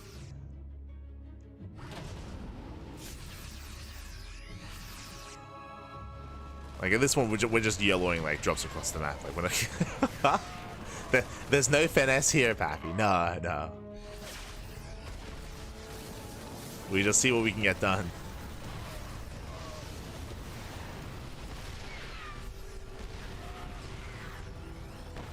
Gets a tank. ByuN takes down the tank. Production's neck and neck here.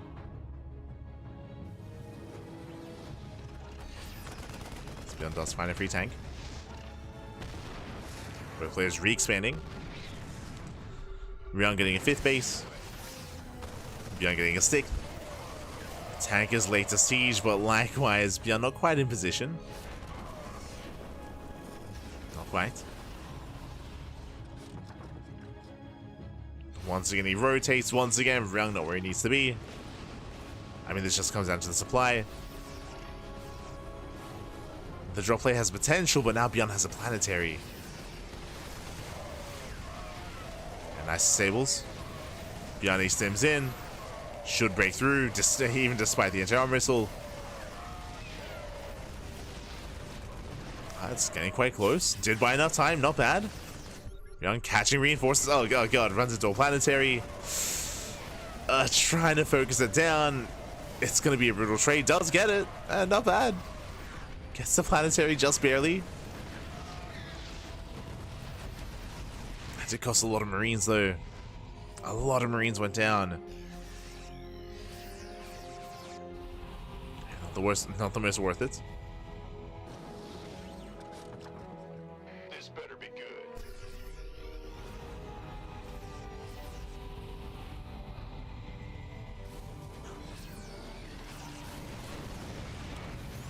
And again, Ryung just barely not keeping up. He's still down 20 SCVs. Has been down at base for quite some time. ByuN still looking for a way in. Sends forward into a siege line. Nice disable. Yeah, very nice setup. Likewise, counter anti-armor missile.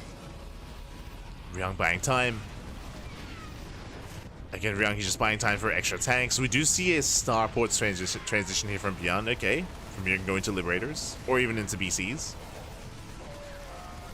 We'll see if the game lasts that long. Yeah, ByuN going for the kill. There's no more tanks behind this for Ryung. And ByuN should have enough. Does catch all the SCVs. Chasing down the CC as well. From here, can just head towards the planetary. And Ryung, he cannot save this. Not like this. Yeah, the siege line is brutal. And ByuN has finally done it. It was a pretty chaotic back and forth here. But for the most part, Ryung, like, he was still down an entire expansion, down a base, down a mineral line.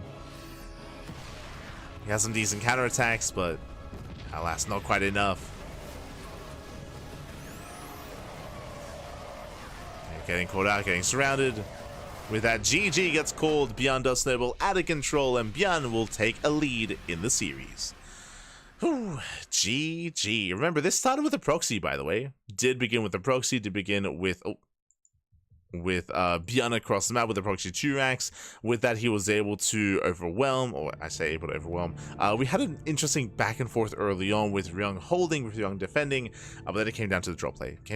Again, that is where ByuN excels in this matchup, and that's where some maps are a little bit more open here, like Incorporeal, where you can pop over that drop play, you can get across the map, get into bases unscouted. There are certain maps where this is more difficult to pull off on, maps like Tokamak, for example, but here on Incorporeal, it's a little bit more, the bases are more spread out, a little bit more accessible, and with that, ByuN does thrive. ByuN does thrive. GG well played, does pull Ryung apart. Ryung had some nice counterattacks himself when it came to run buys as well, able to also get into the main base, but nowhere near as much damage as ByuN. GG well played. With that, ByuN takes the lead. ByuN does take a lead, and we'll see if Ryung can recover. Once again, I feel like a lot of this will come down to what kind of maps we load into. Up next, we're going to be loading into Persephone. Ooh, one of the smaller maps in the map pool. I say one of the smaller maps. What's important, because there are so few bases, and because the bases are so centralized on Persephone, so many of them are so close together, we actually see a lot of split map play. We see a lot of like late game split map scenario, cut the map in half, and mine out the map as well. We could get there, assuming that ByuN doesn't proxy again. We'll see. We go.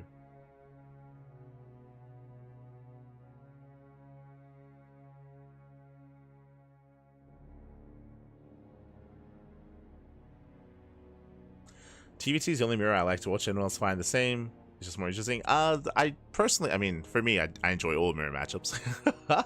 Personally,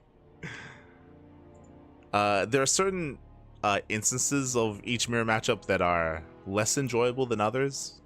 For sure, but we'll get into it. As spawning in the bottom hand corner here of Persephone, we have our South Korean Terran player, the Red Terran, representing Team Vitality. It is Ryung.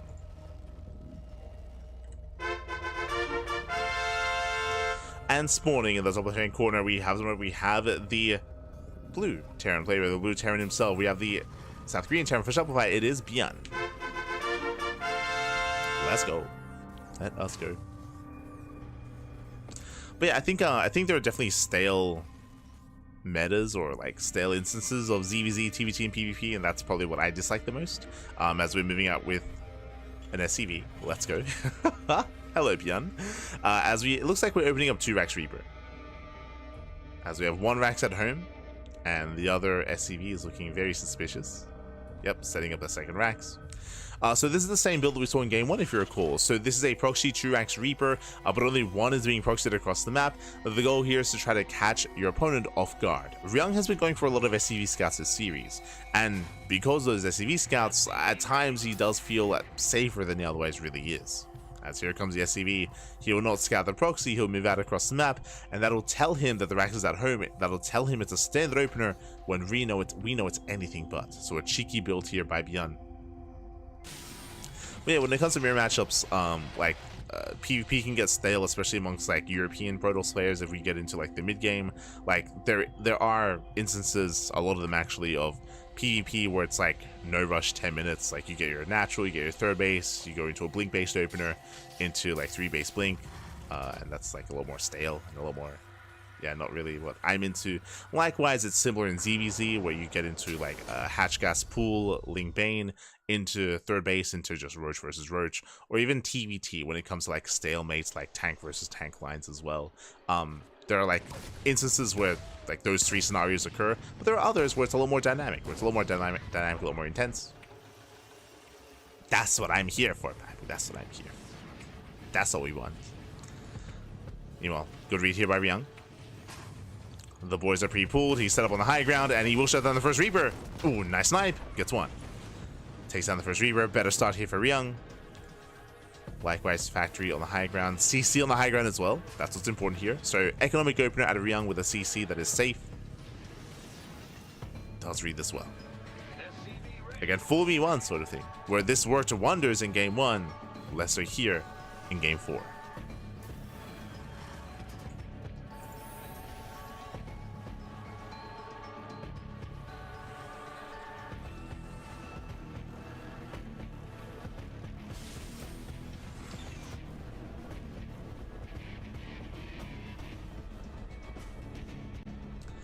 As ByuN does float in.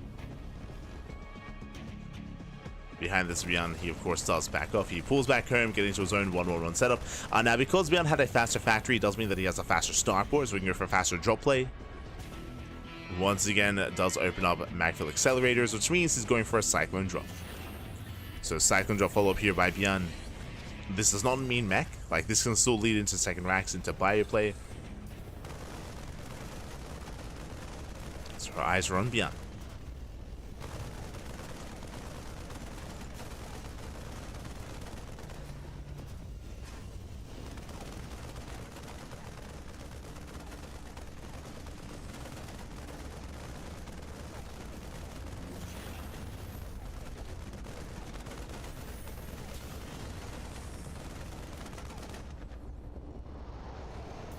As the Medivac is in production. Again, we're just waiting for the Medivac.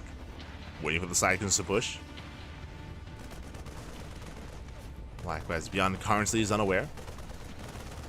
Just saturating is natural. Again, Ryung does have the economic lead, or the economic edge over his opponent. Getting to his own Raven opener.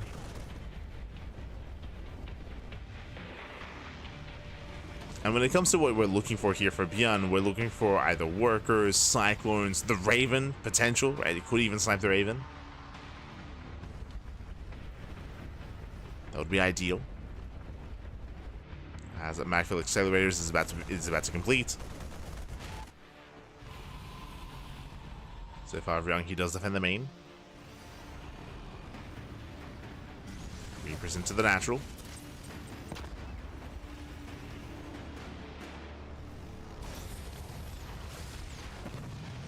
He's holding his own. Breaks the lock on. Tank has arrived, and with the arrival of the tank, he should hold. Ryung, he should not be broken here. Oh no! Oh, the Raven! Yeah, Raven does overextend, and oh, brutal pickoff. Ay, ay, ay. And that's all that ByuN wanted. Massive pickoff here. Takes down the Raven, takes down a Cyclone, takes down 2 Cyclones as well. Again, Ryung, he was holding, he was in a good position, but he overextended. He pushed a little bit too far, out of range of his tank. Liberator into the main, and this is just a really rough start here for Ryung. Doing out more SCVs. And this might just be too much. Yeah, Liberator into the main. Remember, Ryung, he had Liberators. He had Cyclones, but he lost them. Lost them earlier to his opponent. So limited anti-air. And you can see everything just very quickly snowball out of control. Lost the Cyclones, no anti-air. Liberator pops off. Another Raven loses 2 Ravens. Oh god. That's a brutal loss there for Ryung. Losing both Cyclones and both Ravens. Ryung, he does defend, but ByuN has a solid start. Ryung trying to get a 3rd CC. Behind this is going to mech this time, is going for extra factories. From here, Ryung, he can recover, true. Playing mech, he does have a more efficient army. He can slowly get a 3rd base, set up here back at home, turtle up as well. I did mention earlier that Persephone is one of those maps where we do often see split maps play, where you can just cut the map in half and slow the game down. That could be what we're working towards, for sure. Could be what's in store for us.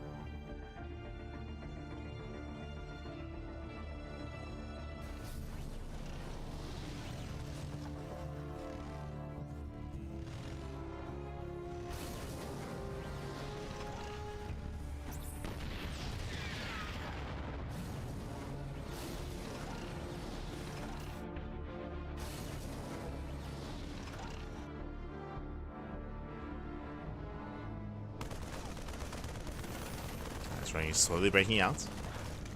ByuN is already on 3 CCs. He's already mining. Another Liberator here on the right hand side. Again, anti-air is very limited for Ryung, as I believe he hasn't made any Cyclones. He's just been rebuilding his tanks. Yeah, so 2 Vikings.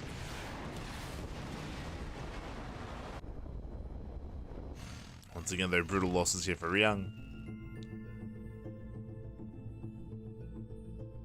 Now, can he still take this game? For sure. Like, he's playing mech back. If ByuN takes a bad fight, if ByuN pushes too far in, speaking of, does get a tank. Likewise, ByuN dropping in the army. Does trade 1-to-1. Likewise, dropping into the natural.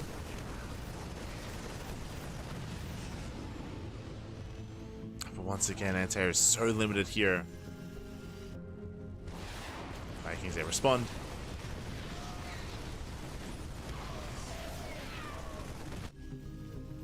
Catching up the main army.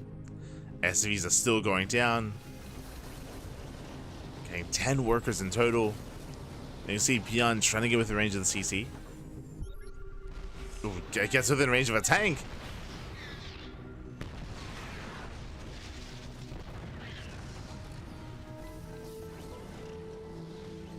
Tank goes down. Tanks, yep, now within range. Ryung in a rough position, just waiting for his Liberator.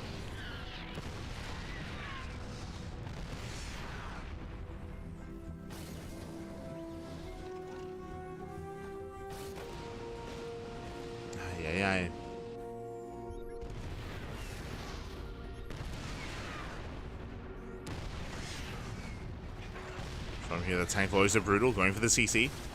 Oh. Hopefully, Liberator has arrived.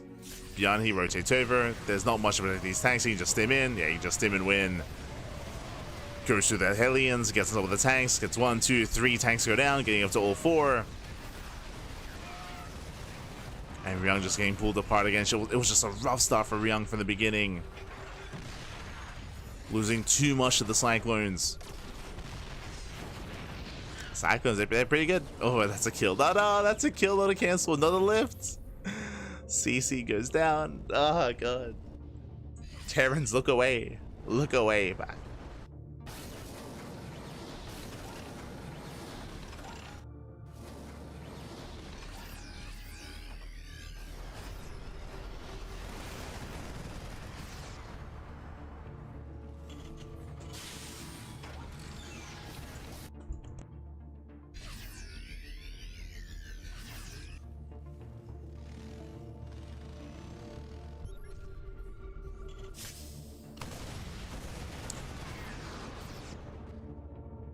And the chances here for Ryung to try to turtle out of this, it's not looking too good. Not anymore. There was an opportunity earlier, and there still is like a slim chance where he can try to slowly get a 4th base, but he has no map presence. He can't really move out. He can't really threaten a push.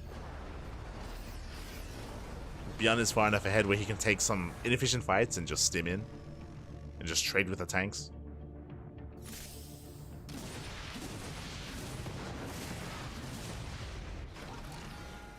Catching out the attempted Hellion run by. And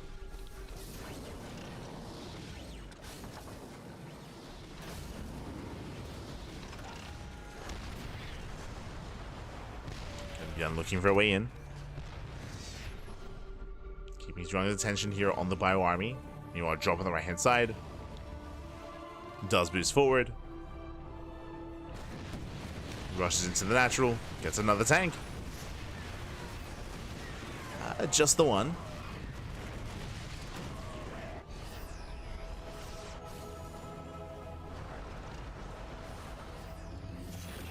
Ideally wants to try to catch the army on siege.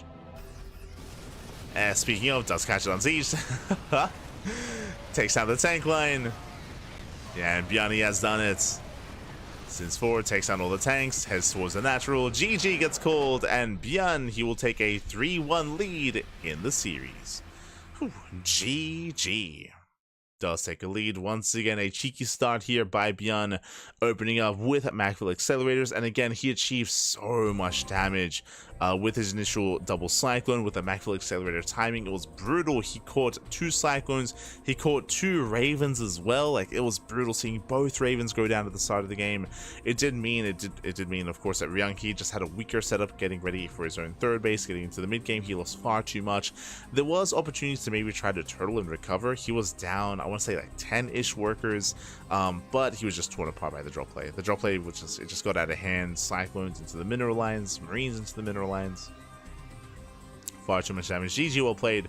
With that, ByuN does take a lead, and ByuN is one game away from qualifying for the Esports World Cup.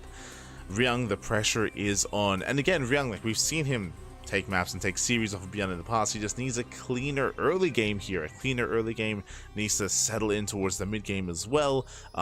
Instead of falling behind and playing catch up, which has been the case for the past couple of games here, is the early game damage has been brutal, has been critical, has been enough for ByuN to take a lead and to maintain that lead as well.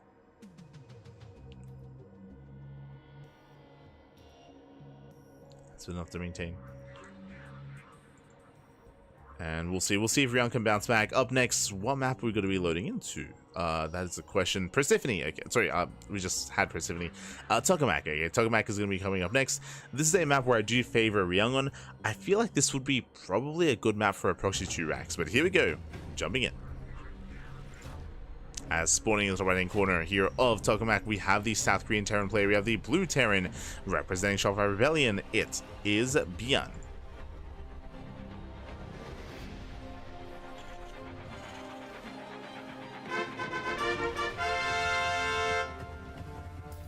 And spawning in the bottom left-hand corner here of Tokamak, we have the South Korean Terran player, the red Terran representing Team Vitality. It is Ryung.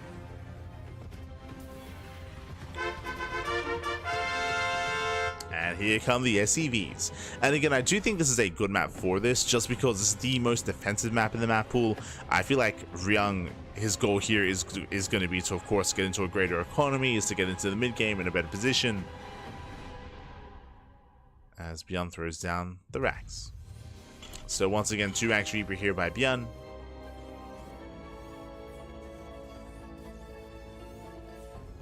And the pressure is going to be on ByuN to find some damage in the early game. I see we'll be massing up those Reapers once again. And just like last time, the follow-up should be Cyclones and should be Magfield Accelerators. Another Reaper's going to be amassing. Ryung does go for an economic start. He does open up with a single gas geyser. With his SCV scout, this will, I mean, he'll see the racks, of course. That will prompt him, that should prompt him to expand.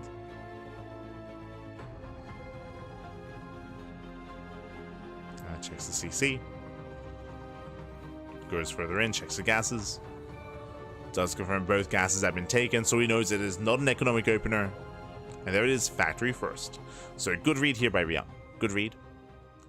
Does read this well. Is aware that aggression's coming his way. So he's playing safe.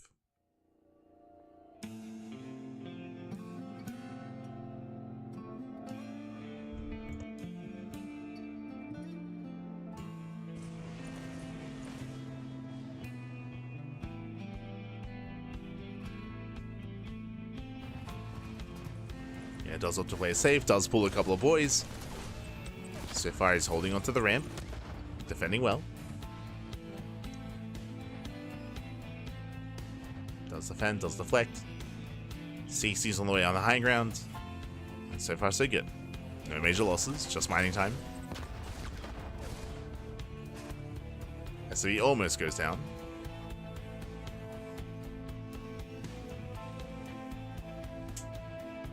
ByuN expanding back at home. Rallies in more Reapers.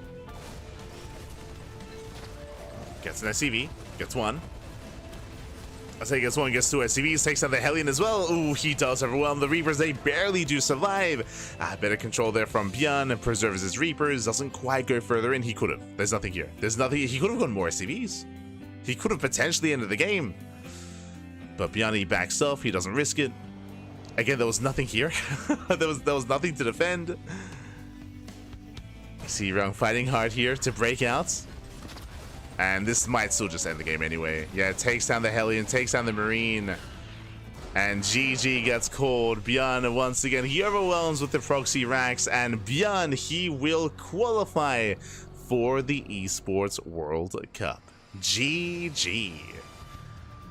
Ooh, oh my god. GG, well played once again. ByuN able to catch Ryung with his pants down. Almost non-stop proxy Reapers this series. almost non-stop. As we mentioned, like Ryung, he thrives in the mid game, he thrives in the late game, he thrives in a more standard game state. But alas, ByuN able to punish him early on. When it comes to the initial setup here, going into the proxy 2 ranks Reaper here, the goal is to snipe and focus down those initial Hellions and Reapers. Was able to overwhelm just barely. Ryung was playing safe on the high ground at least, but he was not able to save his units. He was a little bit too far out. He got caught. GG well played. Once you start losing those initial Reapers and Hellions, everything very quickly snowballs out of control. GG well played. So congratulations here, ByuN. He would cheese Ryung the hell out. Which, good call. Like, good call here. Especially on Tokamak as well, 100%. Does cheese him out, and with that, will make it through into the Esports World Cup. If you're a fan of Ryung, do not worry. He will have another chance to make it through from the lower bracket. He's going to be knocked down to lower bracket instead, so best of luck to Ryung, as he'll have his chance tomorrow to recover. Meanwhile, we have one series left in this broadcast. We still have more broadcasts after this, of course. Oh my god. We still have another match remaining, though. Going to be another qualifying match, best of 7 between Lambo and Goblin. This is going to be a rematch, of course. These two, they did face off in the European qualifier. Goblin did take down Lambo previously. We'll see if we can do it again. We'll see if Lambo can get his revenge. For now, we're going to be going on a break. We'll come back soon with that final best of 7. See you soon.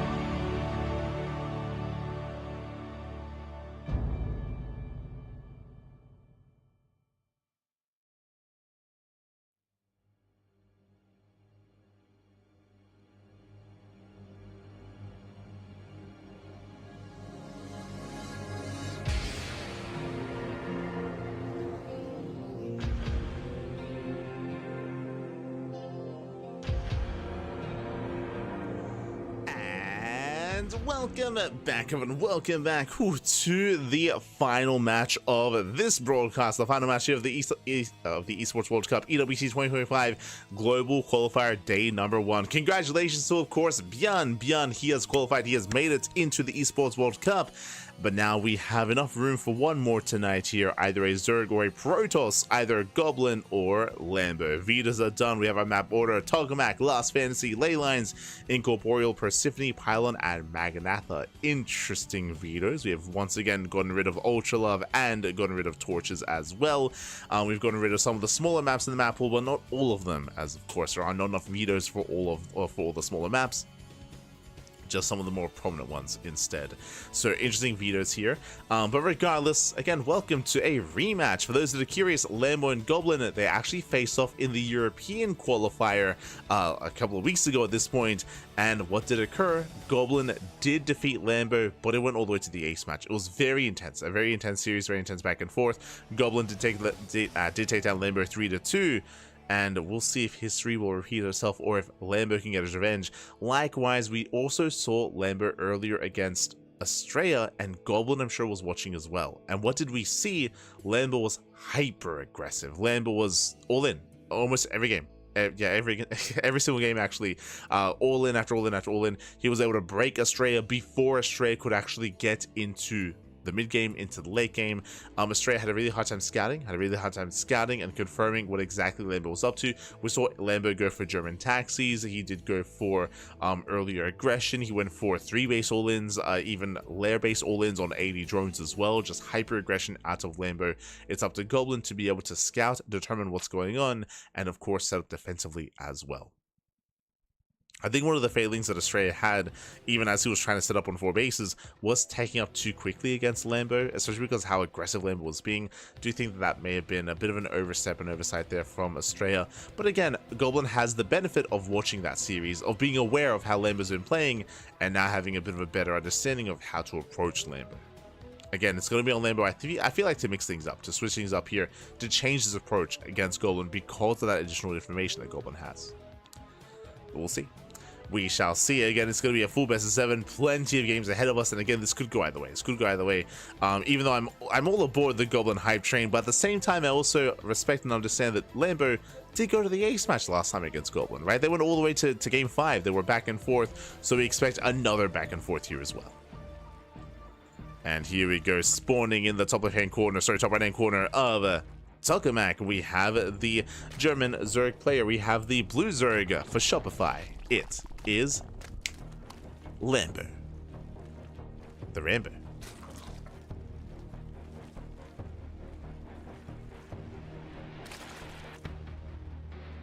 No, I just waiting for the zoom. Oh, there we go. And spawning in the bottom hand corner, we have the Croatian Protoss player. We have the dark horse of the tournament, of the qualifier. It is a Goblin. We go. And if you're in the chat, you know what time it is. It is Gamba time. Predictions are open. Place your bets on who you think will claim the series. Best of luck in the chat as predictions are open. Best of luck. Best of luck with your Gamba. Let's go. What exactly went wrong in the last ByuN versus Ryung game? I feel Ryung was defending well, but then just died. If you recall, we saw that couple of things here. ByuN was able to preserve his Reapers over time, and he was able to snipe specifically the Reaper and the Hellions of his opponent of Ryung. That early on, your production is very limited, so you have to preserve your Hellions specifically, your Hellions especially, in that kind of early game defense. We saw once the first Hellion got sniped, that was almost game then and there. I think very quickly snowballed out of control. Like, it is very, very intense. It's very critical that you keep those early game units alive. Unfortunately, Ryung was not able to do so. That's why you have to pull the boys, which Ryung did do. You pull the boys to be able to buffer to help protect your units, but despite that, ByuN was able to focus those units down, able to snipe the Hellion and snipe the Reaper. So it was a very intense game, but with that, we do see Lambo force like the unnatural natural. Force to expand elsewhere. Nothing too crazy here, as the drone does take a lot of hits, does take a lot of damage, but will survive.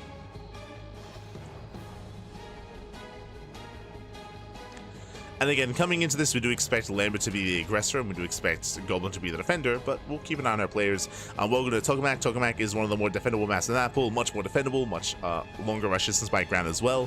So this map is going to be favoring Goblin coming into this. And again, we'll see how Lambo will adjust his approach on Tokamak.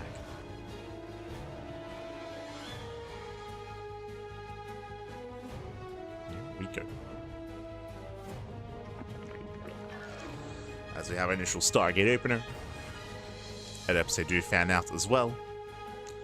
Two Adepts, of course, they can one-shot drones. As they do threaten the bases. At least just the one. Waiting for the second.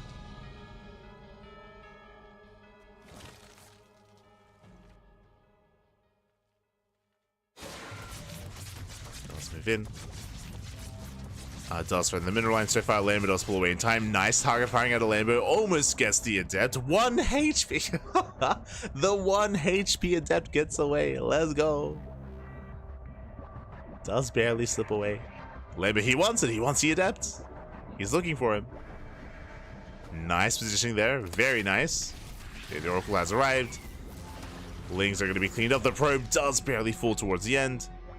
That will delay the expansion. Expansion is delayed.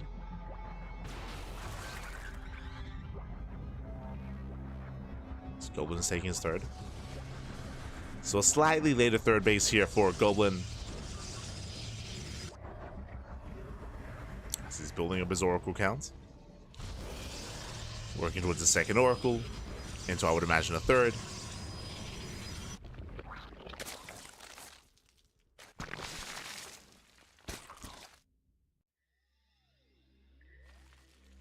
So far, no major tech choices yet.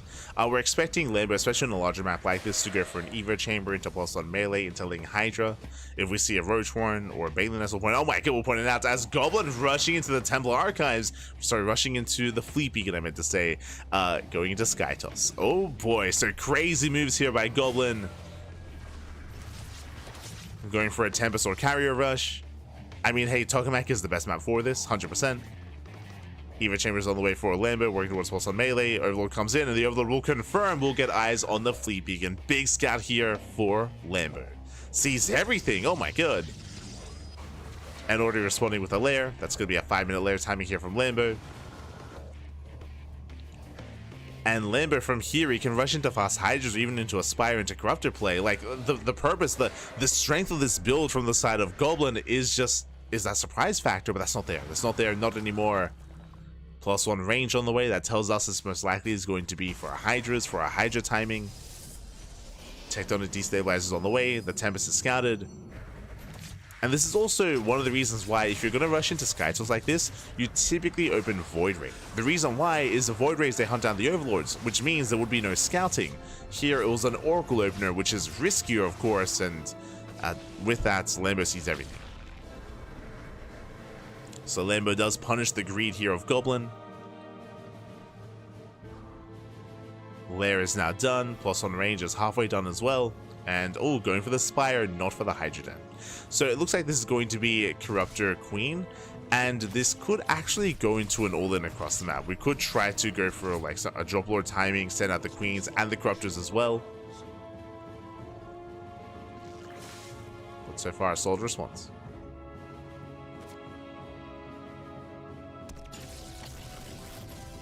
Temps are revealed.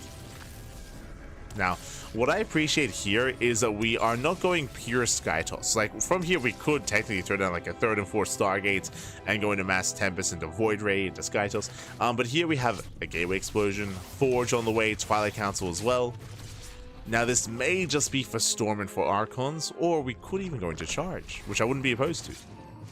And Revelation gets eyes on the Spire. So Goblin fully aware what Lambo's up to.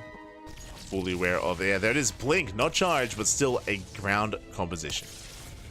So Goblin, it looks like he's switching into Ground Toss. Is getting up to 5 Tempest, but I would love to see him stop Tempest here. Like, stop at 5 and not make anything else in the sky. And that's what's happening. Another Gateway Explosion. So he's getting up to, I believe that's 8 gateways. I believe up to 8 gates. Mass Blink Stalker. I'm loving the switch. At the same time, even though we're seeing this switch into ground, we do have Lambo. He does throw down a Hydra Den, which I appreciate. It means that right now, yes, he's going into Corruptor, but if there's Ground Toss on the way, then he can switch into Hydra Lurker. So Lambo is also taking up, also aware that there's a possibility of that switch. So Lambo is covering his bases, or covering his options. Yep, overseas scan into the main, does get eyes on all the tech, on all the gateways, he knows. So now he knows to focus on the ground army.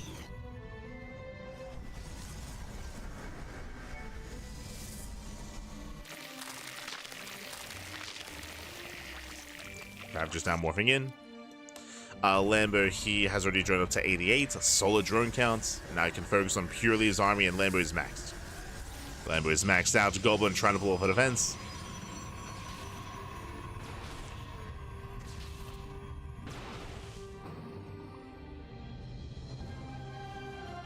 He's got a wall of cannons, wall of shield batteries. Not at the fourth, though. The fourth is exposed. And this is where Lambo wants to fight. He wants to try to drag the army out into the open. Goes to the Nexus. And he should force a cancel. Yeah, there it is. Does cancel the base. Corruptor's going for the dive. They shouldn't get on top of the Tempest. But they do snipe the Oracles nonetheless. The Oracles go down. Files here on the gateway on the Cybercore as well. And now he wants a Tempest. Goblin does kite back. Again, really nice army control here from Goblin, but he's being overrun regardless. Yeah, there's just too many leadings, too much Roach Ravager as well. Collapsing on the Stalkers. Tempest going down. Just a really strong response here from Lambo. Just completely shutting down the Sky Toss. And Tempest a full one after the other. Goblin, he is going to hold. He's going to clean this up. Hunting down all the Ravagers. Not bad. Nice target firing, but remember, thankfully for Lambo, he was switching out of this. He was switching into Hydra. Oh, does misvalue all these overlords. Oh my god, it's a lot of overlords going down. Hey, Lambo is supply blocked. Losing so many overlords, that should not have happened. 4 more overlords on the way.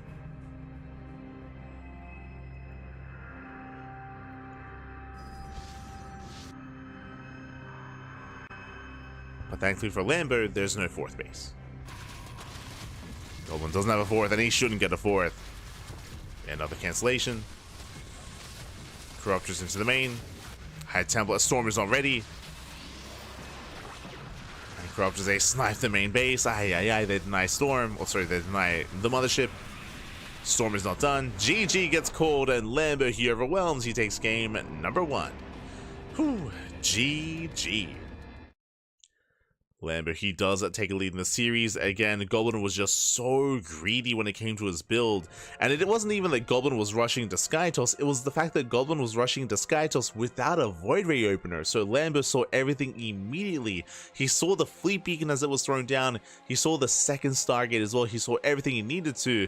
So he was able to just drone. He was able to just drone, be as greedy as possible, get up into Aspire, get into Corruptors, switch into Ground Zerg as well, and yeah, Lambo just had a really, really comfortable game there, really comfortable response, just because he saw everything he needed to. And again, Goblin, he had like no intention to stop the scout either. Like, he just paid it no mind, just crazy. So again, just really greedy play there from Goblin. He gets punished for it, and he should have been punished for it. And we'll see how he does recover. I don't expect to see that again, at least not on some of these smaller maps.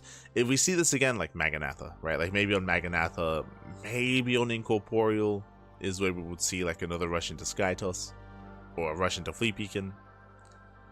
But outside of that, we should be seeing some more standard play here at a Goblin. Let's go. Now getting into our game number 2.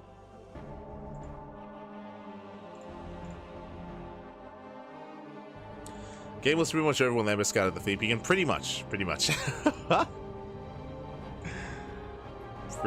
And spawning in the top left-hand corner, we have our Croatian Protoss player. We have the red Protoss. It is Goblin. And spawning in the bottom right-hand corner, or the right-hand side of Last Fantasy, we have the German Zerg player for Shopify. It is Lambo.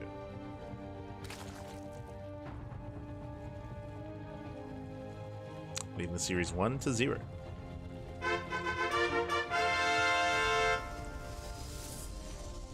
we go.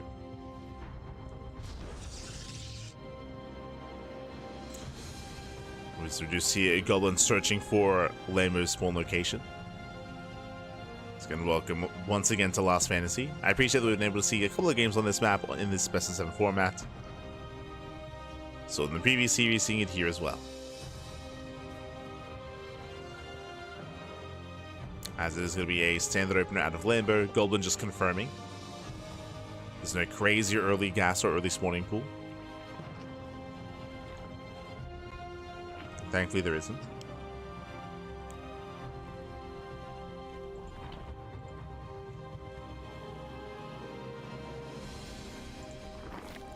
But yeah, just crazy greed out of Goblin. Crazy.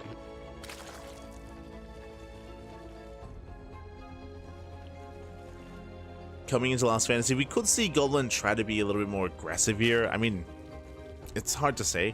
I don't know if Lambo is really going to be one to skip out on roaches and skip tech and try to be greedy and cut corners against Goblin. Especially after that last series. We'll see how our players will adjust their approach. Likewise, we haven't really seen much from Lambo either. Like last game, he just reacted to the greed that he had scouted. This time we're calming down. Standard openers. From here, we should be going for a Stargate. We can technically go for a Twilight Council opener, but I don't really think that Goblin is really the kind of player to go for that.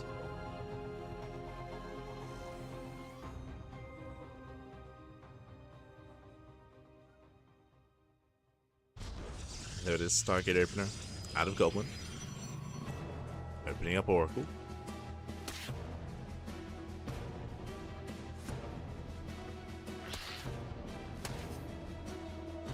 Likewise, Lambo hasn't really shown anything yet in terms of his own builds. He did show off a lot of all-ins against Astrea, true.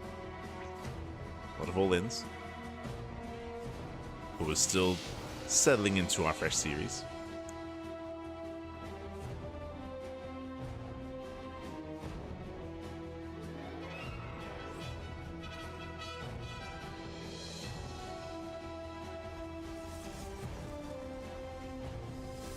Oh, speaking of Void Rays, there it is. It is going to be a Stargate opening into a Void Ray.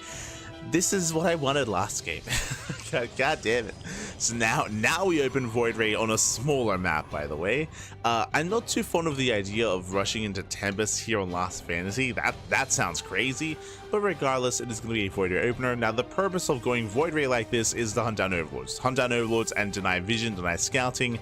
Technically, we could try to hide tech, or we could just play standard. Like, we don't have to hide tech here. This could just be a mind game instead.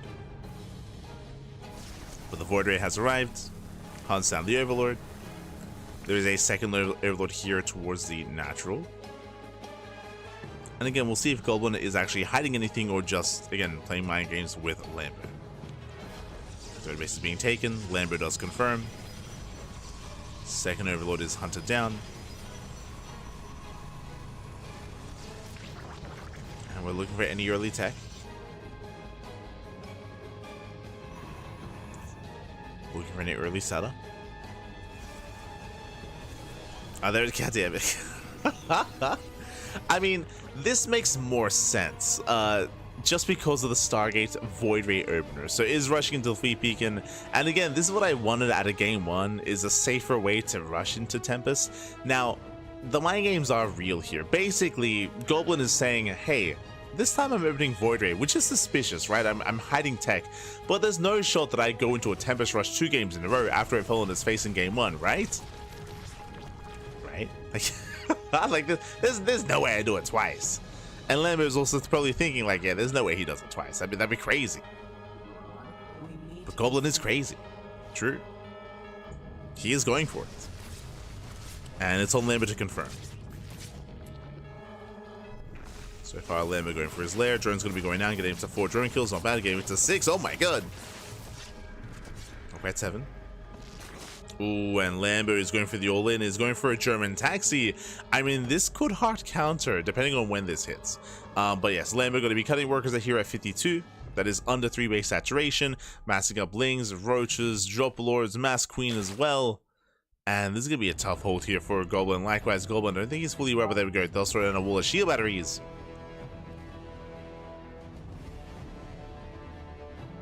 Shield batteries are on the way. There's going to be no immortals to defend, no blink stalkers. This is, I don't know if we can defend against this, I'll be honest. Like, these German taxis, especially when they first originated, they're built to try to shut down Skytoss. Carrier has arrived. Queens are waddling in. That's going to be the anti-air, alongside the ByuNs, of course. Carriers are revealed. No transfuse. Void Ray goes down. Yeah, it takes down a Void Ray. Only 3 queens. Yeah, not enough queens. The queens are going down, and the carriers, they can clean this up eventually. That's the thing here. Eventually, they can clean this up, but he's going for the base, going for the expansion. The third base will fall. There's nothing on the ground to buffer, nothing to defend. And the base does crumble. So on the one hand, yes, Goblin holds, he defends, but at a cost. At a cost of the expansion back across the map. Lambo throws down a Spire, and he starts droning. He starts droning up. He got what he wanted, he got the third. And now the pressure's on Goblin. Now Goblin, he has to counterattack. He cannot stay home. And Lambo, it's going to be on Lambo to try to delay the counterattack, to force him back home, to delay any kind of push. But there's an Oracle. Links are deflected, Tempers are scouted.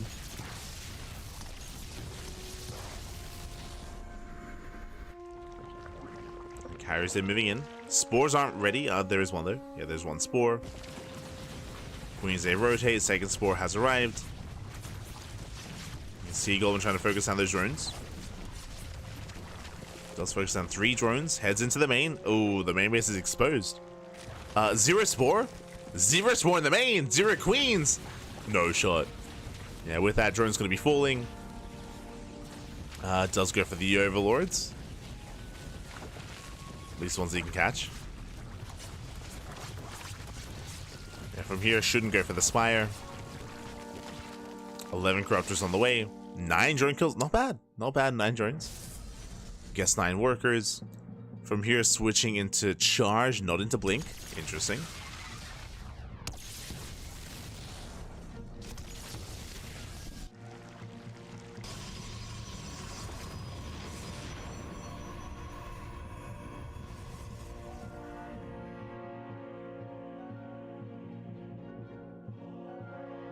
Lambo does move out. Moves out across the map. He's hunting down those carriers, and he will find them. Does find the carriers, and ideally wants to find the Tempest as well. Does force a recall. Will save 1 carrier, just barely. Saves 1.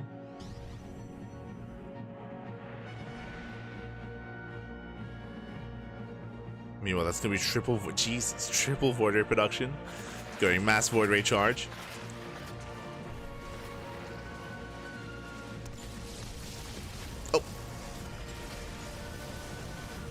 Yeah, Corruptors, they collapse in, they do focus on the Void Ray. They get one of the carriers.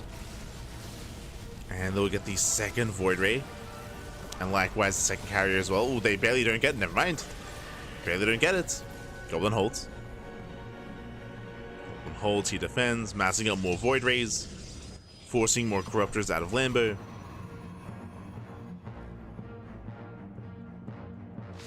And this time there's no Hydras. This time it's just Ling, Roach, Ravager, Corruptor. Okay. Goblin in a better position.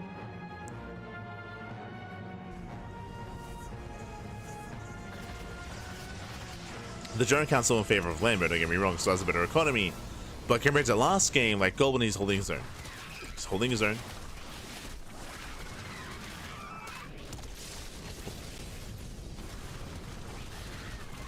Trying to claim another expansion. Going for the 4th.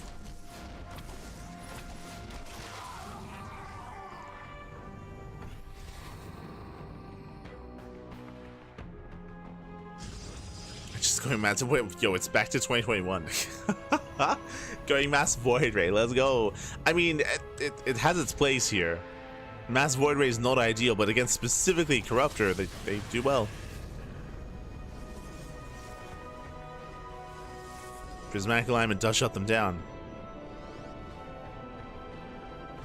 Storm is on the way.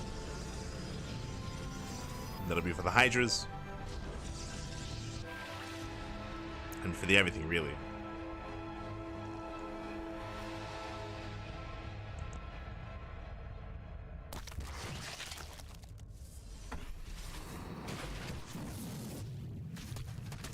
As Lambo's moving in, he's maxed out. And again, his win condition is here is to deny the fourth, deny the expansion, and just contain Goblin on 3 bases. Likewise, dives into the main, going for Storm, and he will get it. Massive pickoff.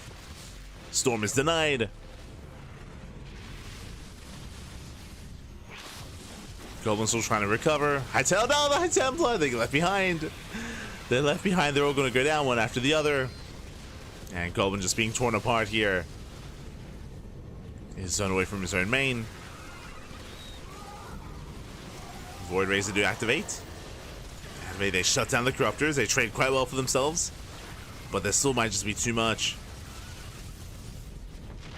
As Lambo, he backs off, he remaxes, this time with Hydras. I mean, he has no Storm to worry about. Storm would be a big factor here, but there is no Storm. Yeah, 0 Storms. Corruptors pulled away.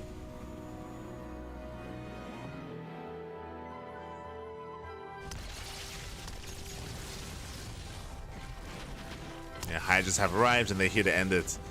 Again, no Colossus, no Disruptor, no Storm, no nothing. There's no splash damage. Ooh. Yeah, Carrier goes down.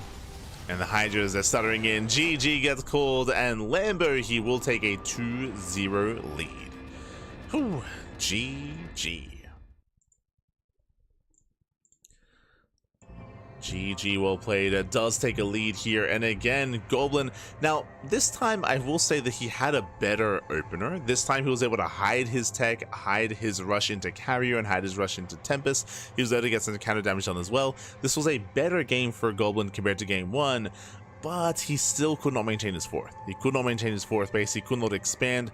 Likewise, his follow-up was a little bit lackluster, going to charge, not into Blink Stalker, so he had less support for his air army.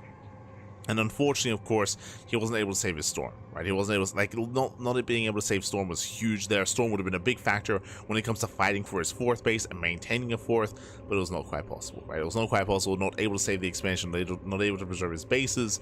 He was not able to preserve his Skytoss army either. The Corruptors there did shut him down. GG. GG, well played. And do we see this again? Now again, this is not all that Goblin can do. He can play standard as well, but he's been trying to be cheeky here. And again, I kind of like the idea of how he's been playing with the series. Like game 1, going just going straight Skytoss. Game 2, playing with that idea and going into a more hidden build instead. But for the most part, we saw that Lambo was able to shut it down. Bearing in mind that, remember, what did Lambo go for? He went for a German taxi and he was able to deny the third, right? I spoke about him fighting for the fourth base, but remember, he was contained on 2 bases initially. The third base was broken by the initial German taxi, and with that, he wasn't able to hold on, wasn't able to defend. GG. GG, well played. That leads us into game number 3, and we'll see if we can start the comeback. As we are loading into ley lines and spawning in the left-hand corner of ley lines, we have the German Zerg player, we have the blue Zerg representing Shopify Rebellion. It is Lambo.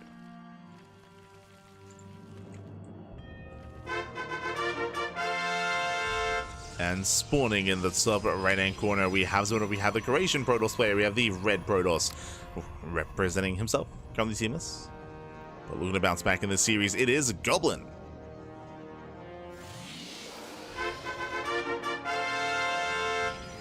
Let us go.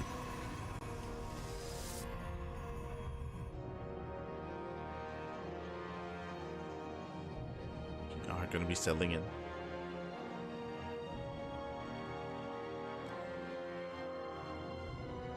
Here we go. As again, Goblin, he has been going for a Stargate opener into Skytoss Rush twice now in this series, but at this one, I feel like it's probably out of his system, right? It's like, again, like to do it in game 2 made sense just because it did feel like mind games after game 1. Game 1, the execution there was questionable, is what I will say. But now I feel like we can just take a moment, we can calm things down, and get into a more standard opener, I should say. I'm not saying that we have to get into a standard game by any means. We could still try to high tech and try to rush into earlier aggression. That is typically where Goblin thrives. It has been a shaky start to the series, but now we can tighten up. Let's go. Yo, meanwhile, shout out to Kelly Champ in the chat. Gap. I mean, thank you so much. Thank you so much for the $3 donation. We don't really often get donations over on YouTube, so thank you. Thank you so much. Thank you. Do appreciate it. Do appreciate the donation.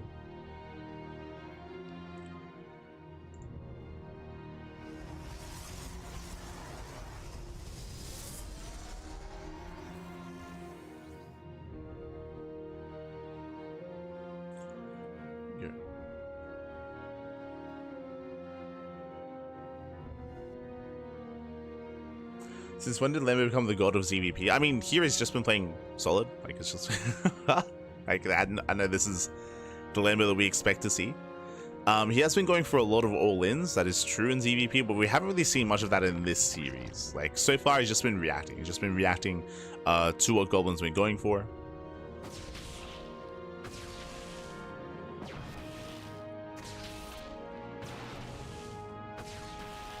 Here we go.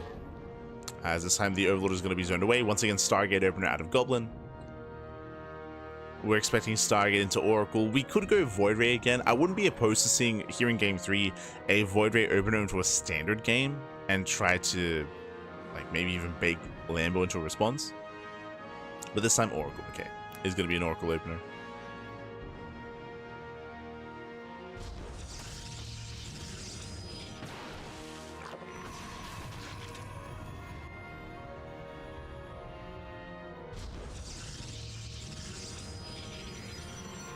So far, so standard.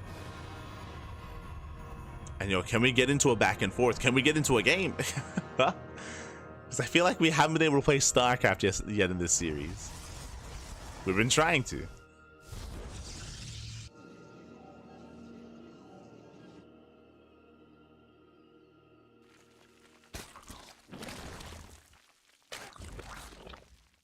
And here we go.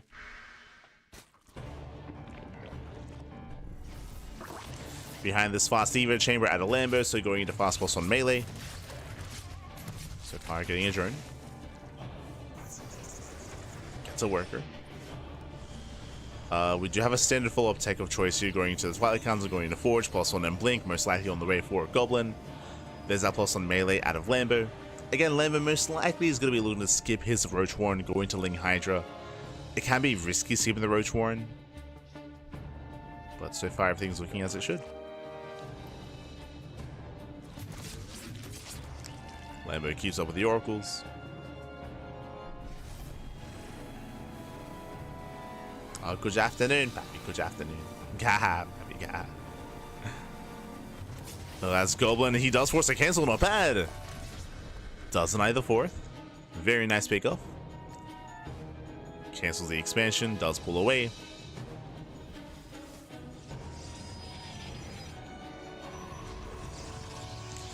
Behind this Lambo going for a safety Bailey nest. Is still cutting corners, but this is going to be done in time here to defend against Glaive Depths, for example. Gateway Explosion here out of Goblin, getting into a 6-gate setup. Ooh, getting up to 8 gate. Never mind. No gases. No gases at the third base. 8 gates going to be on the way. This does look like a 3-base all-in out of Goblin. He may go for a proxy 9th gateway across the map.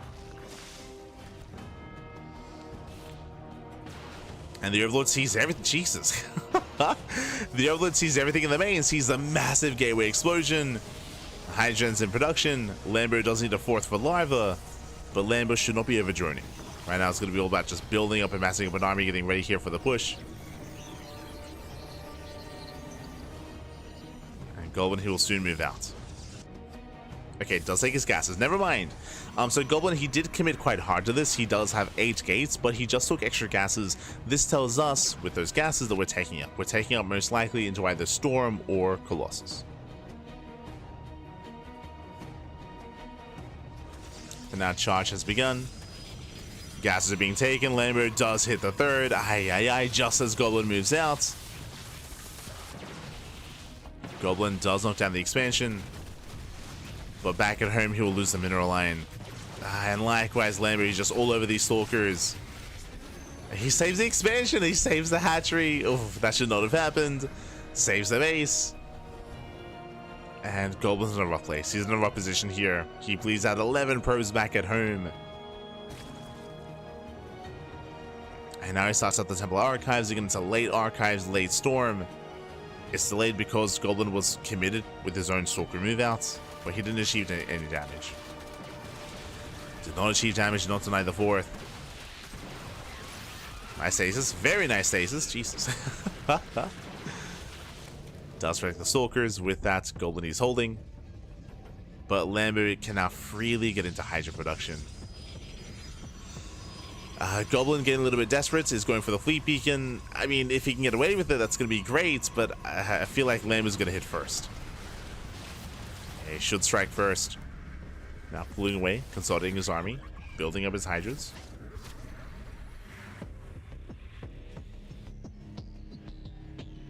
Hydras are amassing.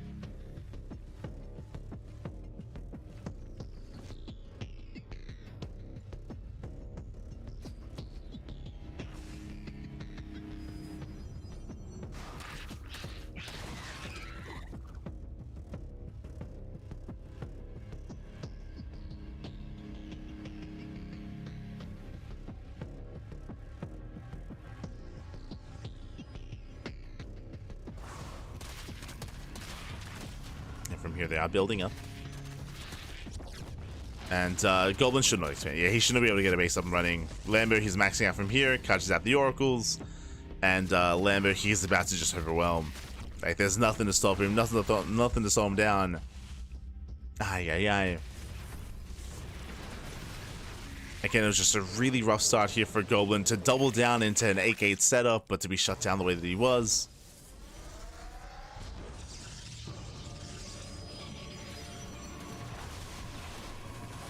And now here comes Lambo, coming in from both angles, from both sides. Stasis does pop off. Decent storms of aliens. They do get into the mineral line. 8 probes going to be going down. And there's still just a swarm of Zerg coming in. Takes down the High Templar. GG gets called. And Lambo, he will take a 3-0 lead in the series. 1 game away from qualifying for EWC. Ooh, GG. Again, 1 game is all that is left for Lambo. And again, just a really rough game there once again for Goblin. Winding it back for this, the curious Goblin, he went for a gateway explosion and went into an 8-gate setup on 3 bases. Basically 3 base all in. 3 base all in. As he was pushing, we saw a brutal Ling run by. And Ling run by was able to cripple the economy and force defensive warp ins. It did distract Goblin. Goblin with his Stalker push, what did he get done? He got damage on the hatchery. Did not force a cancel, did not kill the hatchery, did not do anything to the 4th base. Lambo had enough Zerglings to defend back at home. A reason why Lambo was able to shut it down as hard as he did, he scouted, he got into the main. Once again, the Overlord got into the main base, he saw the gateway explosion, he saw the Forge, he saw the Twilight Council, saw everything he needed to, and with that he was able to shut it down. He was able to respond. So really nice scouting once again from Lambo, really solid response as well. And Goblin's been trying to be cheeky here in this series. Every game some more unusual and unorthodox builds, but every time they get scouted, they get shut down, and GG. GG, well played. Lambo does extend his lead here and is 1 game away from claiming the series. Again, we saw that Goblin was able to force Lambo to the ace match and even beat Lambo last time they faced off, but here having a bit of a harder time. Hoping that Goblin's able to take a breath, take a moment to himself here, and try to centralize himself and try to stabilize.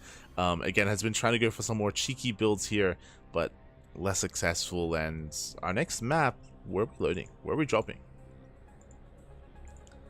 It's a good question. Let me just double check here. Incorporeal. Ooh, okay. One of the larger maps in the map pool. We have some spread out bases here as well.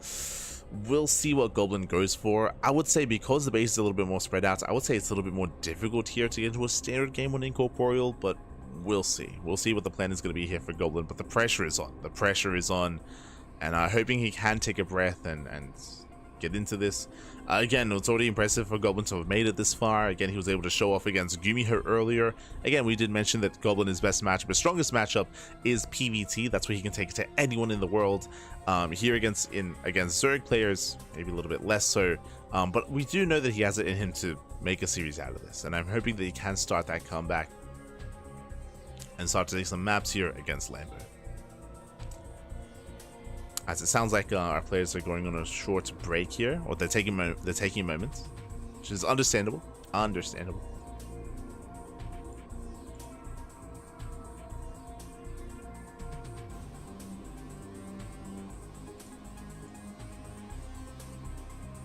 So you do need a moment.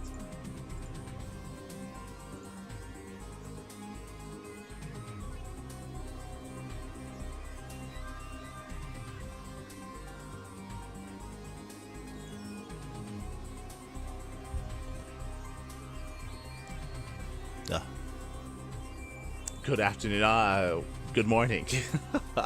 It is almost 6 a.m. here, almost 6 a.m. in the morning. It's been an intense broadcast, and the night is still young. Happy night is still young. I was hoping that we could have a little bit of time in between casts, but it looks like that won't happen. So it's gonna be a close one. It's gonna be close. It's gonna be clutch. For those that are curious, we're gonna be casting the Brazilian Soccer 2 circuit. That starts in 10 minutes. That starts in 20 minutes. 20 minutes time is the Brazilian Soccer 2 circuit.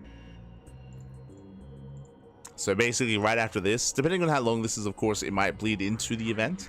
But after this event, we're going to be going live. After the EWC qualifiers, we're going to be going live with the Brazilian Soccer 2 circuit, which is a big offline tournament happening in Brazil.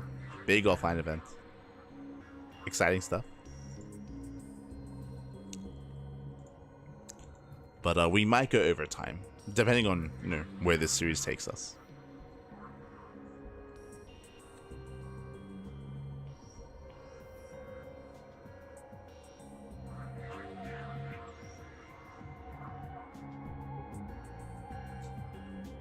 But yeah, based on what we've seen so far to Goblin, like clearly he's had certain builds in mind against Lambo, but clearly like everything has kind of fallen by the wayside here when it comes to like the strategy he was going for to approach this series, hoping that he could at least take a couple of games here coming into this.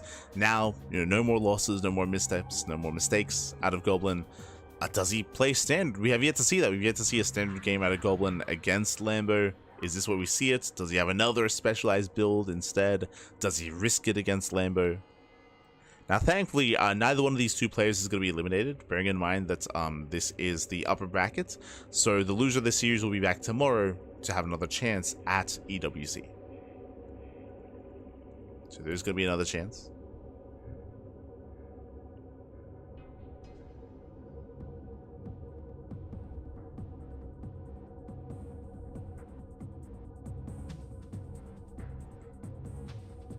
Go. The night is still young. True. I like this.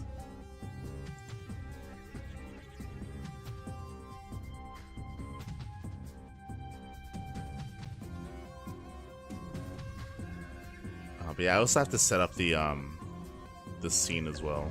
The collection, I should say. But here we go. We're getting into our next game. Getting into game number 4. Potentially the final game of the series. I mean, I'm hoping for a back and forth. I'm hoping for an extended series here. But in the bottom right hand corner, we have the Croatian Protoss player. We have the red Protoss. It is Goblin.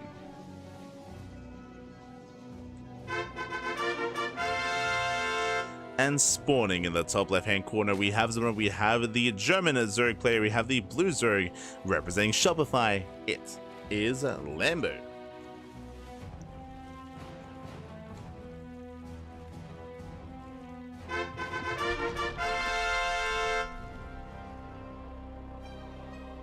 we go.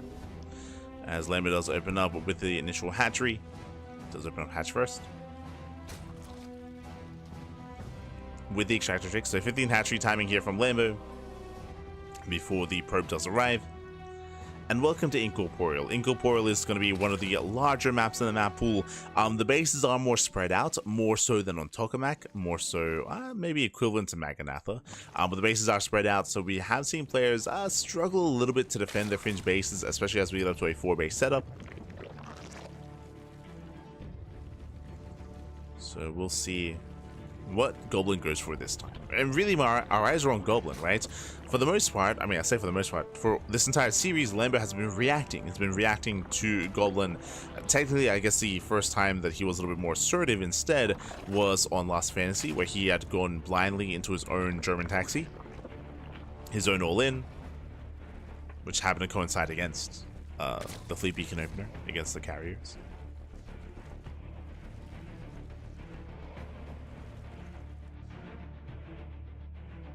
But outside of that, Lambo has just been reacting to what he's been scouting, to what's been going on.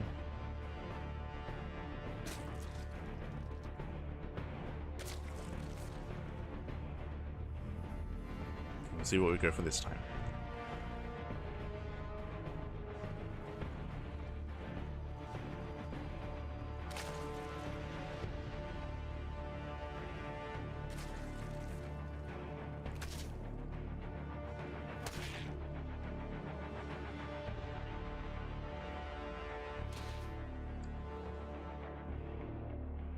Looks like they're discussing the center base, I suppose.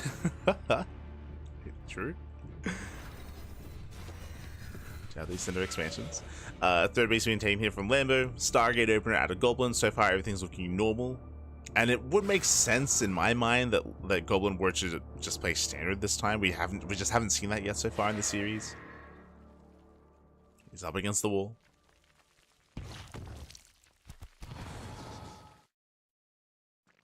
Meanwhile, Lambo looking very comfortable here.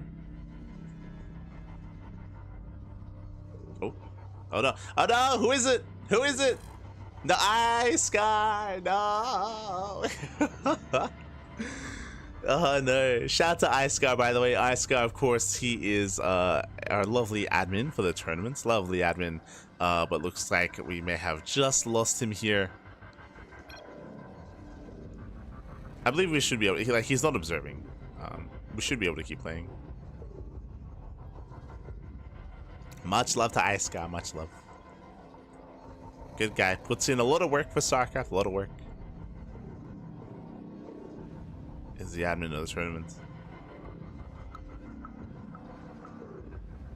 But yeah, I think Icegar, like, obviously his role there is to conduct the vetoes. Oh. Never mind. Never mind. Game paused. As looks like we may have a bit of a delay here, and we may just be, yep, resuming from replay. Okay.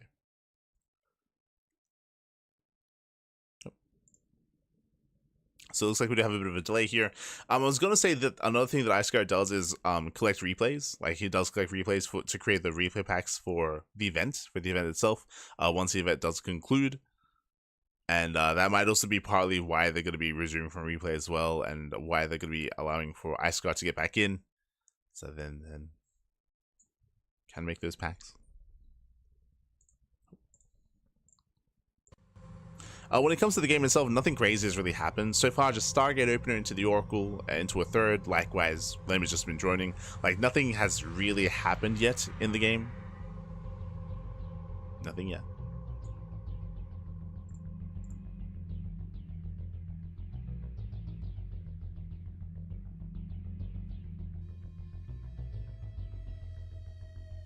Lamb probably looked at his loss and figured out how not to lose. If you're referring to the previous series, a lot of it was due to lack of scouting, was due to Goblin being a little bit more aggressive and Lambo having a hard time getting a read on what's been going on.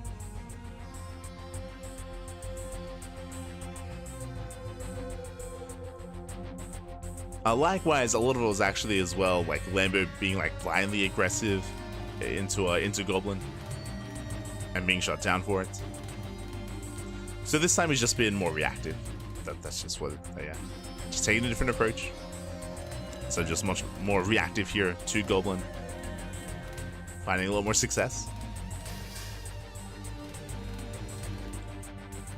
But we might have a short break.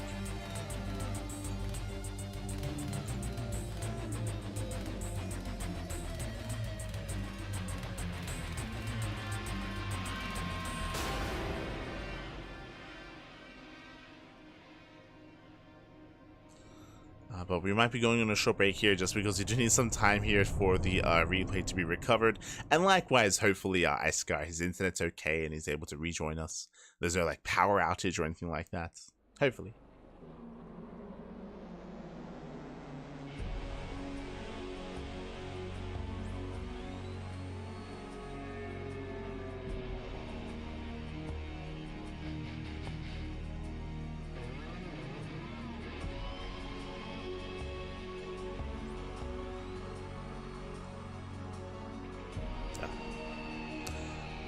Meanwhile, just checking the Brazilian circuit as well. There aren't really that many matches for the Brazilian circuit, if I'm not mistaken. But there's going to be like a venue cam and like player cams as well. Yeah, a lot of work has been put into it, of course.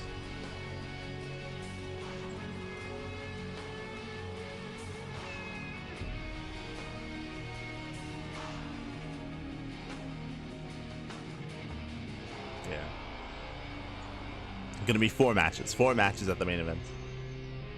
We'll be there.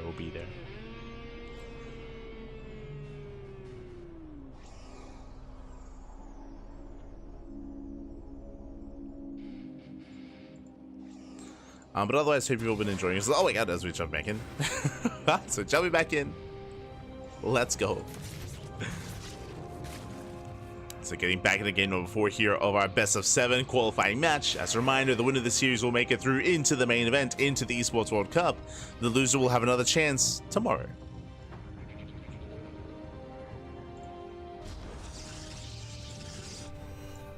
We'll have another chance tomorrow.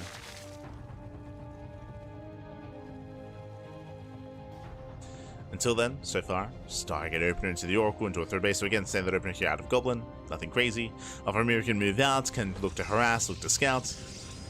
And our eyes are peeled here for the follow-up. We're looking for the Twilight Council, the Forge, the timing, and how many gateways get thrown down as well. Remember, last game, technically we had a standard opener, but it led into a 3-way all-in with the 8 gate. So looking for that gateway explosion once again. Oracle perks in. Gets a drone, gets 1, gets 2. Ooh, the Oracle does overextend, takes a lot of hits, a lot of hull damage. Does like 2 workers. Meanwhile, Lambo going for a 425-ish lair timing. Very fast lair here to Lambo. Okay. Does go lair first. Now, typically, historically, throughout this entire series, we've been seeing faster Eva chambers into +1 melee, but here, very fast lair, so Lambo is being more assertive this time. There is +1 and blink on the horizon for Goblin. Lambo is still going for that Eva chamber, but he can go for a much faster Hydrogen or a much faster Spire. So Lambo, okay. For the first time, this series is being a little bit more assertive when it comes to his tech. We'll see where he takes us.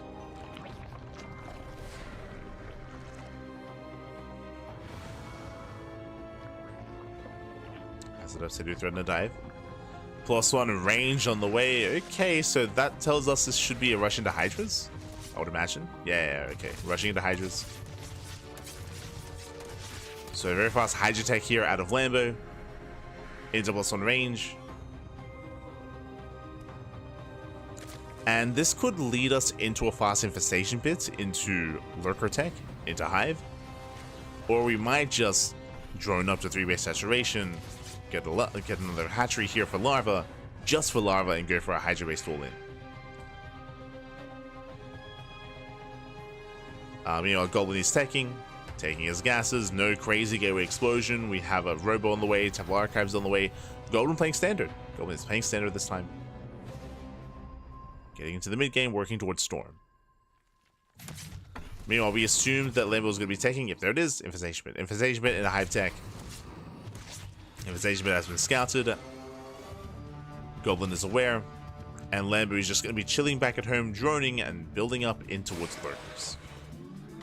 Meanwhile, nice scout. So as soon as Infestation Pit gets spotted, bam! Fleet Beacon. Fleet Beacon, Stargate, working towards Sky Toss.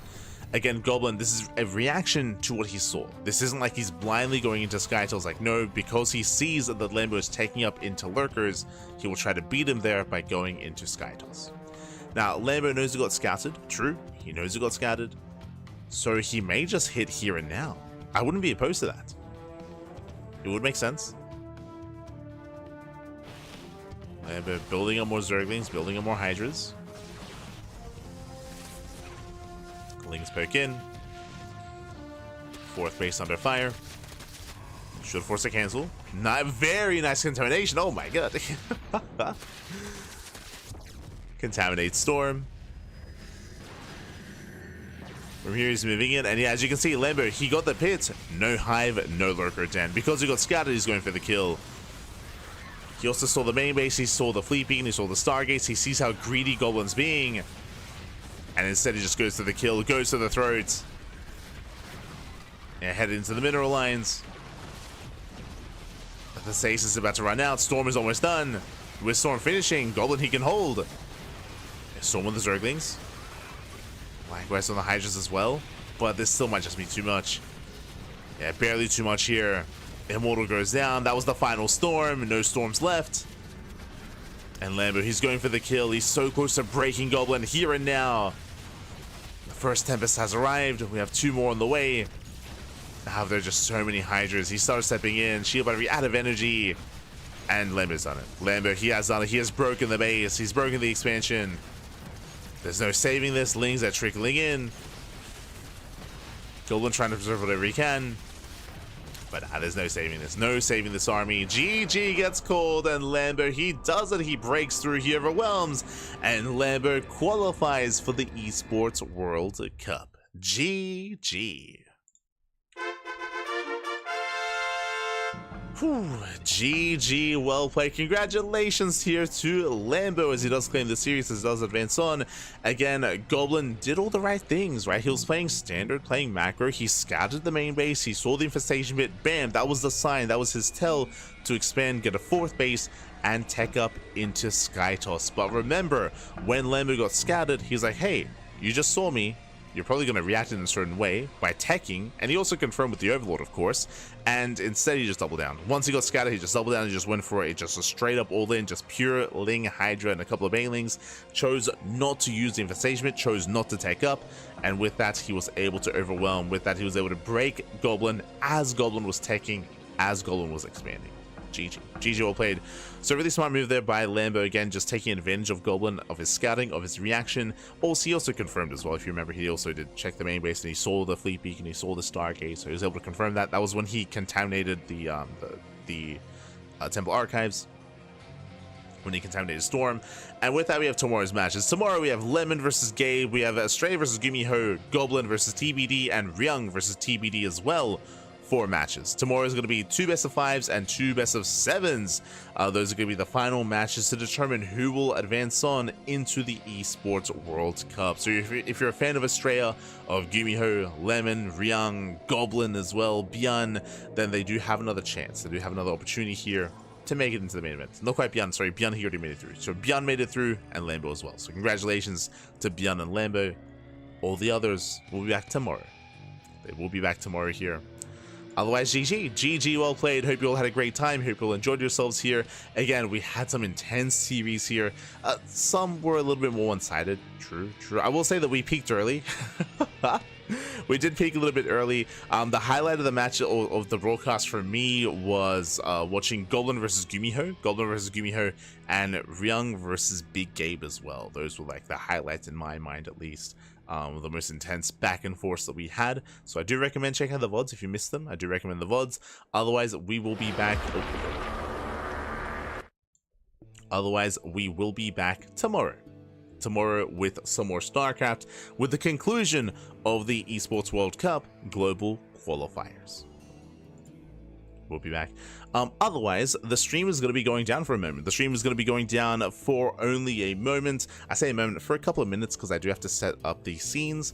But the stream is going to be back online in a couple of minutes here with what? With the Brazilian StarCraft 2 circuit. That's a big offline event happening in Brazil. We're going to be covering that here on the channel. We are the official English stream, and of course we are going to be covering that event live. It is an offline event over in Sao Paulo. In Sao Paulo, so a big shout out to the Brazilian scene for bringing it all together, for making the event a reality, and that is starting up in 3 minutes. Ay, ay, ay. That does begin in 3 minutes time.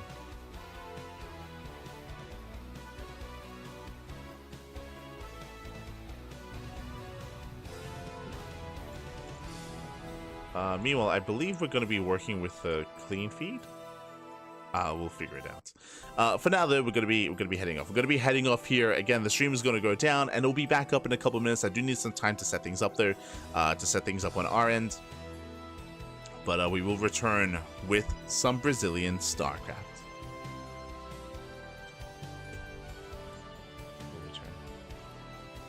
But yeah, with that, thanks for watching. If you want to support us, you can do so via following us. You can follow us on YouTube, on all the socials, ! socials in the chat. We have Twitter, we have Facebook, all things CranKy Ducklings. Otherwise, we'll be back soon with some more StarCraft. See you soon, Pappy, after the break. See you soon.